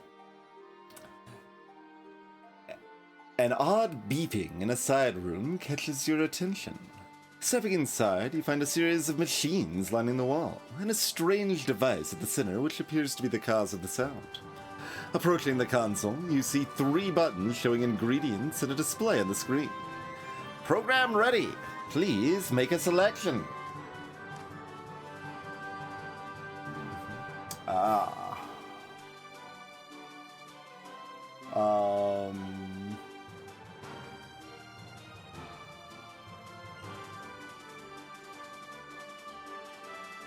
What am I least likely to want? Spell power?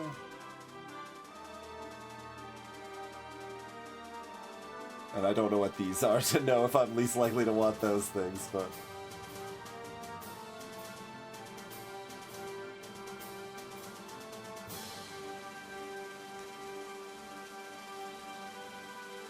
Okay. Well, I tried to stop it here, which would land on one of these, but that's okay.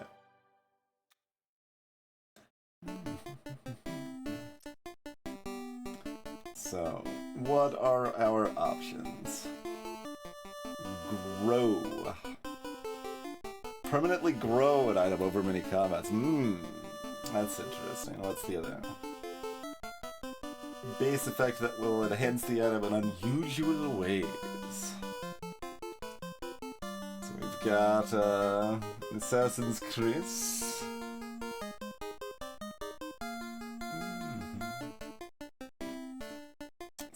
Starts combat invisible and it has 50 bonus spell power for 5 seconds. No thank you.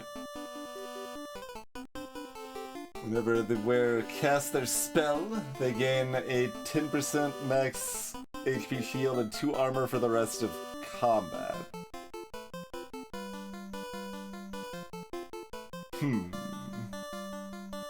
But that's not... like...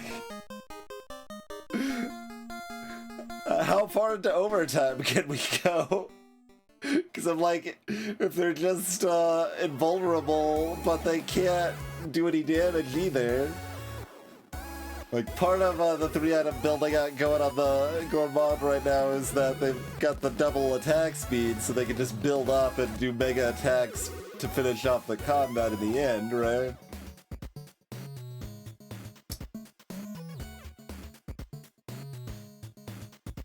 But gaining a another 30 armor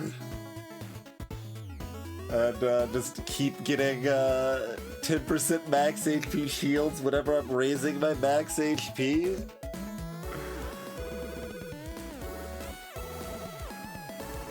That's something.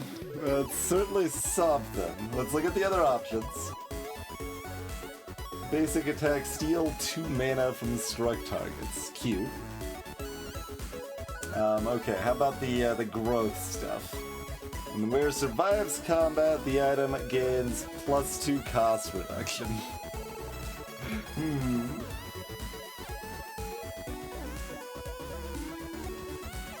It does take a while, though that's quite slow. When the wearer is reduced to 50% of max HP, this item permanently gains 2 armor. Only triggers once per combat. Whenever they get a kill, permanently gain 2 attack speed. I think we're probably looking at the Vine Vest.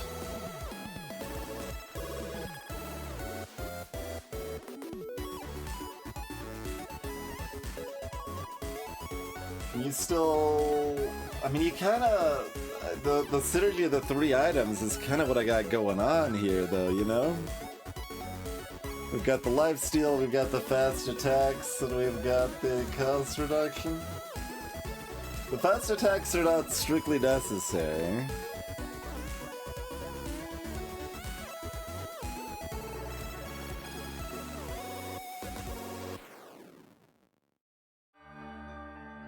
Every 2 seconds, they gain a 500 health shield and another 2 armor, like...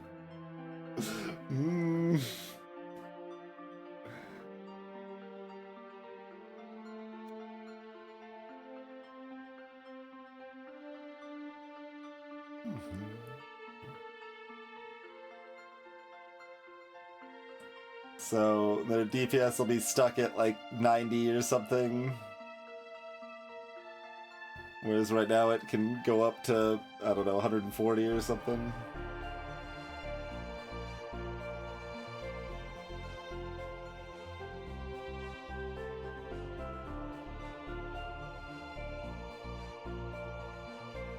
But can they ever die?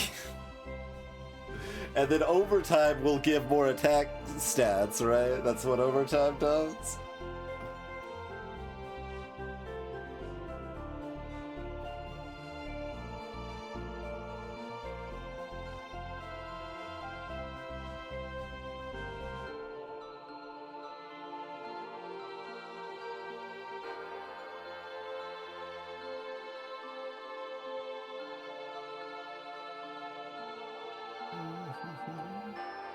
Just kind of trying to think of if it would end up looking very good otherwise. It would still be fine on the cat.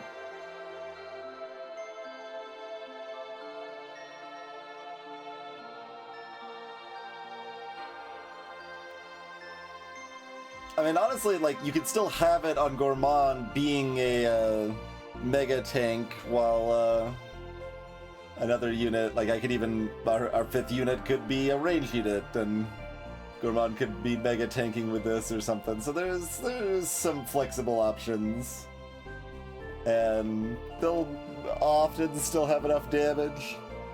So I think that fits too well. But I think you made the right one. You press a couple buttons and immediately the machine comes alive. Sounds of whirling and clanking fill the space, and you watch as mechanical arms of blue and yellow spin around. It truly is a technological marvel, and this is the theme of the machine working. Every time the conveyor pauses, a new piece is added or polished or fused together. Finally, it reaches the end, and you retrieve the pristine armor, strong as steel. As you leave with your new equipment, you look back and smile, and I'm feeling that you will be dreaming about this tonight.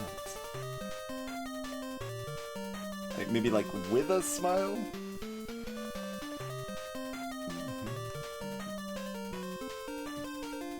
We got Druid of Harmony and a Sistotron. While the team has fewer units than the other side, they heal 5% of their missing health each second. That's probably beneficial for me. To start combat, all units are downgraded to tier 1 for the fight. Kinda weird, but okay.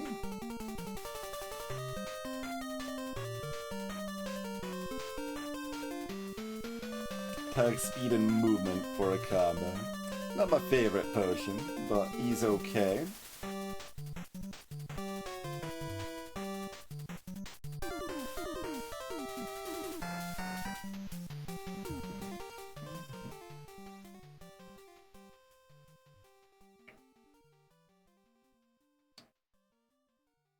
And all of your units are slain, skeletons come back.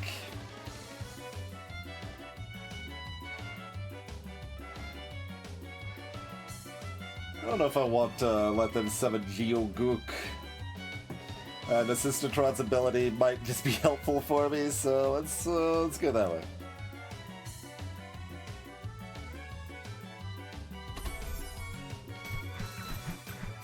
Alright, where's our special spot? It's right there. Okay.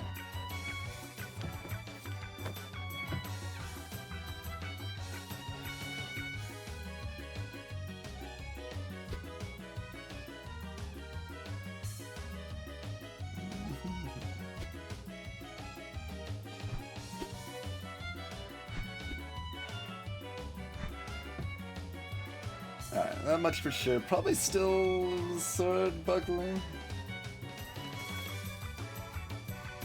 Like, yeah, if we're leaning in on them, they need more armor and lifesteal. Like, that's exactly what they need. So...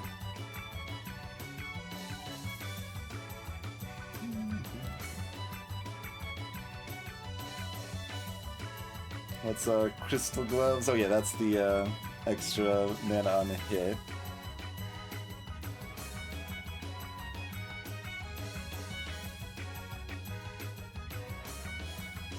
So maybe just put all the other items on Cat?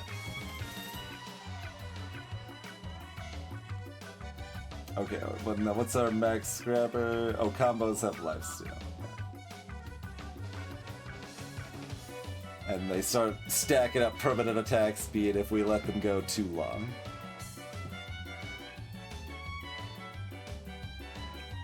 Oh, I've got a, right, yeah, I've got this over here too.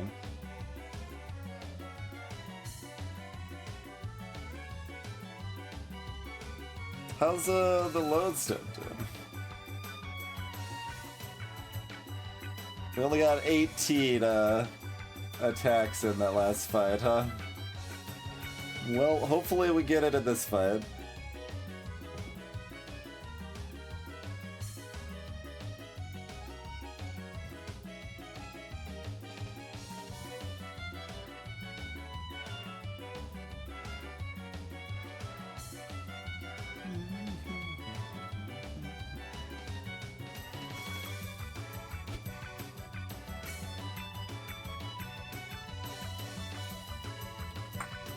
Probably use our free rolls and maybe not much more.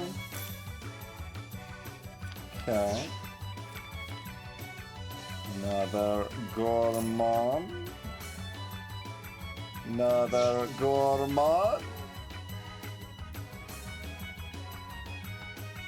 How do we feel about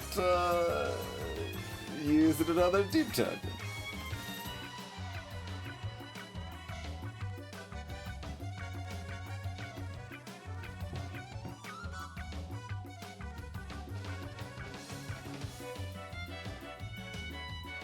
Don't feel bad about it. What do you got going on here? Never-ending ageless. Heals 1% per second and taunts adjacent foes regularly. It's pretty good. I assume that's why they were shiny, and these other ones are just regular stuff. Yeah. Oh, that the cute dragon's a skeleton now too.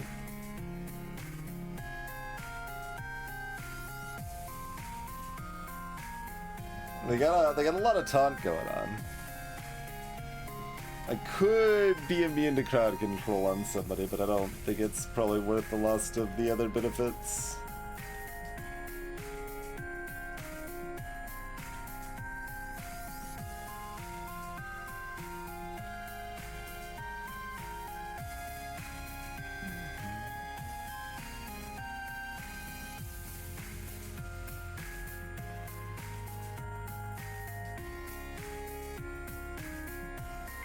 Alright, we still believe. There you go, have your lifesteal in your armor.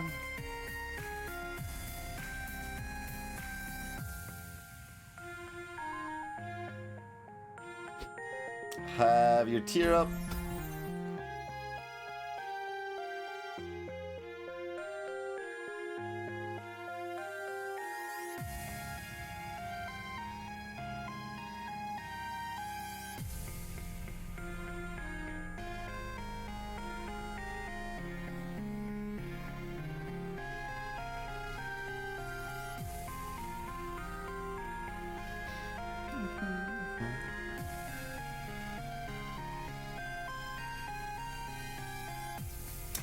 Cat doesn't attack particularly quickly.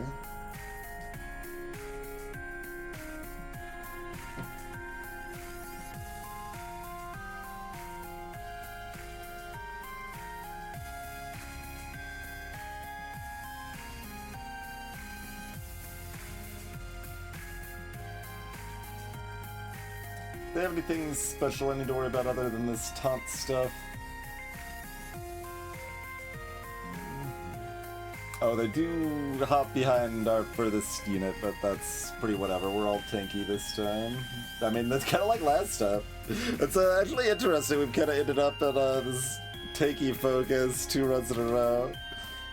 Especially since kind of my default preference in general is going to be not tank in most gaming circumstances.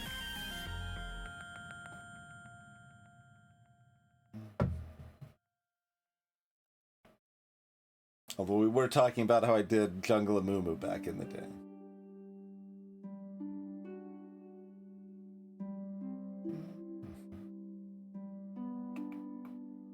Well, that also dashes to the furthest enemy.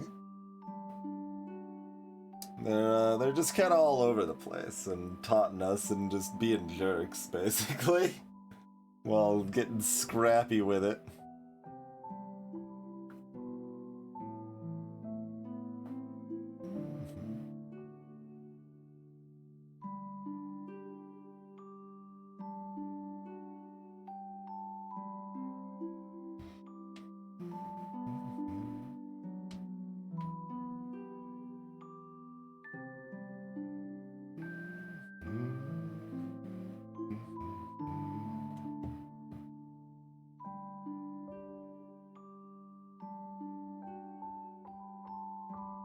Benefits the most from the Serpent Scale. Kinda Uru, huh?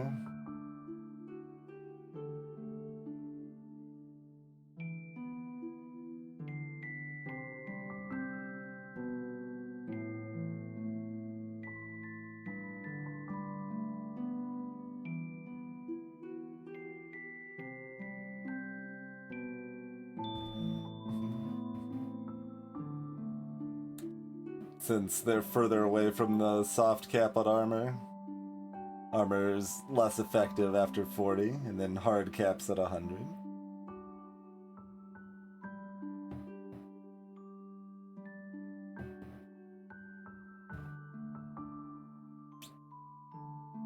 So, I mean, if I am doing that, then...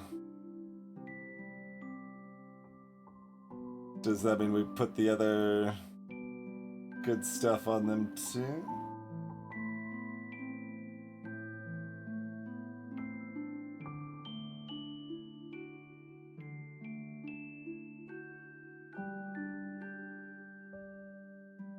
Like, certainly that's a good ability to proc fast too.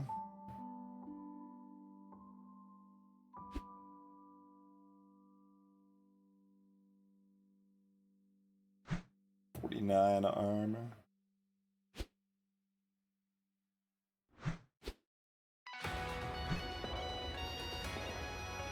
All right.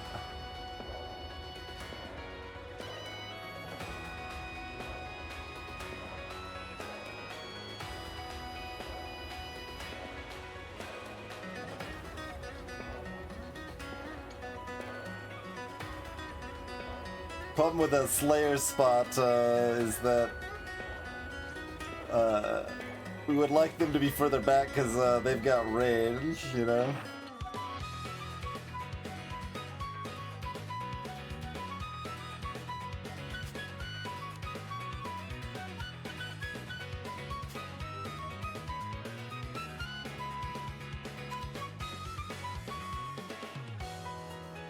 Alright, so that's making the cat Valorous and possibly or Valor in there, or it might hit Gormov.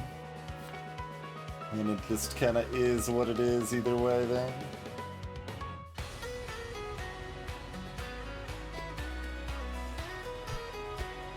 Alright.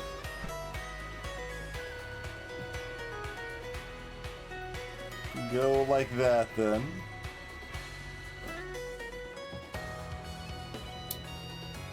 Let's dance.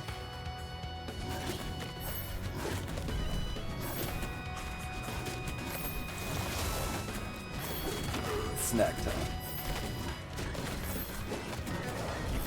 And they like aren't really hurting us until we kill one of their units. Yeah, pretty much trash. I guess their last person's healthy, but... Oh, their last person's going off, actually. They can't defeat the power of snacks, but they were kind of going off at the end there.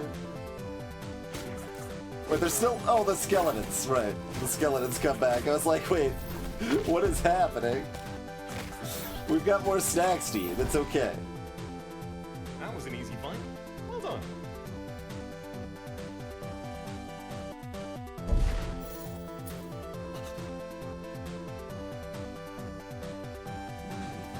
Alright, so we've got Summoner's Stone and another contract. I think that fight was too fast. We didn't complete the other contract yet, right? Oh no, we did. We did, great. Complete 3 bounties in a single run. Taskmaster. We didn't even have to go on the Edinburgh Fringe to qualify. We just made it straight to the show. Great.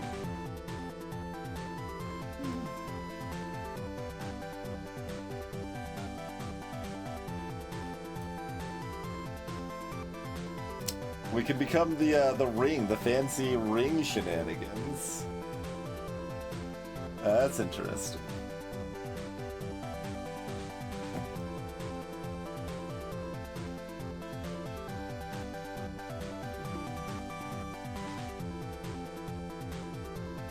Six times you roll the unit store, gain a 2-1 copy of the equipped unit.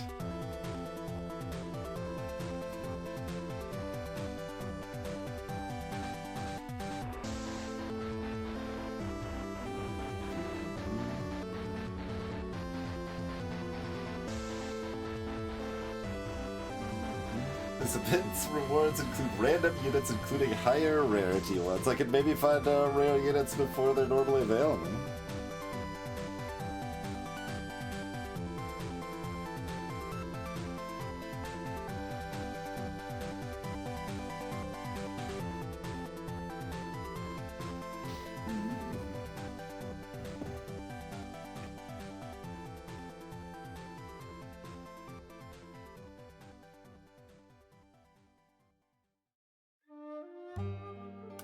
I guess just keep doing the ones that are unknown, even though it's pretty known, but sure. Oh, and we've leveled up from the contract. Obtain a random, powerful, impactful artifact found in Dungeon Tales. What? Gain 3 divination dusts, which roll unit stores tailored to your traits.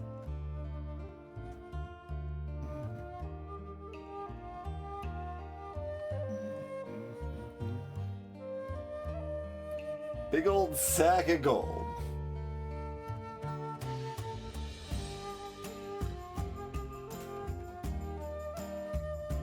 How fast are we gonna run out of item slots if I keep taking weird specialty items here?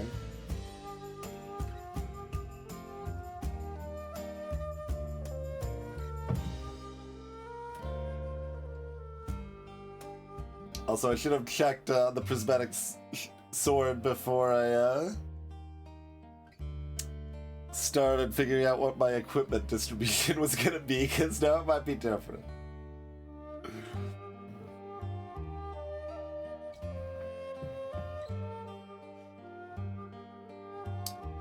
This is like, yeah, super unknown. Like, do we do the unknown? I can also just roll. Roll's an option. I mean, gold's an option. Like, partially because excess gold is still value, right? Because of that one item we got.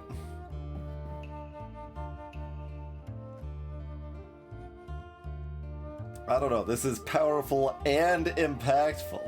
And it's an artifact. And apparently it's found in Dungeon Tales, whatever that is.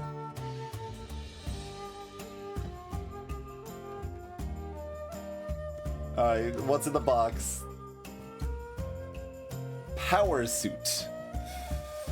The wearer gains 25% damage, amp, and resistance, and fries a nearby foe for 30 spell damage each second. 15 seconds into combat, this item breaks, stunning the wearer for 3 seconds, removing its effects?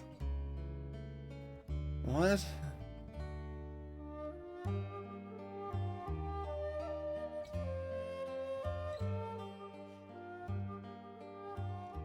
I feel let down.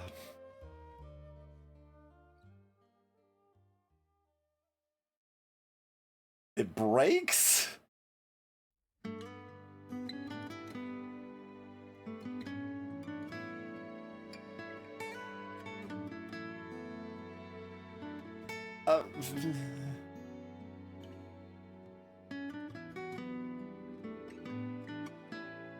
What?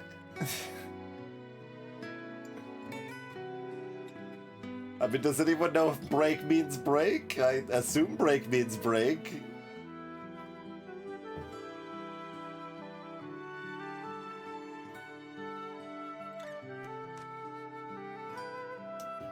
What are our bounties?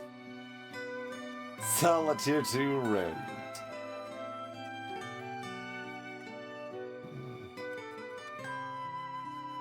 Skill lodestone, yeah. Yeah. Or, an enemy dies within the first 5 seconds of combat.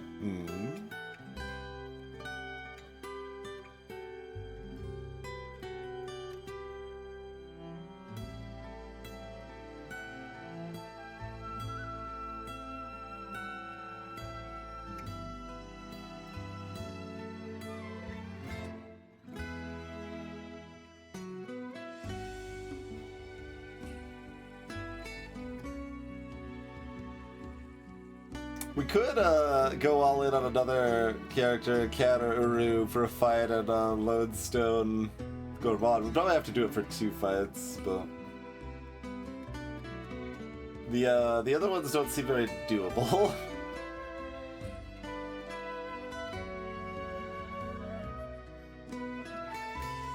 I mean, I guess this is doable. You do make your money back.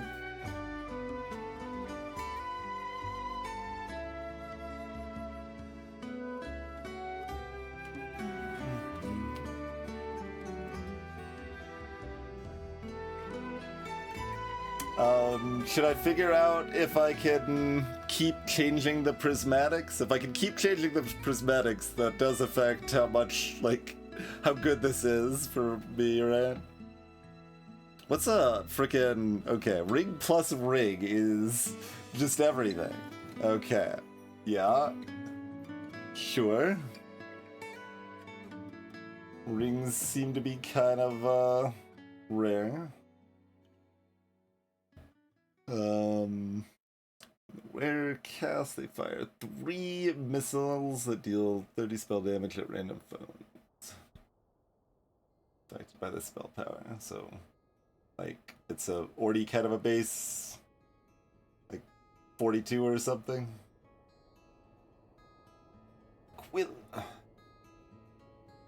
Gains 100 stored mana at the start of combat, then grants as much as it can to the wearer until their mana is full.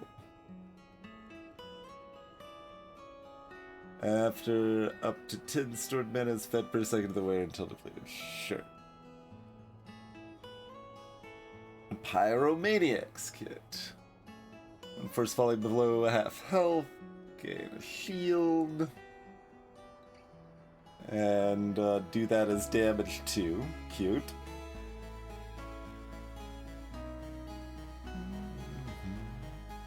Where it takes more than 100 damage from a single hit, they ignore the excess damage, becoming invulnerable for a second. After casting, set your attack speed to 400 for the next 3 attacks.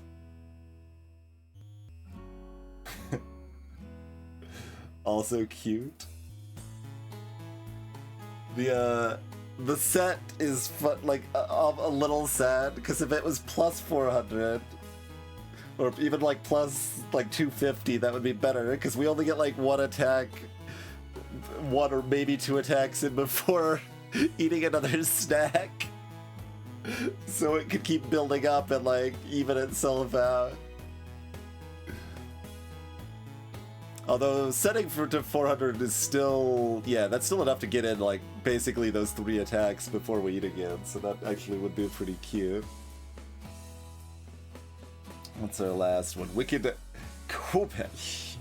That's not a weapon term I'm familiar with.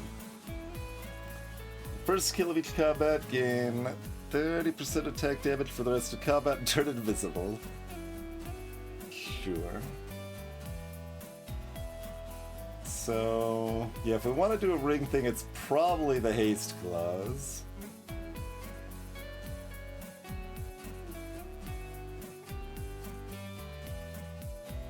And you don't even have to do that with Gourmand. You could do that in conjunction with just like the effect that gives you mana when you attack too.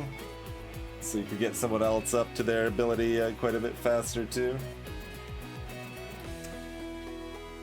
This power suit sounds like 1 use and seems like a atrocious reward from a perk to me, so...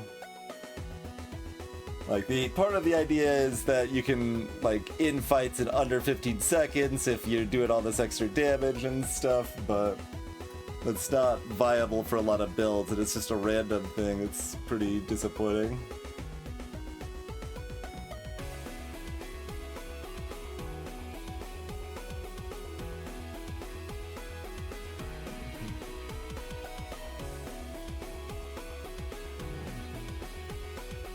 Is there anything else we're particularly excited about?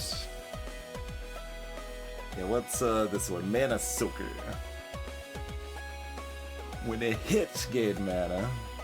For every 100 mana the wearer gains, they gain a shield for 10% of their max HP. Sure.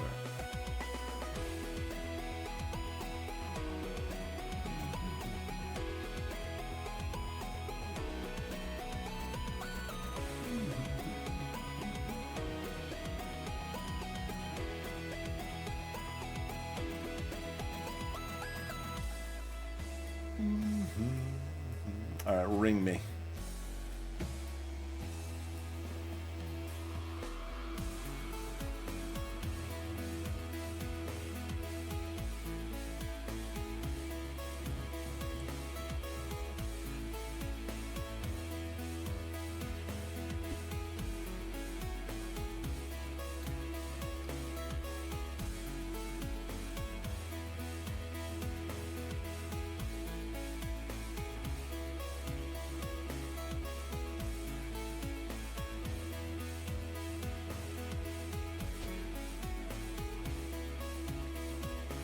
Just do that real quick, and then I want to unequip it again and see if it stays prismatic.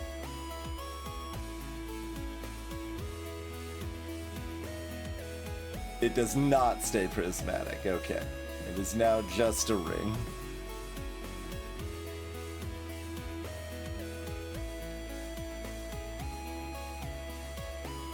So, we can still make this like a mana thing, or damage or buckler or whatever seems appropriate, but we can only do it once.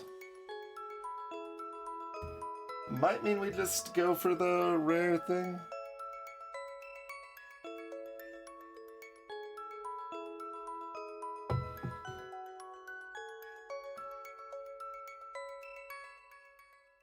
That's like slower, but helps me combine for a rare unit later, and kind of locks in, like, I will be getting that XP. I mean, I guess, like, this is going to be completed too.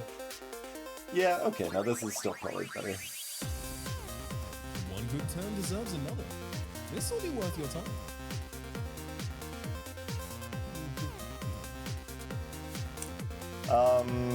Okay, if I want to get more tier 1s, now's a good time to roll for it. Like, if I intend to hold on to Uro, which I probably do.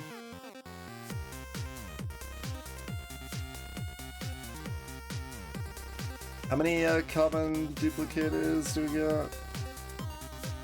We got 3.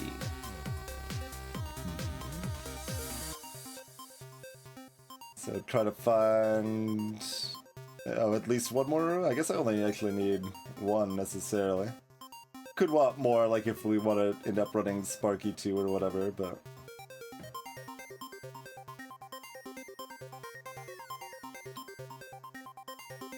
it's enough that I at least want to spend like 1 or 2 rolls here, I think.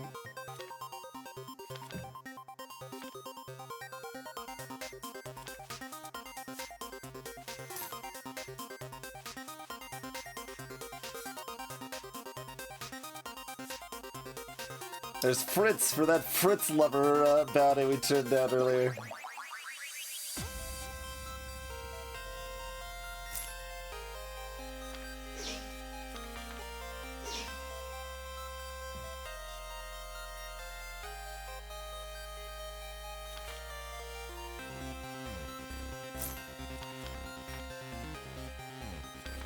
We could go back to Beartown. Coda's there. Now's the time to hard pivot to bears.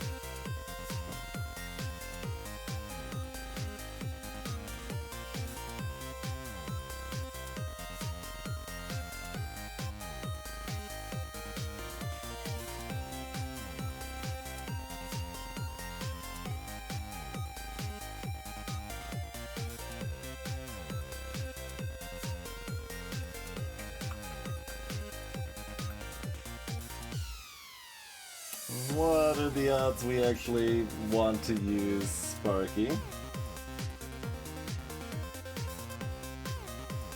Pretty low.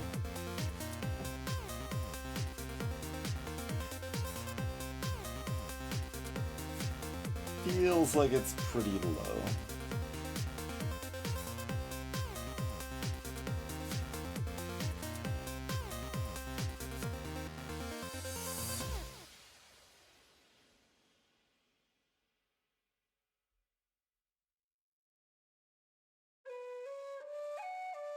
So that kind of just means we either need 1 more common duplicator, 1 more Uruf out in the shop, probably.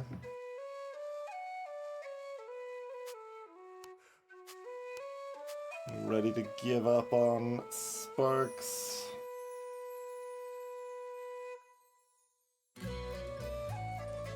To some extent, that's committing to running both rare demons, but We could probably make it work.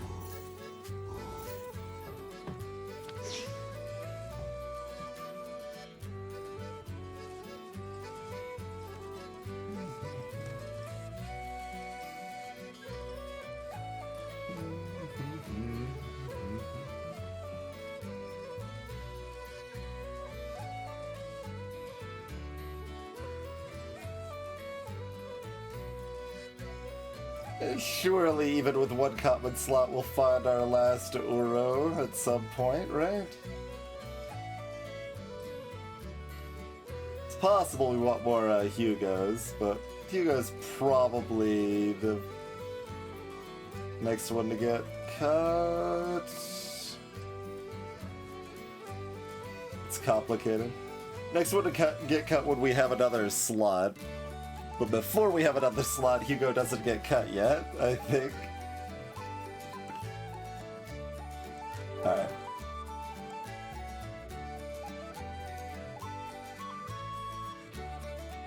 These are not the rare units I was looking for.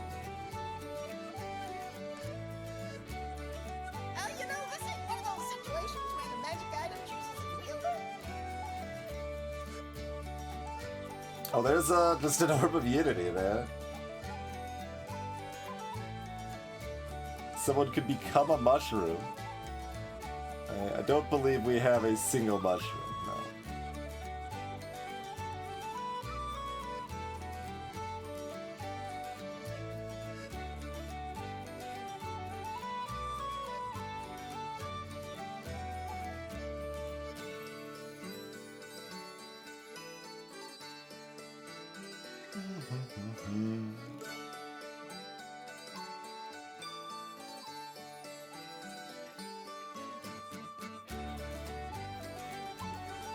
All good stuff.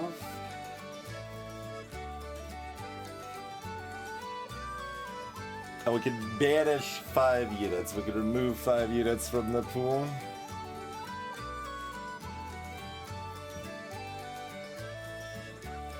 That's probably really helpful for actually being able to find all the rare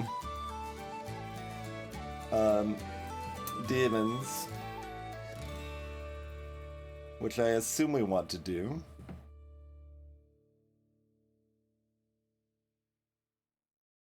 Where's our compendia? Yeah.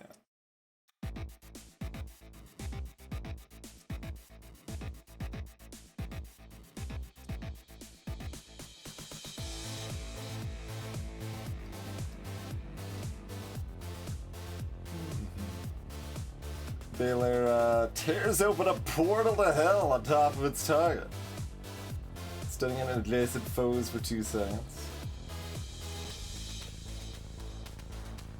Summons a little random friendly nerd to hats.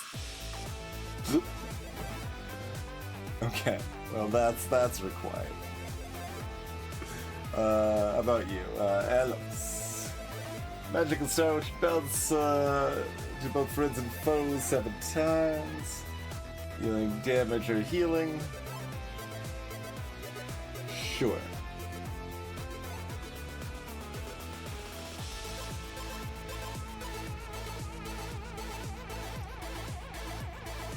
Yeah, so, yeah, we're pretty happy to try to find both of those. That seems like a thing.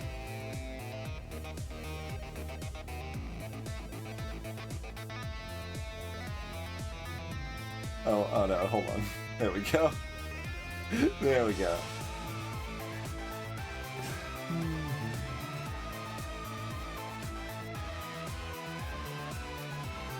Is that just a preview if we don't have the hats unlocked?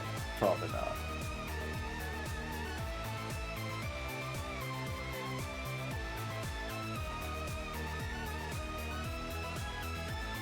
Alright, I'm gonna trust that this makes enough sense that I want to do this.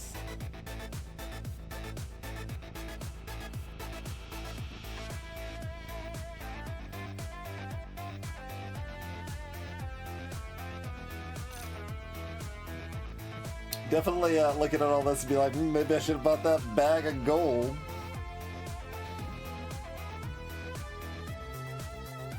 Freaking power suit. Can I sell the power suit? Otherwise, I guess I'm just hoarding it until the final fight or something.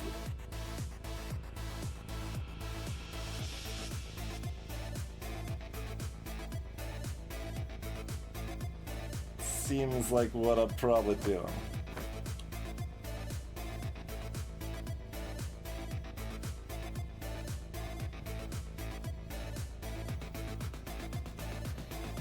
Okay.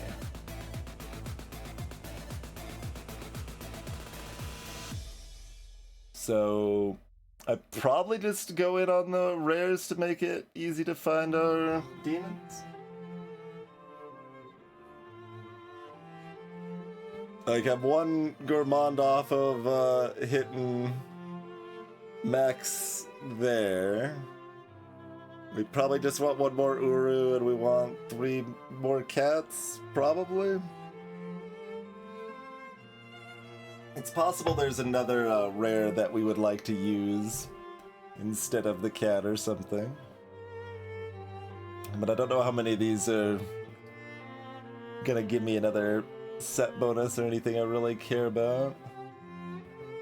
Let's see, so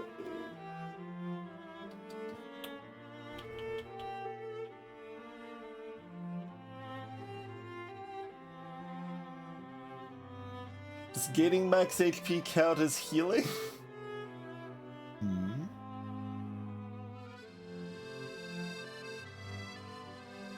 Unsure.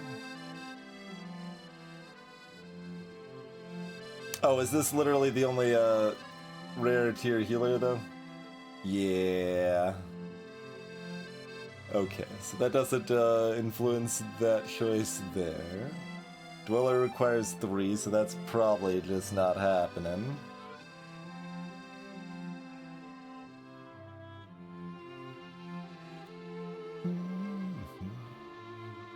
Basically, I'm trying to figure out if it matters if I, like, if one of these I nuke, right?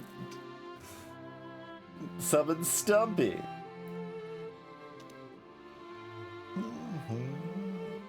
Ivy blooms, sending protective flower petals to every ally.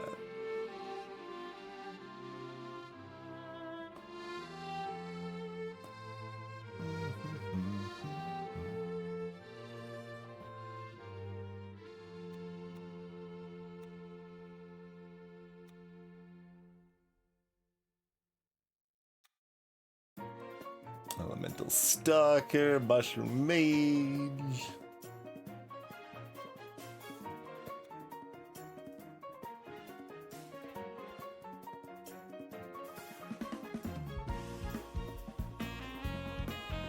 So, like, I could pick up a Brawler.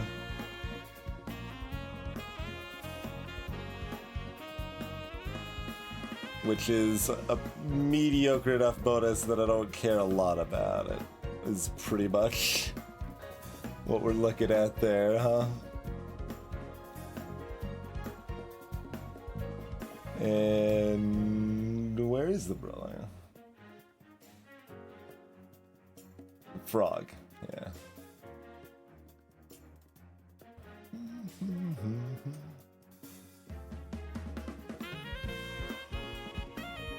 Which is fine.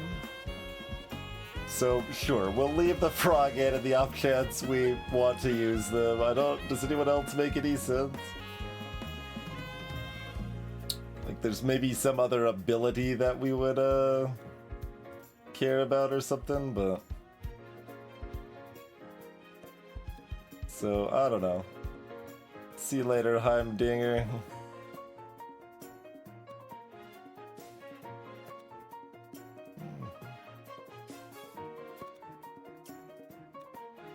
I guess maybe I somehow care about Scrapper, so I probably shouldn't ditch the Scrapper trait. We already sold our engineers, so I think that ship's fully sailed here.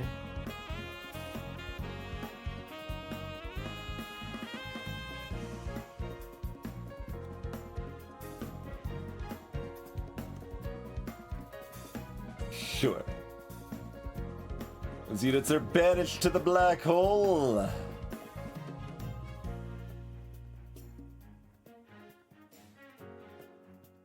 We're probably not buying incense or a potion. Probably not.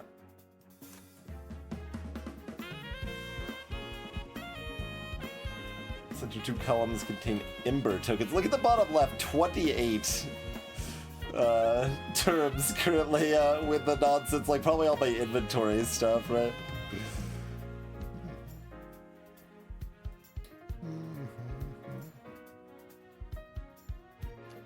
Ember Hex is igniting the unit that's standing on it. Yeah, okay.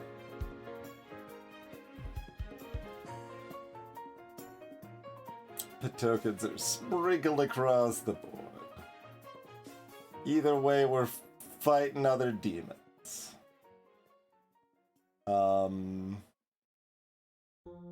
Give me more mana. Sure.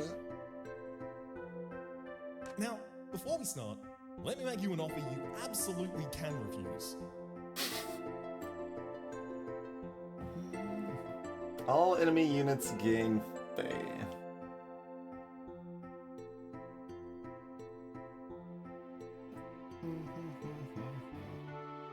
So all of their units would gain spell power, cost reduction, and mana regen.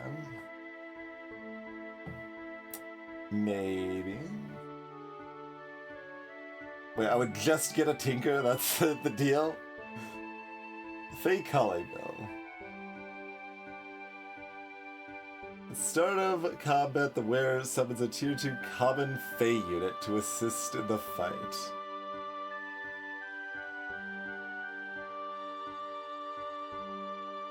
It's probably okay, right?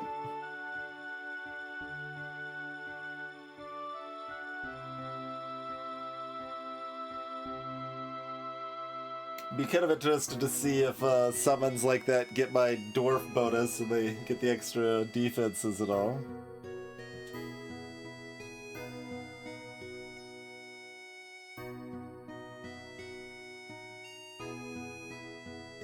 We could probably manage.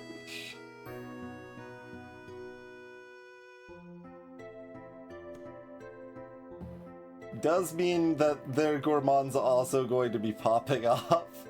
They might be all in on horrors rather than demons, but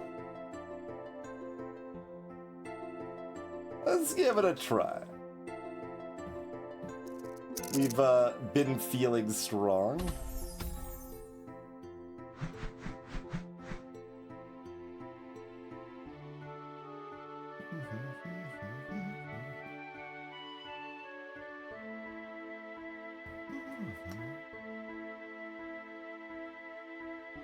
They in fact are not demons, they're only horrors. And they're summoning some tentacles that shred. Maybe not ideal. They do still have the gourmand.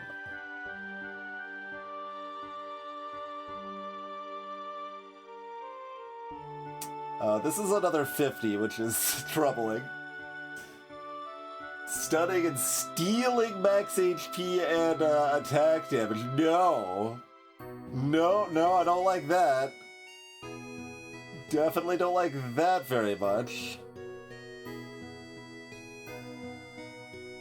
We might be all in on someone other than Gourmand for this fight.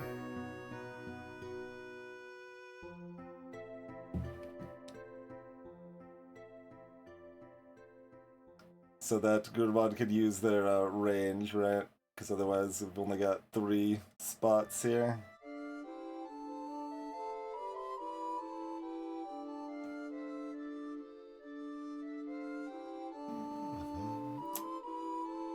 Deadhead leaps to the foe with the least HP, striking for high damage on arrival. If it kills, they can go again? Oh no.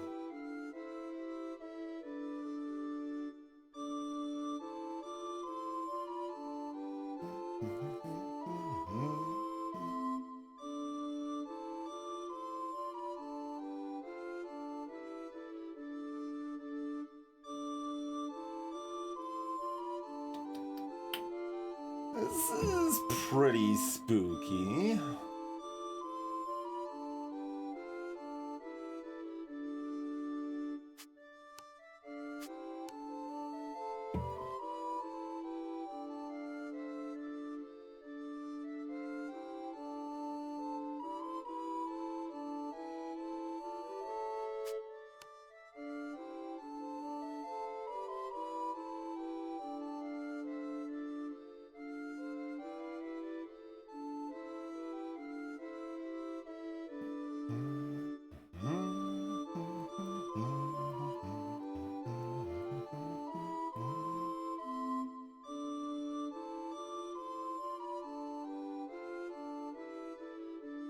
So we could use the potion if that seems helpful. Kinda meh.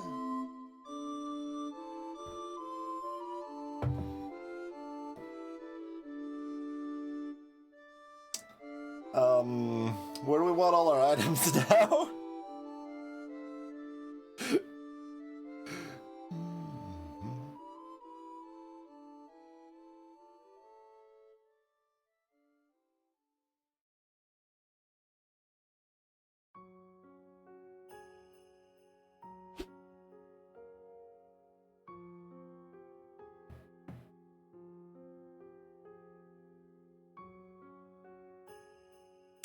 It's interesting because, like, if we're all in on someone further up, it's possible they still die first. So it's possible Gormon's still the demon lord.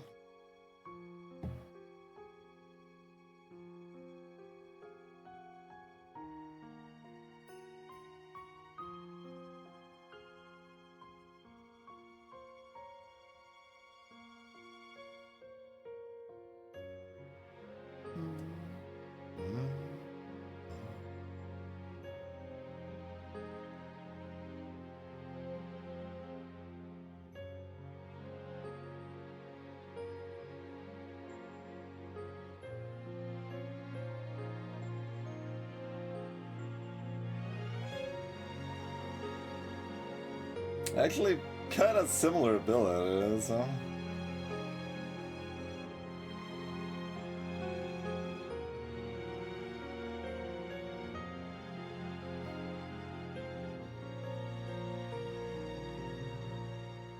The Oro's kind of being better.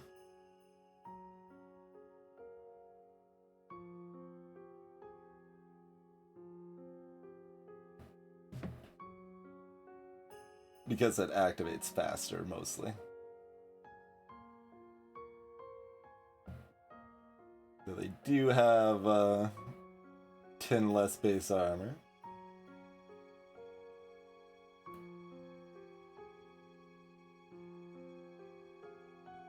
Although I guess it'd be 5 less if they were the same tier. If we find one more Uru, or I wanted to spend a common token. Yeah, it's fun to go ahead and spend a common token, honestly. Don't hate that idea.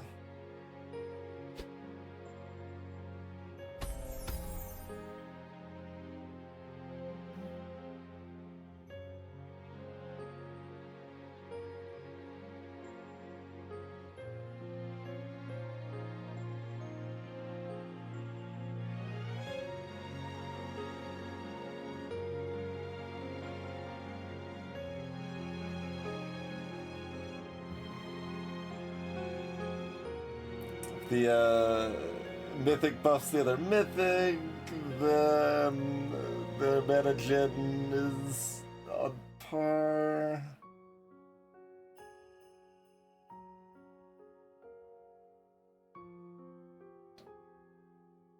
You know, they've got better damage stats and base HP and stuff.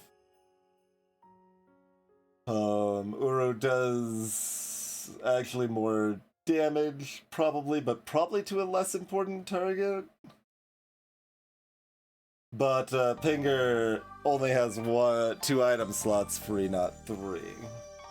Right. That's the other thing. So like we certainly could go this route. Are you not?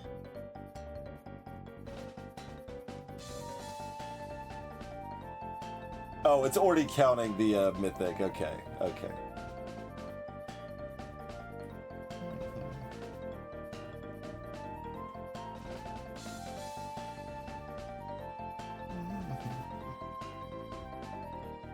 And this actually gives no defensive stats. I was thinking it gave like a little defensive stats. It's not that essential. Okay. But yeah, I'm trying to kind of kill Kyo as fast as possible. I don't like this low mana garbage here. Plus their ability to steal my max HP and attack damage.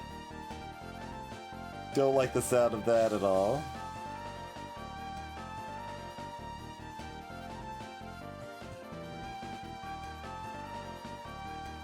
Alright, you're getting a crystal. What are you combining it with?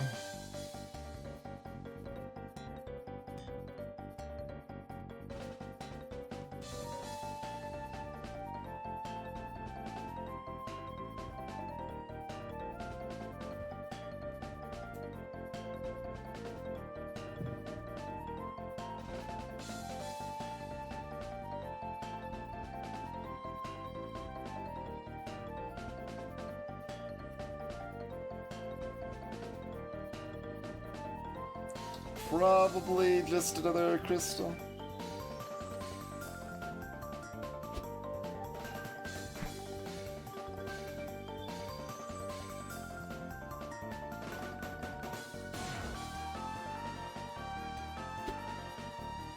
I'm still gonna give that to Gorman.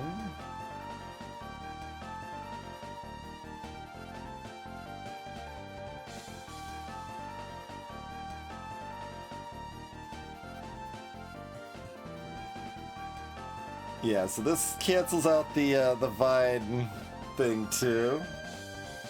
So I can't like just have it going off in the meantime or whatever.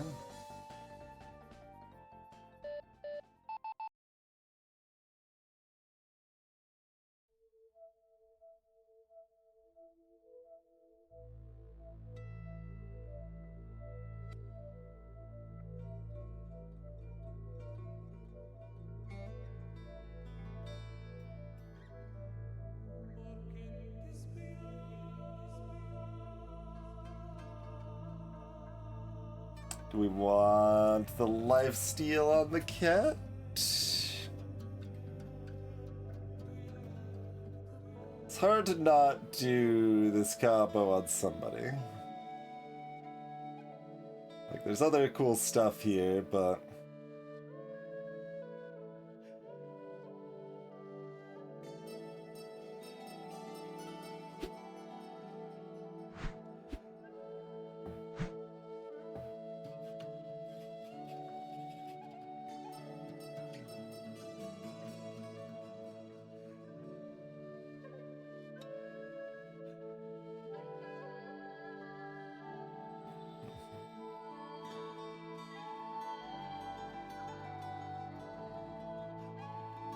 Haste gloves and Gorman.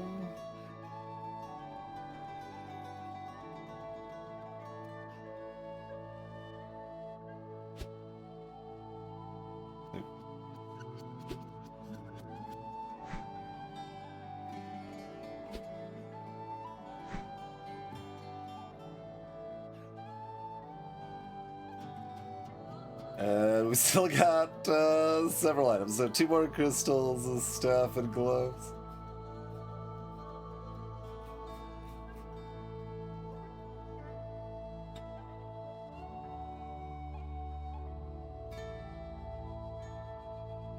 Sealed scroll just generally seems kind of mediocre.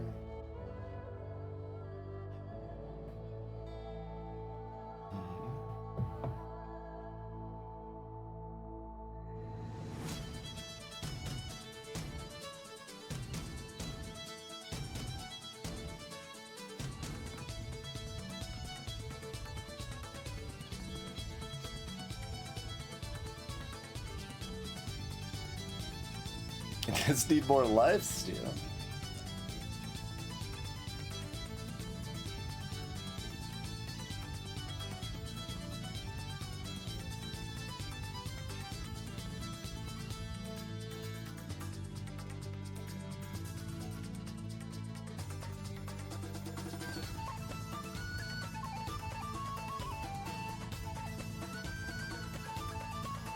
I could keep crystal loading people.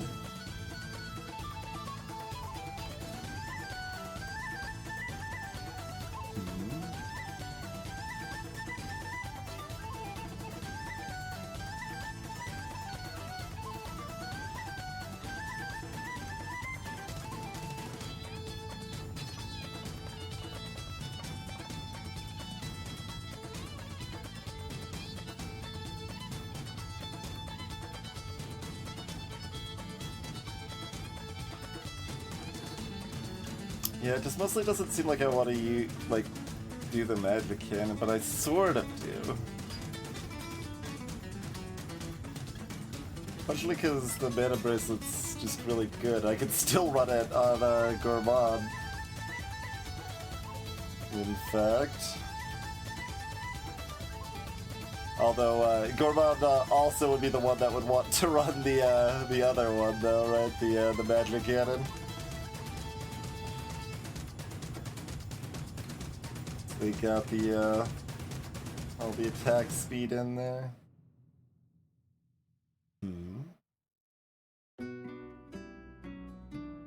Kinda hard to say.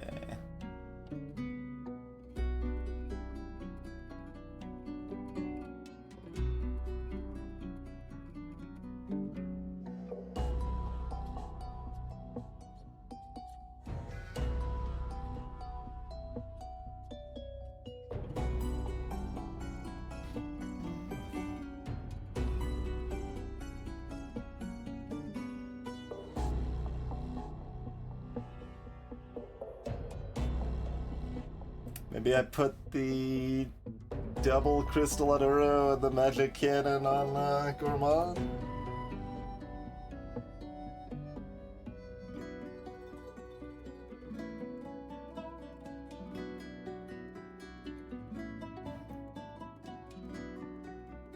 Feels like I'm going away from my focused plan and it might not work anymore, so I'm a little afraid of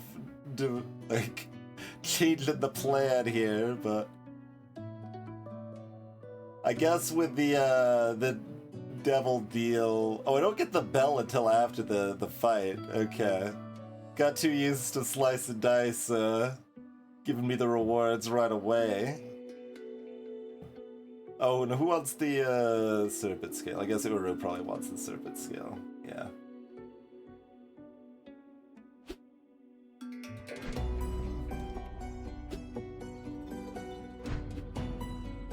Alright, we'll do it like this, I guess.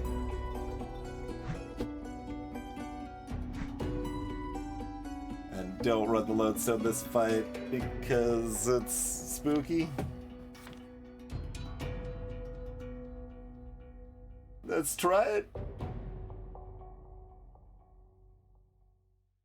Surely Cat or Gourmand could still carry us.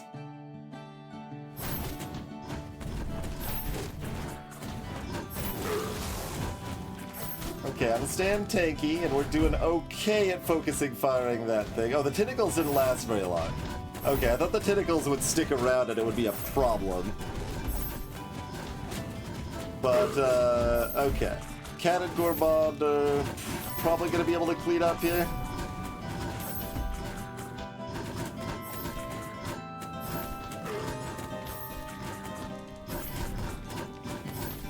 Cat's struggling. They're doing a lot of life stealing.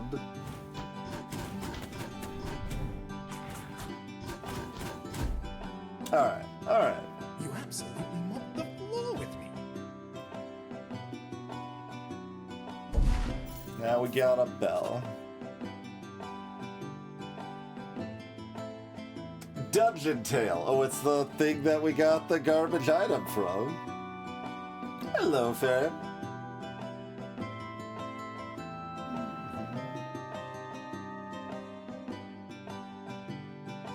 Help stop a group of renegade machines from wreaking havoc.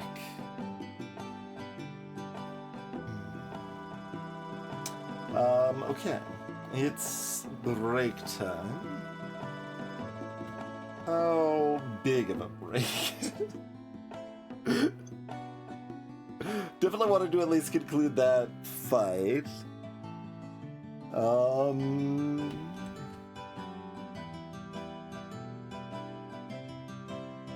I'm kinda tired. We might be best to split this into a separate day. Yeah, I probably won't be able to finish this run tonight.